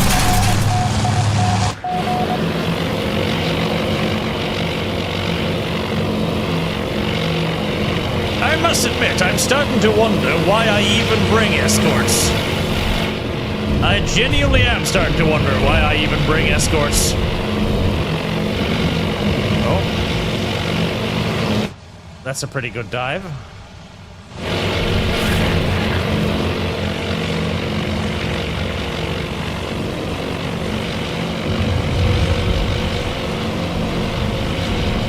You gonna go in, buddy?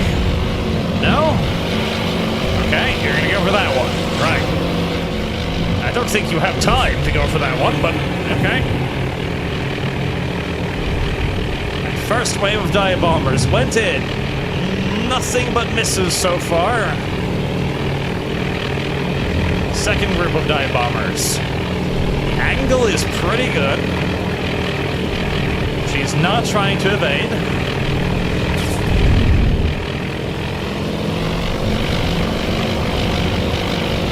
Finally, fucking some hits.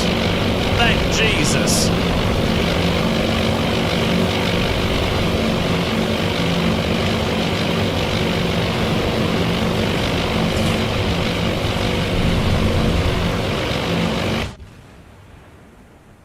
Right, some damage inflicted.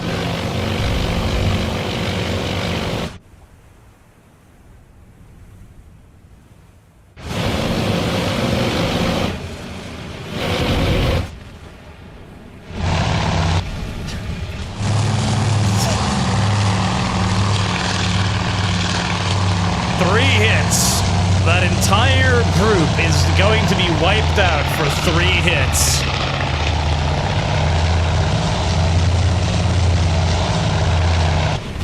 I fucking hope they were good ones. Alright,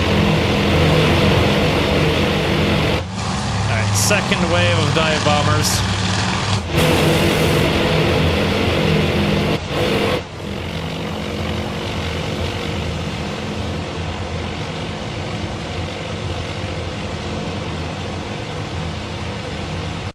They're going to be a fair bit further back. Well, there's not going to be a whole lot to recover for the Yorktown strike group. There's still 20 aircraft over there, which is presumably the Hornet strike group, which are just going to spin in circles until they clunk into the ocean, I guess.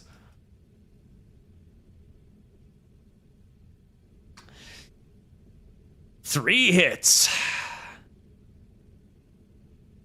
So 20 Japanese aircraft, sink a carrier and cripple another. 50 American aircraft, tickle one carrier, and get wiped out. I mean, that certainly is representative of the time period, but man, it is painful too. Right, second group coming in. Way more delayed than I was expecting it to be, but then again, it was spinning in useless circles for a solid amount of time there too. It should have an easy time spotting the fleet.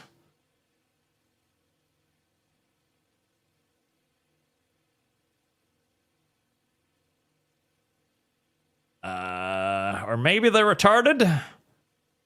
No? There we go. No? No? Come on. Yeah, there you go. Yep. The giant pillar of smoke on the horizon, signaling the one damaged carrier. That's correct. There you are.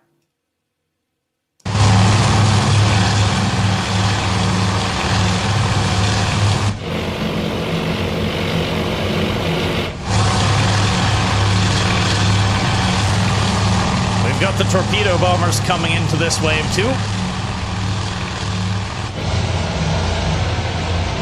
No sign of zeros yet, which is lovely.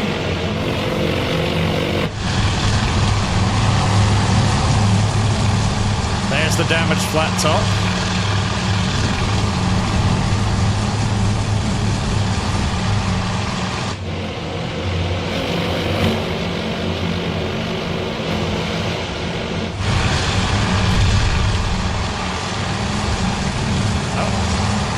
Are they targeting that one? They're way too high to drop torpedoes. Way too high to drop torpedoes.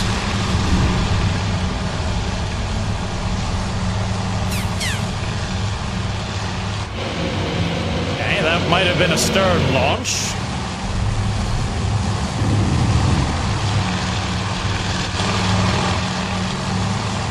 Oh god, look at that. Look at that. Oh, look at that. 2 carriers right on top of each other. Oh, come on. Turn. Turn, no. Where are you going? What are you doing? Yes, yes. Oh, God, yes. Yes, yes.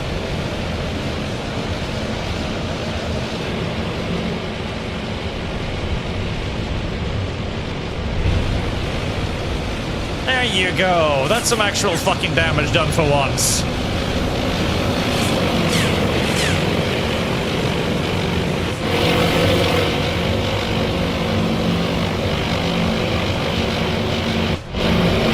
Okay, we've got more sections coming in.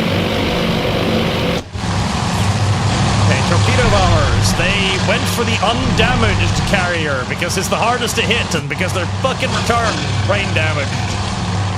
Yep, all the torpedo bombers are going to go for the intact carrier, knowing that it presents the smallest percentage chance of inflicting any damage. Fucking classic torpedo bomber logic.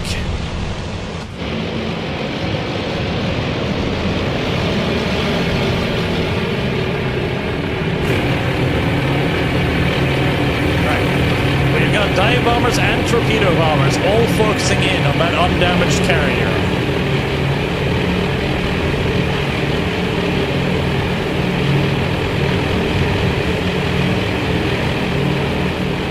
Come on, buddies. Your friends did damage. Surely you will too. Looking good. Yes.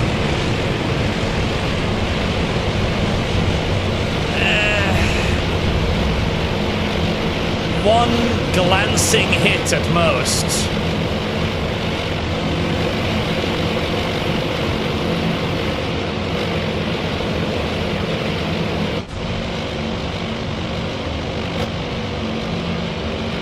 Yeah, one glancing hit at most. Fucking torpedo bombers. Have you actually delivered your weapons yet? You have. Did you hit anything? Of course you didn't.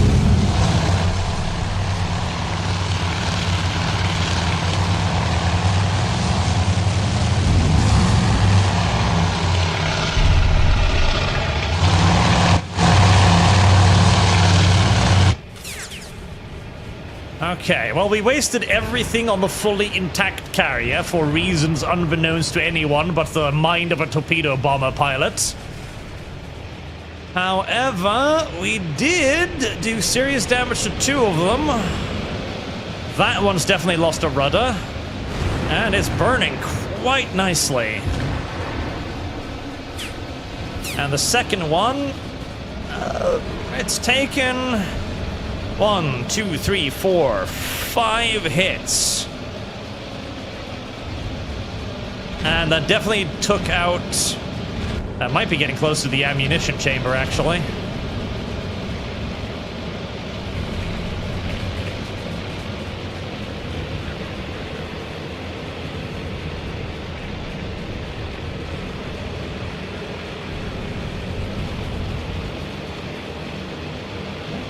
Okay, well, something was achieved.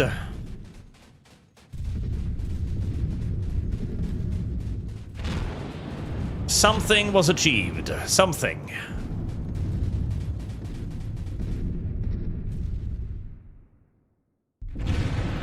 Alright, the Yorktown is heading into the wind to begin recovering, I presume.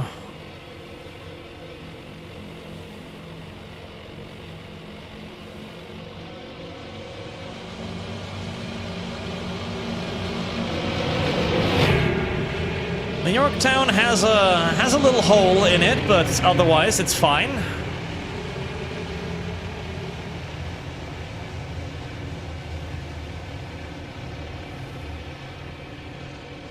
The loss of the Hornet was unfortunate, but historically accurate, so it's not too bad. The Enterprise is going to have to wait a while longer before it can start recovering anything.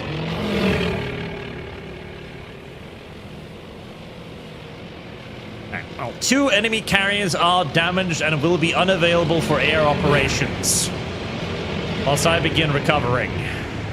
Oh. Careful there on the landing, there's a bit of a hole in the way.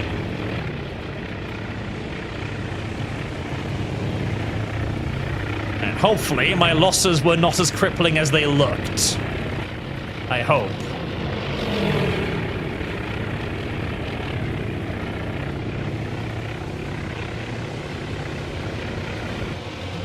Okay, Eastern Island strike package. We've got more support coming in from Midway.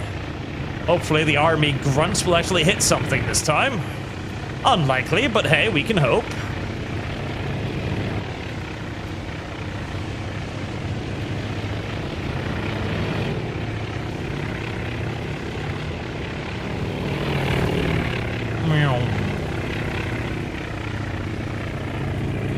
How many brave pilots were shot down today, I wonder? Many. Many, many, many, many, many.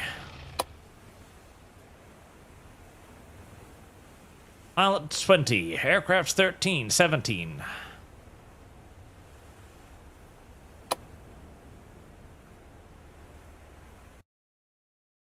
All right.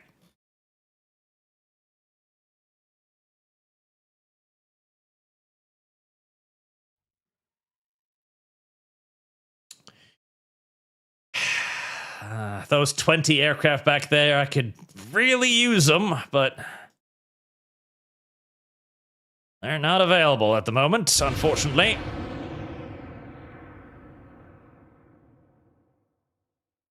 Right, the Enterprise will begin recovering aircraft in not too long either.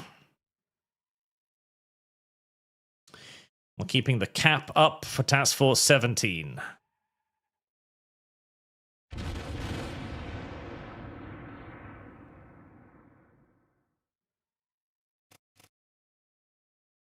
Might want to scramble as well, because well, we've got radar, so we'll see if those might be hostile aircraft forming up for another strike against me. That's very possible. Very possible. Likely, in fact, even. We're beginning recovery operations with the Enterprise. Definitely, before we organize any more strikes, we want to put a fucking huge cap in the air, because, yeah.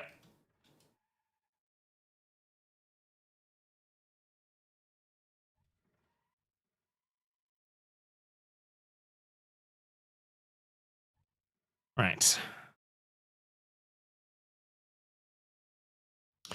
I think we're just going to put everything into the cap now. Just all of it. Every craft. And then we'll see how much we've got left once the Enterprise finishes gathering up her wayward sons.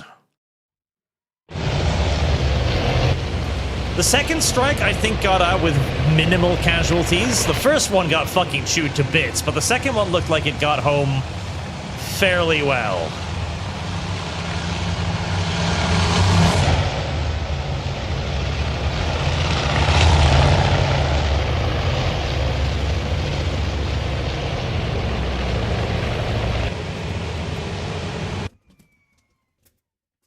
See, Task Force 17.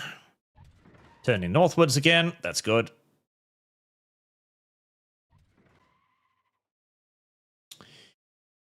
Right. I think also we're going to want to send out a search mission now from Task Force 17. Right. Let's get the seaplanes out.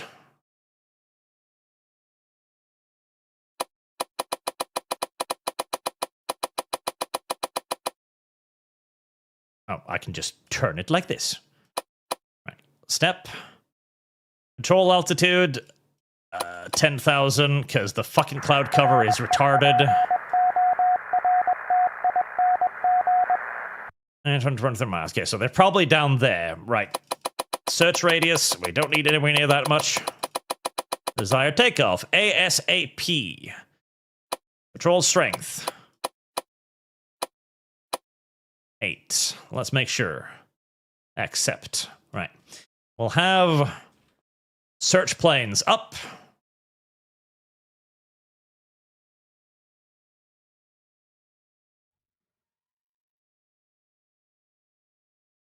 That'll hopefully help keep an eye on the bad guys. Let's see. We've got a report from outgoing army bombers. Bases. Alright, they've been beat to fucking shit. The B-17s are coming back out again, it seems, for all the good that'll do anyone. And a tiny number of beat-up dive bombers. The B-25s are making another appearance. Yep, it's basically just the B-17s who are coming out to pollute the ocean again. That's about it. Yep.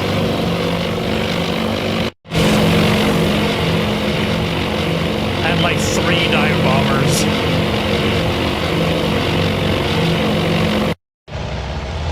It's not much. It really isn't. In fact, it's virtually nothing. But hey, it's something.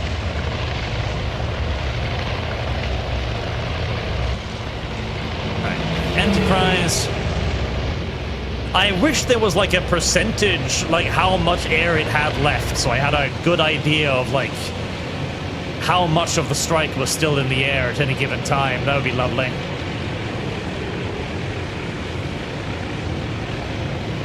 Nope, I can't. I have no control over the B-17s. They come in at whatever altitude they want, which is high. Unadvanced surface fleet. Well, I probably know what that is. Enigma, do you think US plans to fight global warming by nuking Greenland? We can but hope.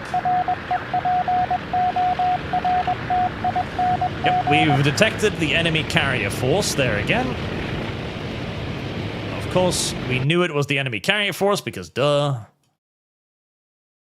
It's right there. Okay. Right. Fuck heading up there. Just put the waypoints into the wind. We do have our cap up and running. A cap that I am now going to cancel because it's in the completely wrong area, of course. Yorktown. Edit. Delete. Enterprise. Edit. Delete. Yes.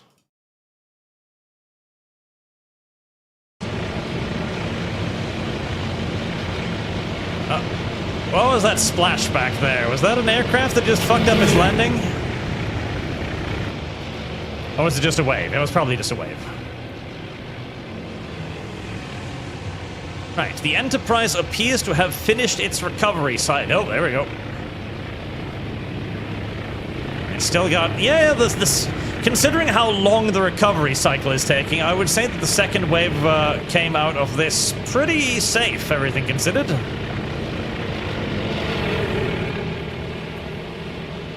I mean, it's taking forever to get them all back to rearmed and refueled and everything, but hey, that means I've got a lot of aircraft ready, so I suppose I shouldn't complain about it.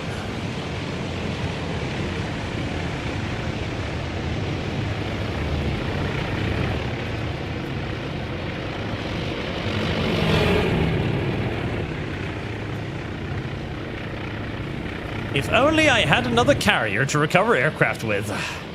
If only.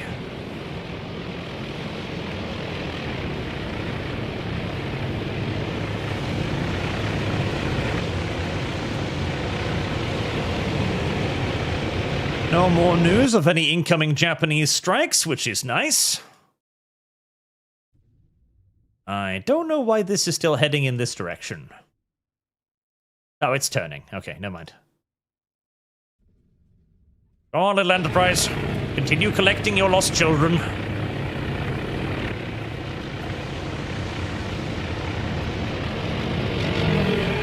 I think the Enterprise basically lost nothing during that entire operation. God, it's gonna take a while to rearm all of this.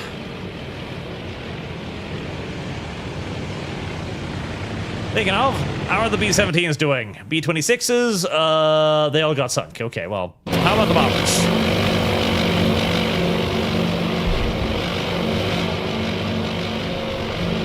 If I'm lucky, they'll at least shoot down some zeros before getting destroyed. That would be nice. Where are they? Okay, they're almost over the contact. Oh, that's a surface combat force, is it? Okay. We got carriers there, surface combatants there.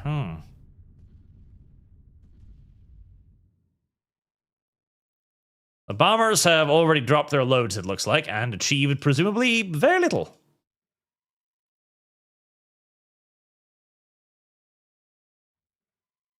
Those aircrafts are... Oh, they're finally starting to run out of fuel. There's... Oh no, there's still 20 of them.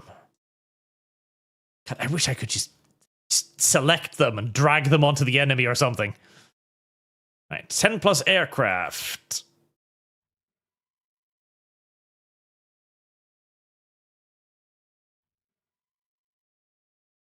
Enterprise is continuing its recovery operations.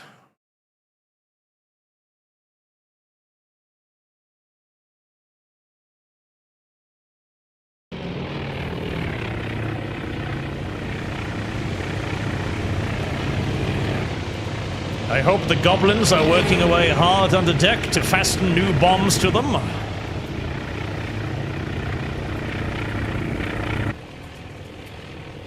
Oh god, I might even recover some torpedo bombers. In fact, I think I am. Jesus. I was not expecting to see them return. Frankly, I'm not sure I wanted them to return either. Oh, damn. We're finally going to choke the forward elevator, I think.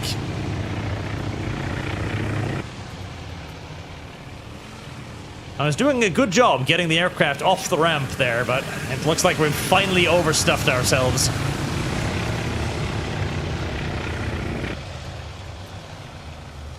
Okay. Is that it? Are we full? Right, I think we got everything. Brilliant.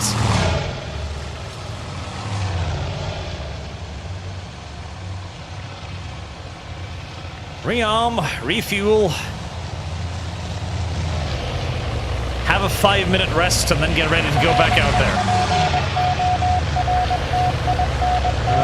there. Surface force. Don't need to worry about that.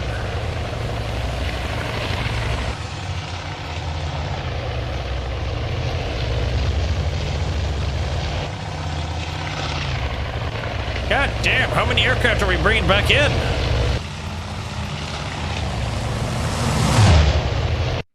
Okay, never mind. Recovery operations will continue until morale improves, I fucking guess. Meanwhile, these one will continue to spin until they eventually finally run out of fuel. Recovery operations will continue until morale improves. And it will not end before that time.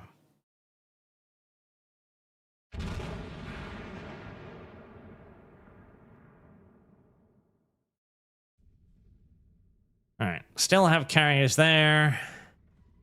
Still have carriers there. That's got to be the injured carrier, I'm assuming.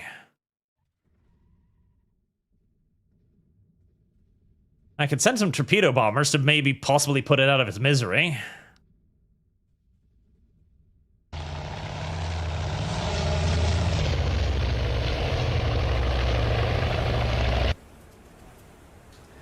Oh, okay, there we go.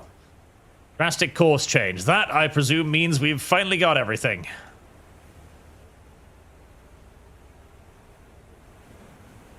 Fully recovered. Now it's just a question of how long it's going to take to actually rearm all of this nonsense. Right. We have carriers. Those are the injured carriers. I'd probably just want to fucking finish those off, honestly. That seems reasonable to me.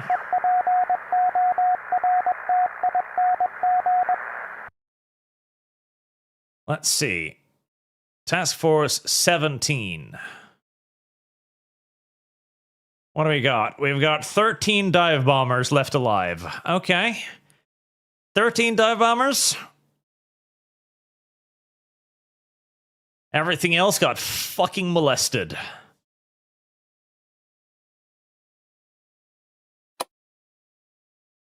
Stores, elevator, operational, everything is operational. Aircraft roster, hangar. Everything else is operational.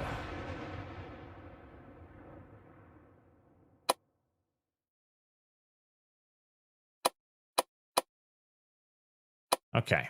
I'm assuming they're probably rearmed then. All right, we got 2 carriers up there.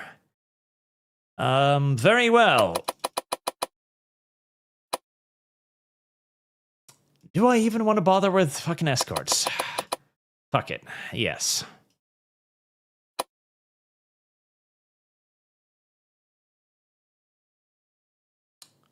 Normal departure. Standard time. Yep. Green light.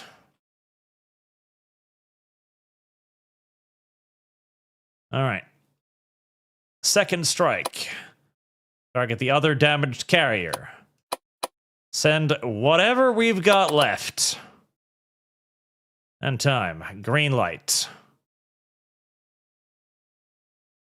Let's put those fucking things out of their misery. Task Force 16.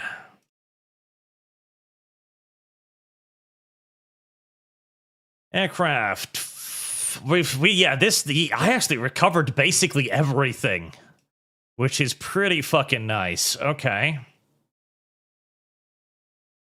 Okay. That's not bad. That's not bad. That's actually fucking great. I can make another strike then, which would probably be down here towards surface combat TF. There's probably not a whole lot of flat tops there, but there's going to be big boys.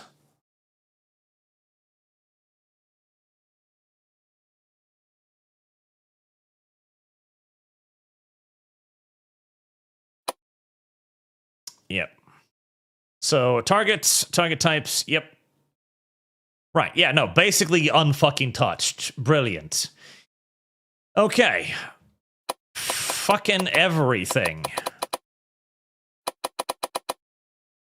Do I want to get a cap up before that? Yes. Yes, I want to get a cap up before that. Yes. Before we're going to take this enormous fucking risk, I think we're going to want to fucking cap up. All right. Enterprise. Patrol strength 3, total assigned 6. Let's just use 10 of them. Yep, 10 of them.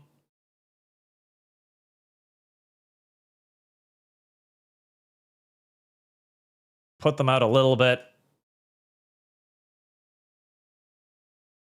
Except, all right, let's get the fucking cap up. Because I'm pretty sure Nagumo's going to want revenge for that. That was a pretty bad hit for him there. Right, organize the strike against the forward group right there. Send out the remaining fighters as an escort.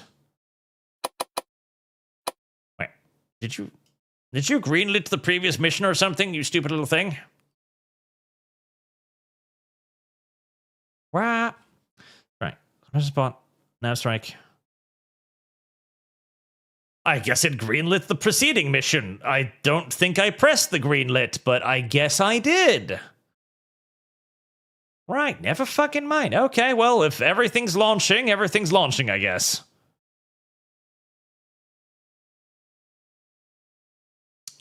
Apparently, okay.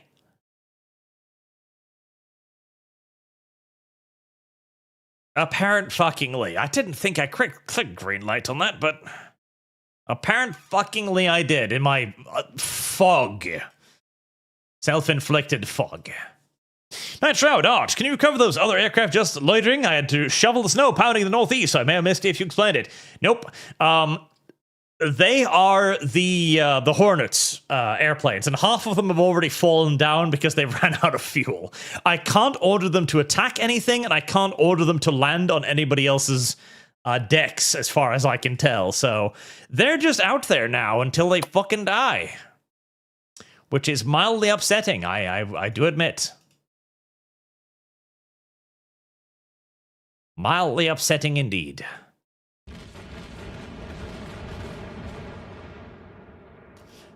Mildly upsetting indeed.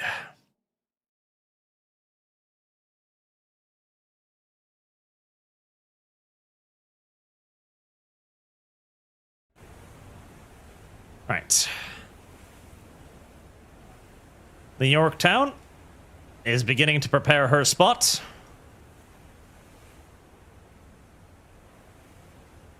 Speaking of Yorktown, you are close by the other fleet, right? Oh god, you're not.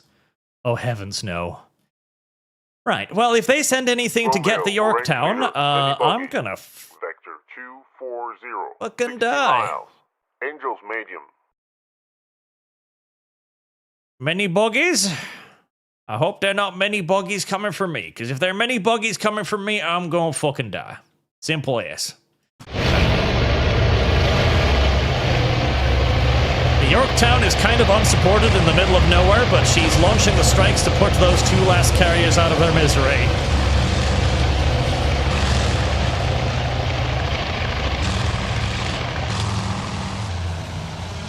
Off they go.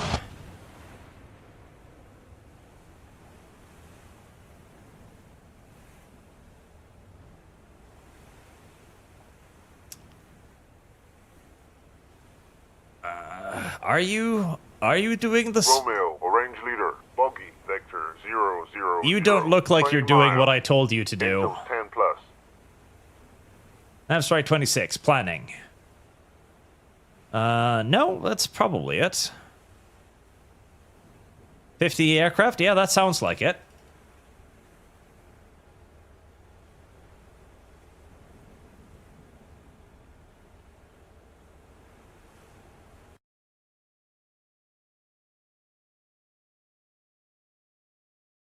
Waypoint, 1138.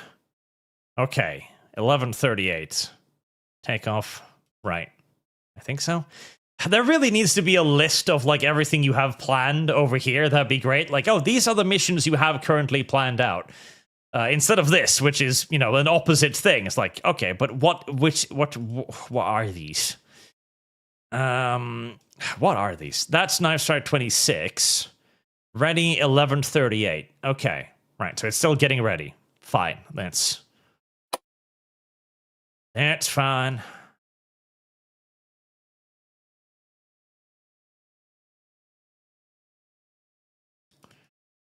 And we've got those coming out. Those are probably my spotting aircraft returning, I would imagine.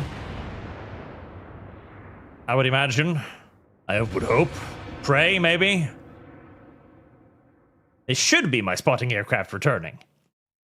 If not, then, well, the Yorktown is in deep, deep shit. What can I say? The Yorktown... To be fair, the Yorktown has been in deep, deep shit for quite some time. Yep, they're my spotting aircraft.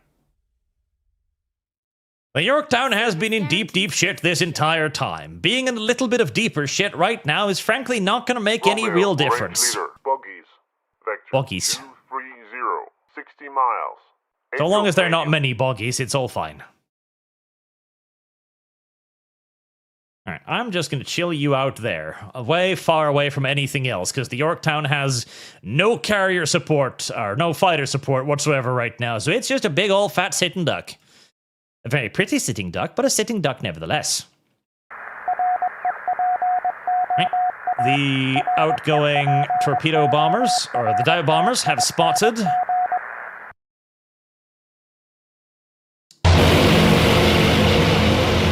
what is presumed to be the damaged enemy carriers. That's right, from what you've said, this has been fairly historical. You lost a carrier, all your dive bombers have been shot down. Yes. Honestly, it's a fantastic historical simulation. This is pretty much exactly what happened. The American won the Battle of Midway as much due to pure sheer fucking luck as anything else.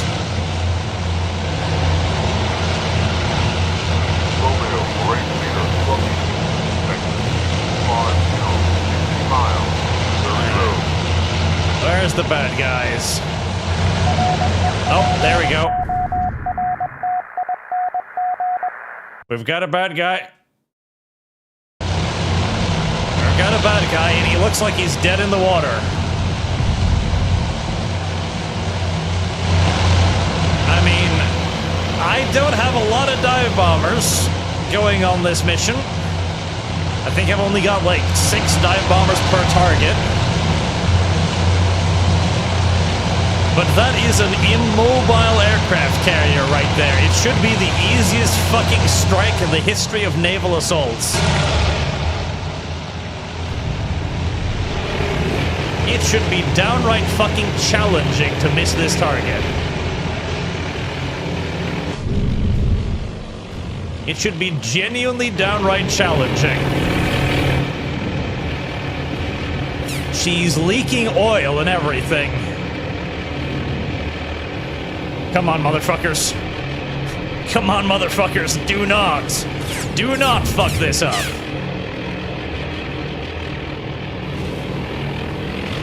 Press weapons away. Oh my god, he misses. He misses. How?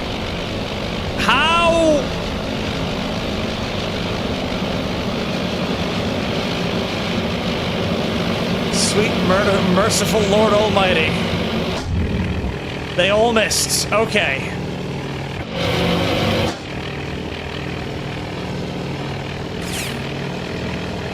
Okay, you've got a good angle.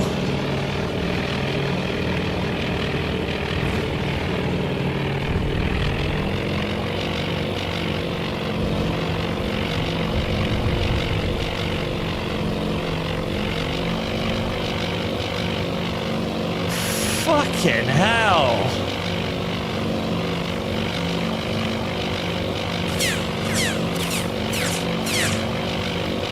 Fucking hell. You know what? Task Force 17. New waypoint. Just fucking charge it, okay? Just go over there and fucking charge it. I don't care if you get sunk. You fucking deserve it. You fucking deserve it. Fucking one hit. One hit. One glancing hit that didn't even leave a fire. On a stationary carrier.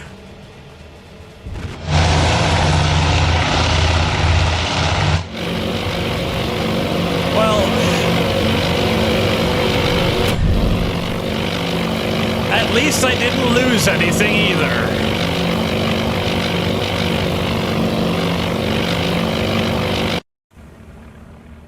Fucking God Almighty.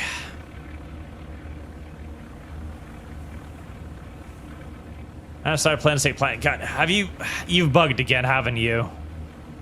Mission spot, nav towards our mission recovery, nav straight 23, mission recovery.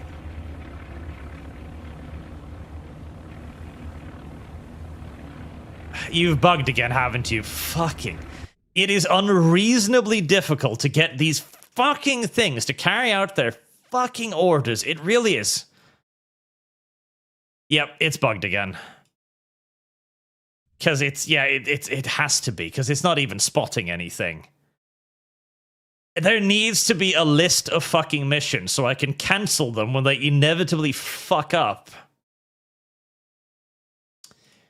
Okay. I don't know which one of these is the mission that's fucking up. Can I even delete them from here? Edit mission? Delete? No? Nothing? Edit mission? Delete? No? Nothing? Edit mission? No. No.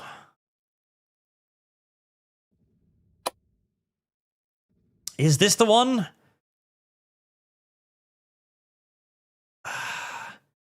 11-4. No, this is something else. This is 11 F4s. No. What is this? Cancel it. Cancel.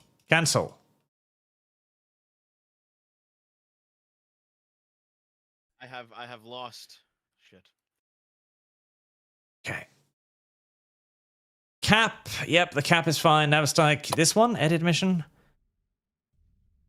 This is the fucking one. So this is the one that was just never greenlit for fucking reasons unbeknownst. Fucking goddamn it. There needs to be a list here. Going to a different window is dumb, because by the time I go to a different window, I don't know what I'm looking for anymore. Not to mention this mission window is fucking awful. Okay, so this is what I was trying to fucking launch, I think.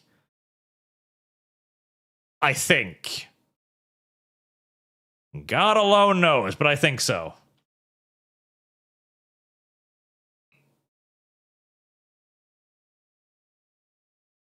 Well, I hope that fucking gets launched, and I hope they get the cap up, too, because I'm pretty sure I ordered the cap up, and I'm pretty sure the cap never actually went up either. Yeah.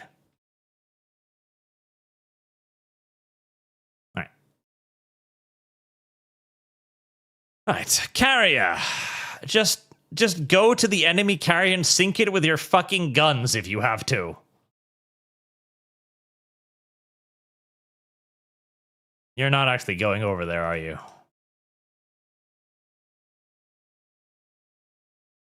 Carrier? Was?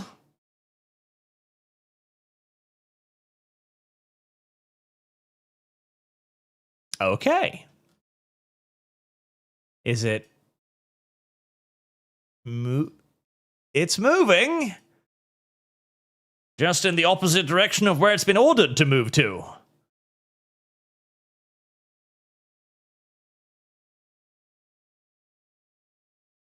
Hello? Okay, what if I remove all of your waypoints? Oh, there we go! Wait. Romeo, orange leader, buggies. Vector 250. No, that didn't do shit. 50 miles. Very low. Right, remove waypoint. Fuck you. Can I even get to it? There. Remove waypoint. Right. Click. Add waypoint. Over there. Speed 31 knots. That's my returning strike. There we go. Romeo, orange leader, buggies. Yes, there we go. Maybe. Possibly. 50 miles. Very low. Right. If I can't kill it with fucking bombs, I might as well just go over there and sink it with my fucking weapons. Hello, porkers. How is it going? Annoying. But it's getting better, slowly but surely. Now, I also have no idea where the enemy aircraft or where the enemy ships actually are anymore, because the contact I have is so fucking outdated that I'm basically launching this strike on a whim. But hey, there it is. You know, there it is. I'm basically launching this primarily on a whim, but it's a pretty good whim. As it turns out, it's a very good whim. I have confidence that this whim of mine will result in some dead Japanese things. Very confident.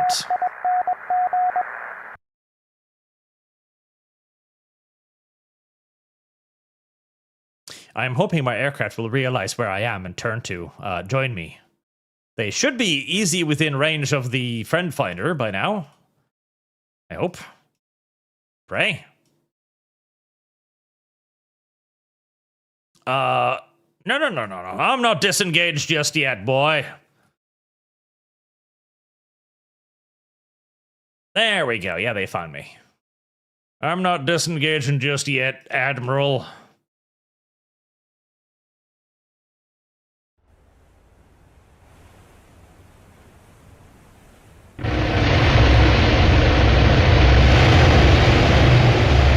I've still got bombs left.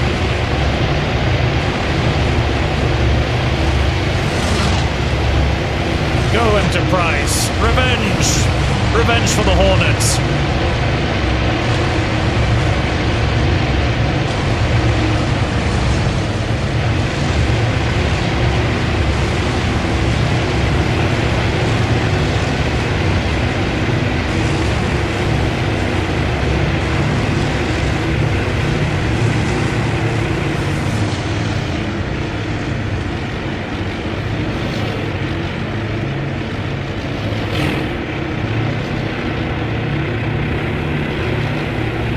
At this point, I'm kind of surprised that the Japanese haven't turned to try and engage me with surface vessels.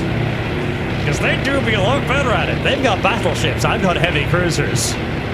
Well, mostly just light cruisers and destroyers, so I really feel like the Japanese should be charging me right now whilst yelling banzai. I'm grateful that they're not, because I would lose a surface engagement, but part of me kind of wish that they would anyways. You know? There's a certain part of me that wants to engage in a good old-fashioned big guns battle on the sea here, you know? I think that could be fun and engaging.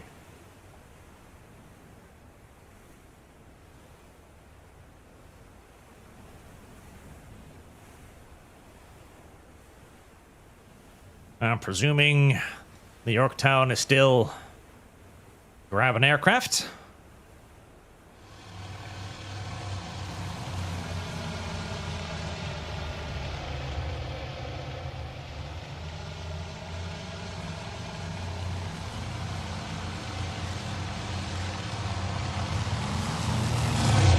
Well, aircraft nearby. That might also... No, it's not, just not the cap. It's not the cap because I don't have a cap. Combat air patrols are overrated. There we go.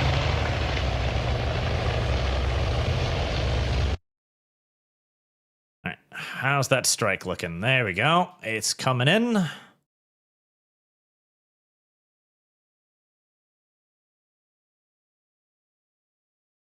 Should be plenty easy to find the enemy. They're even being spotted by the Army Air Force. The Army Air Force. It might be fucking worthless at most things, but it can still provide eyes on targets, which is more than, you know, other things can. Right, what do we got in the air?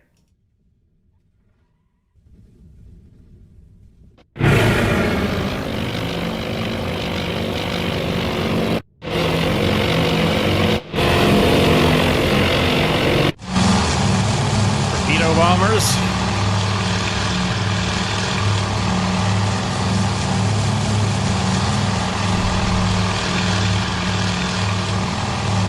Torpedo bombers have found themselves a flat top. I don't know how the fuck these guys are still launching, but... oh well.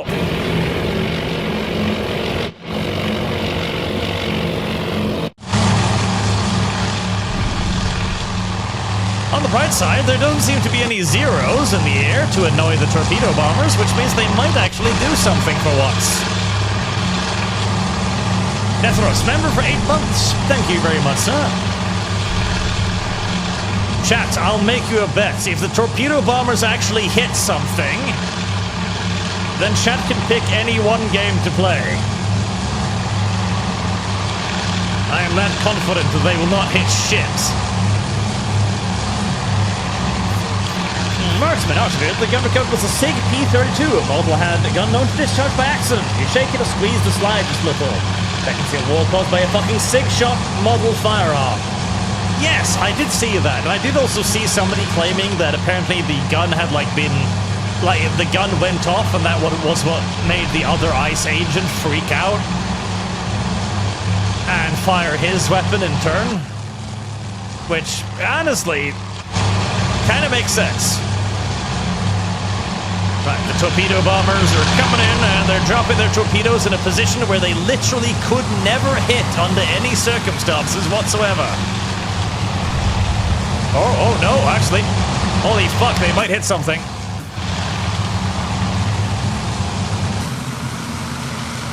Holy moly.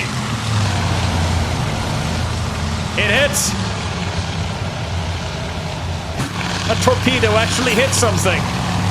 For the first time in history, a torpedo bomber struck something. Even Fire Warrior? No, I retract the offer. Not Fire Warrior. You pushed your luck too far, chaps.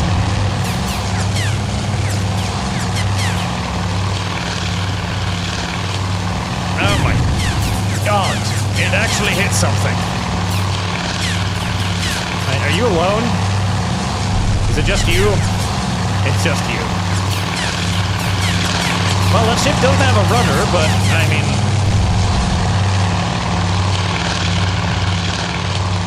I swear, these motherfuckers don't even try. I swear these motherfuckers do not even try. What even was that launch? What even fucking was that? Look at this. I mean, unless the Japanese person is going to fucking drive into that torpedo. As they're just sailing next to each other now.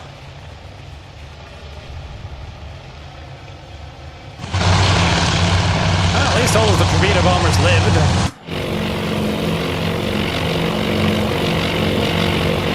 And the first wave of dive bombers are now getting closer.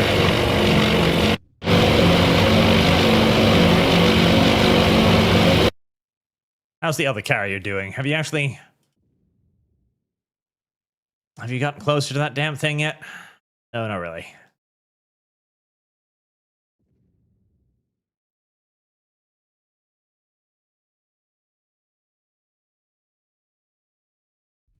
I couldn't use those little dive bombers. God is ashamed of you. He really is. He really is.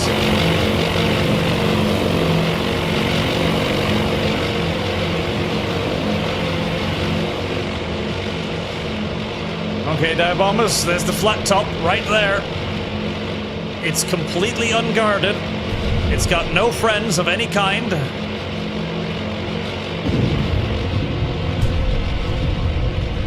Which is why you will fly straight past it, apparently. But why, little dive bombers? Why? Oh, you wanted to go and antagonize them zero so you could get shot down. I see.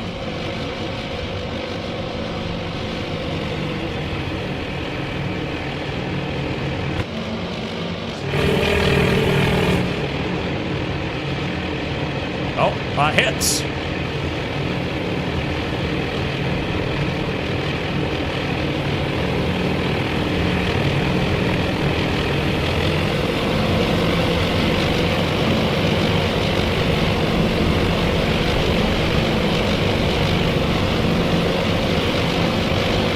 Another hit, 2 more hits.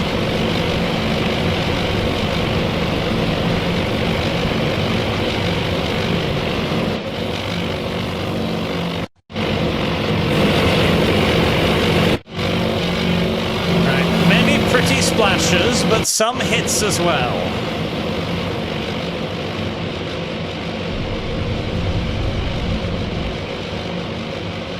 And we still have 2 more groups of dive bombers coming in.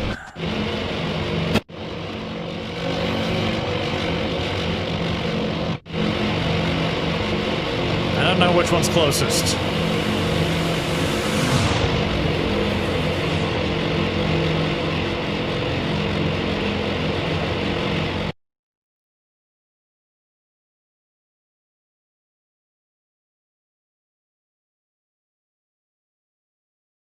That other one has got to have sunk by now, surely.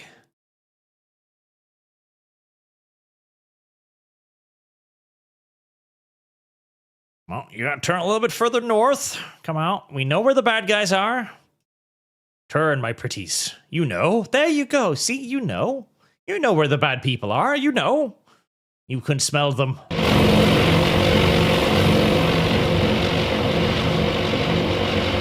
You can smell the stench of the torpedo bomber's failure.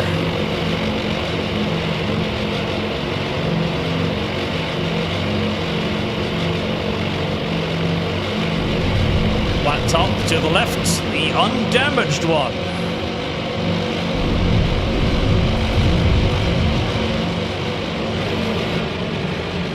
Where's the burning one?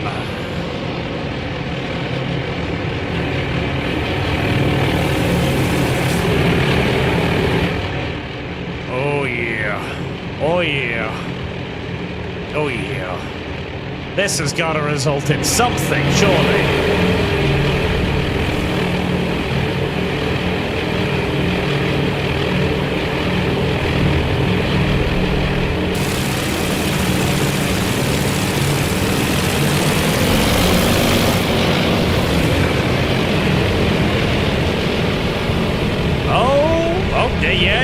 Yes. Okay, that's good. There we are, yes. And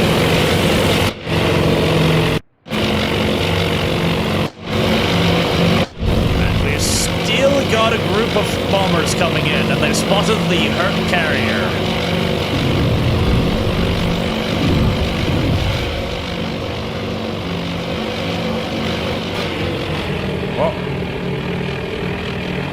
Come on. Finish it. Finish it. Oh, that ain't gonna finish shit.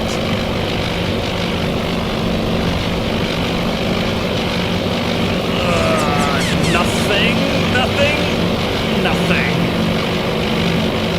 Nothing.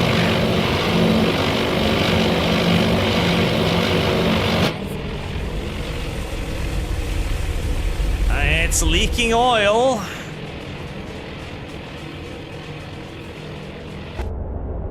Its engines are dead. It's pretty fucked up. It might be sinking.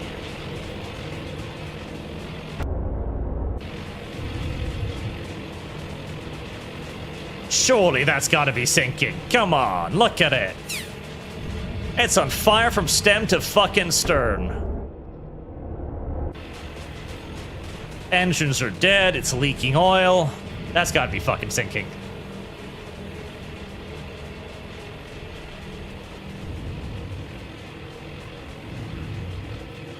That's gotta be sinking.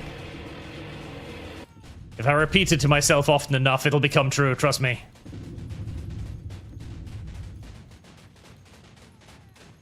Okay, Task Force 17.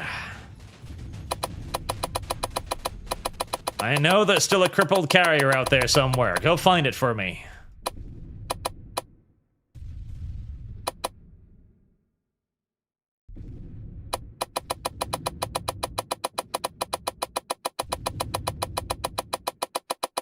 Oh, don't use the SPDs. All right. Search. Great, new search. Seaplanes.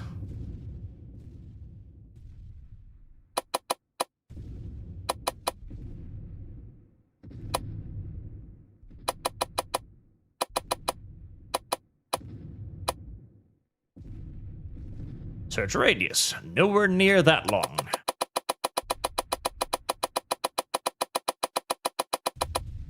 Can I hold the button down? I can't. I must click.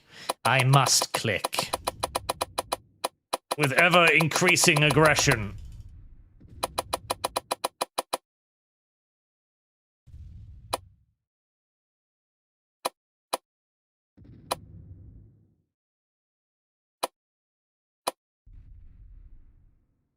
There, go fucking find that thing again so I can bomb it. Again.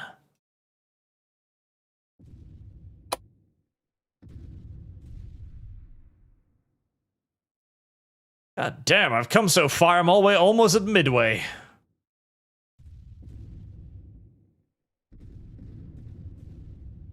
Okay, I must have sunk 2 of them. I must have sunk 2 of them, surely. I fucking must have sunk 2 of them.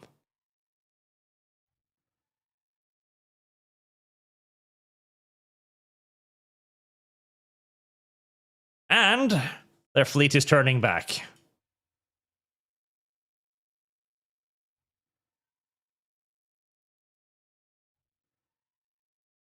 In fact, their whole fleet is turning back.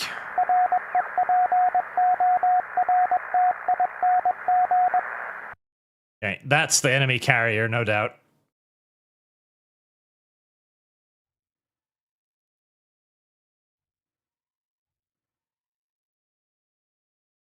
Oh god, I've got like 12 bombers left.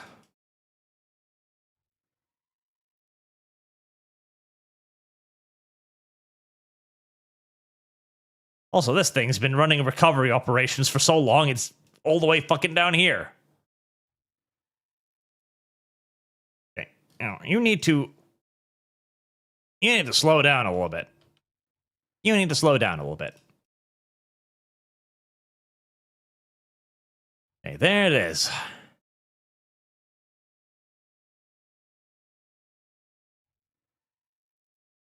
Let the seaplanes get a good look at that damn thing.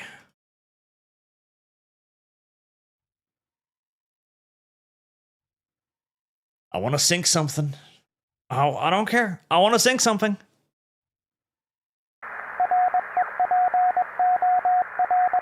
There's no Bismarck in this game, no, sadly, because it's just the Pacific. It would be fun if there was a Bismarck in this game, but sadly, there is no Bismarck in this game. Last update, 04 minutes ago.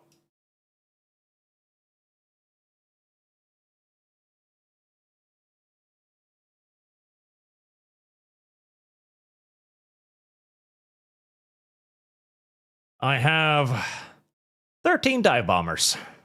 That's a lot more than I was expecting to have, honestly. Pick target. All of them.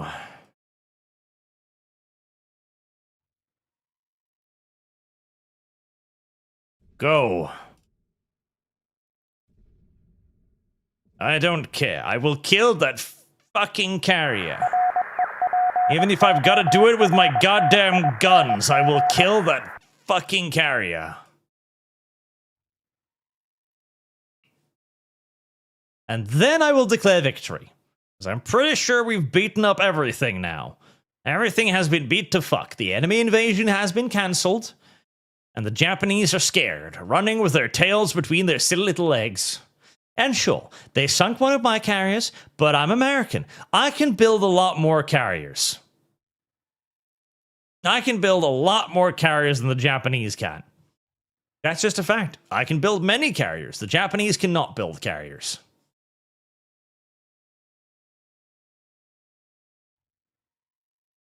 Did you actually launch that strike, or did you do something dumb again?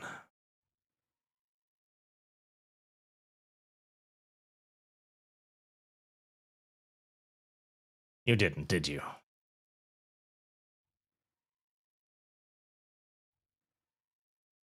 Trick or treat. Can I smell your feet? Nav strike 11 cancelled. Nav strike report cancelled. Taken off. Planned.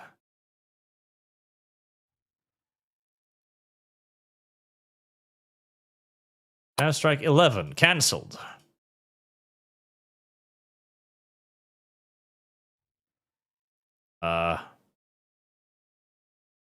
What? What the What the actual fuck? Okay.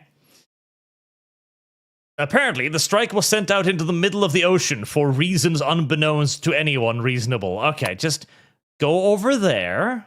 Okay. Bring all of the bombers. Fuck it. Bring some escorts too. Why not?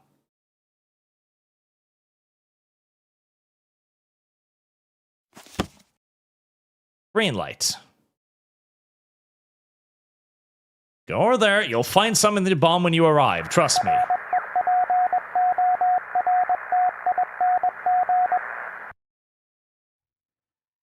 See? I told you there'd be something over there. Now, up, up.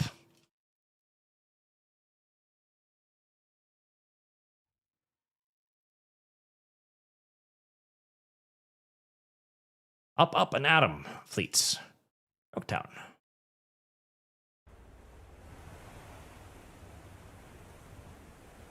I am amazed that they can just. I guess they just plunked some planks down over the hole and, you know, called it good. It's like, sure, it's a little bit rocky. It's not necessarily perfectly designed for aircraft operations anymore, but everything considered, it is a relatively small hole on a relatively large aircraft carrier, so fuck it.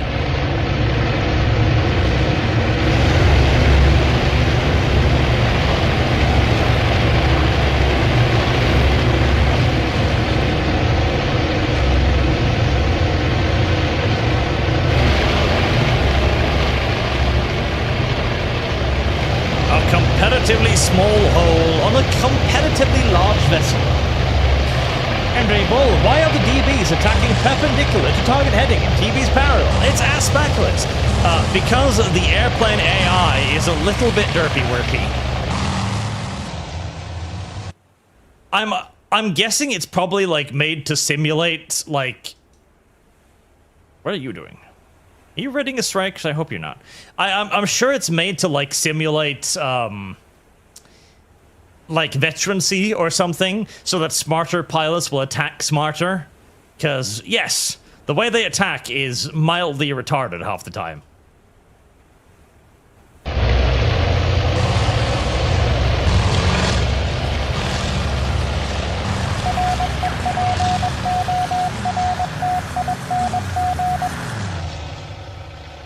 Good boys. Keep the cap in the air.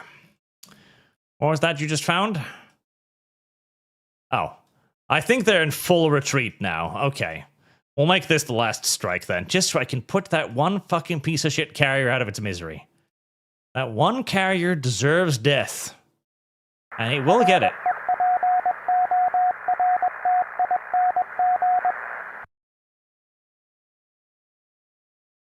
It deserves to have its life ended, and by God, I will end it. Your Couture, what would be the funny PSYOP news you'd transmit to the enemy mid-operation for the time period? Well, the Japanese actually did do that. Radio Tokyo was basically, they hired this, like... They hired an I think either a Japanese woman with like a really great American accent or like an American immigrant or something to basically make radio shows telling the American soldiers that they were, you know, out there fighting for the capitalist regime and that back home people were fucking their girlfriends and so on. It was kind of adorable. Oh, there it is. Alright, come on now, boys. That is still a stationary fucking carrier. That is a stationary flat top. It ain't moving, it ain't dodging, it ain't bouncing, it ain't weaving, it's not doing anything. All you've got to do is point your nose towards it and bomb it. There you go, one hit.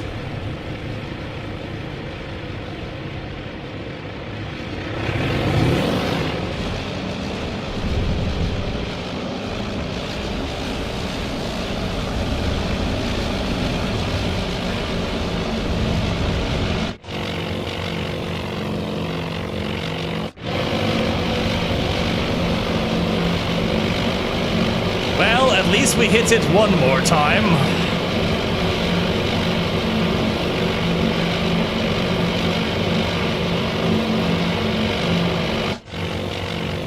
I cannot fucking believe this thing is still alive.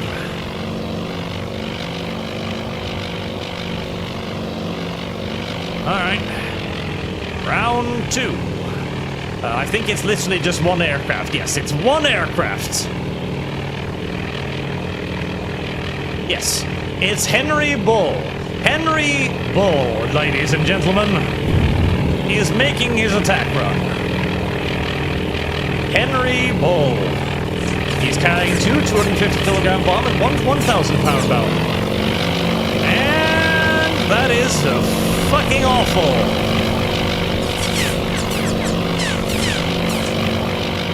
God damn it, Henry Bull.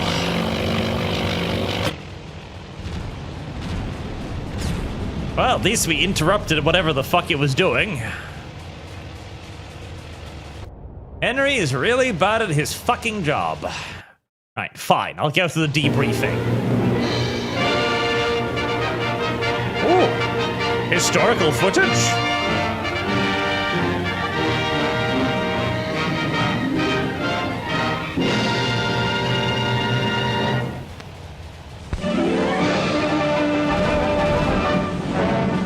Victory in the Coral Sea.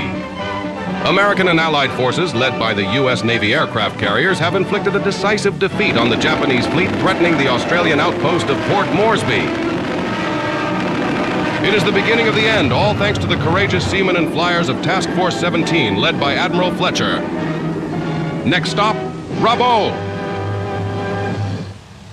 I did well, chat. I did victory. Strategic and tactical victory. I did well, chat. My stealth carrier sneaky sneak was successful. Although the battle began under uncertain circumstances when the admiral in charge decided to try and sneak 40,000-ton aircraft carriers up against the enemy, the valiant crews who were caught dead on the deck being bombed in the middle of the operation, and the valiant air crews of the Hornet, who continues to circle the ocean to this day, Midway and the carriers prevailed in a clash that has now turned the tide in the Pacific. Was irreparably blunted. That's true, because the Japanese were fucking shit at building stuff. Sure, the Americans might be utterly worthless at actually hitting anything, but the Japanese were even worse at building things. Soryu, Kaga, Tanikaze, and Hiryu were all destroyed, apparently. And the Nagara, Yugumo, and Akagi were all damaged. 77 zeros. I don't even know where the fuck I was shooting those down. I have no idea. I have no idea where I was shooting those down, but they're dead. The Hornet was... Hornet is lost, okay? It'll come back someday. Yorktown, damaged, Pensacola, Atlanta, and Cunningham. For some reason... Oh, there we go. There's the Yorktown. That's what I was wondering. Like, I think the Yorktown was a bit damaged too, brother. From the aircraft losses, 53 SBDs. God help me.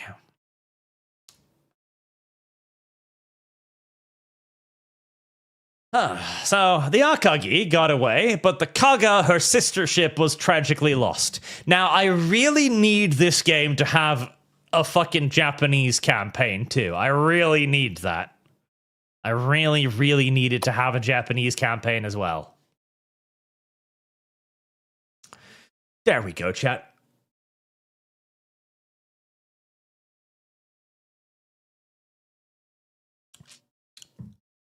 Pui.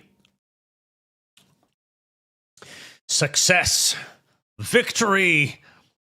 In the sea. In the ocean. In the wet parts of land.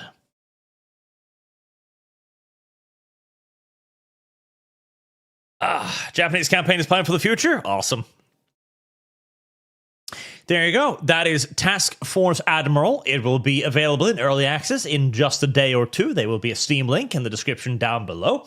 It is a very cool game that does carrier combat exceedingly well. Probably the best World War II carrier combat that has been made so far.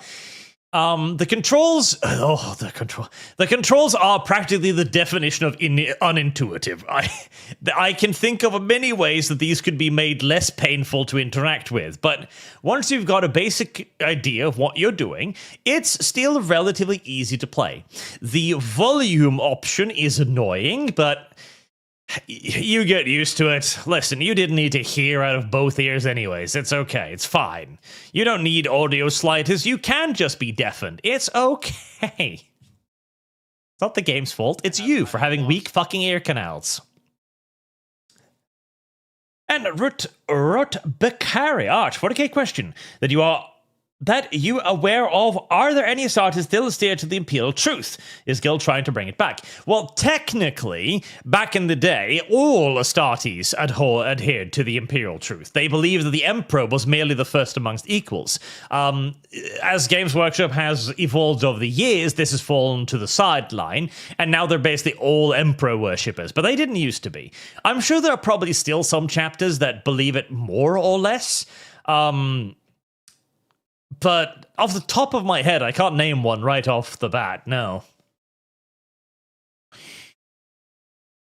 So, Task Force Admiral. I think I can recommend it. It will have a campaign, they have said, in about 6 odd months' time. Until then, it will have simply a series of scenarios that you can play. And thank you all very much for watching. Thank you for your generous donations, and I will see you all again next week. Till then, chat, have a good day.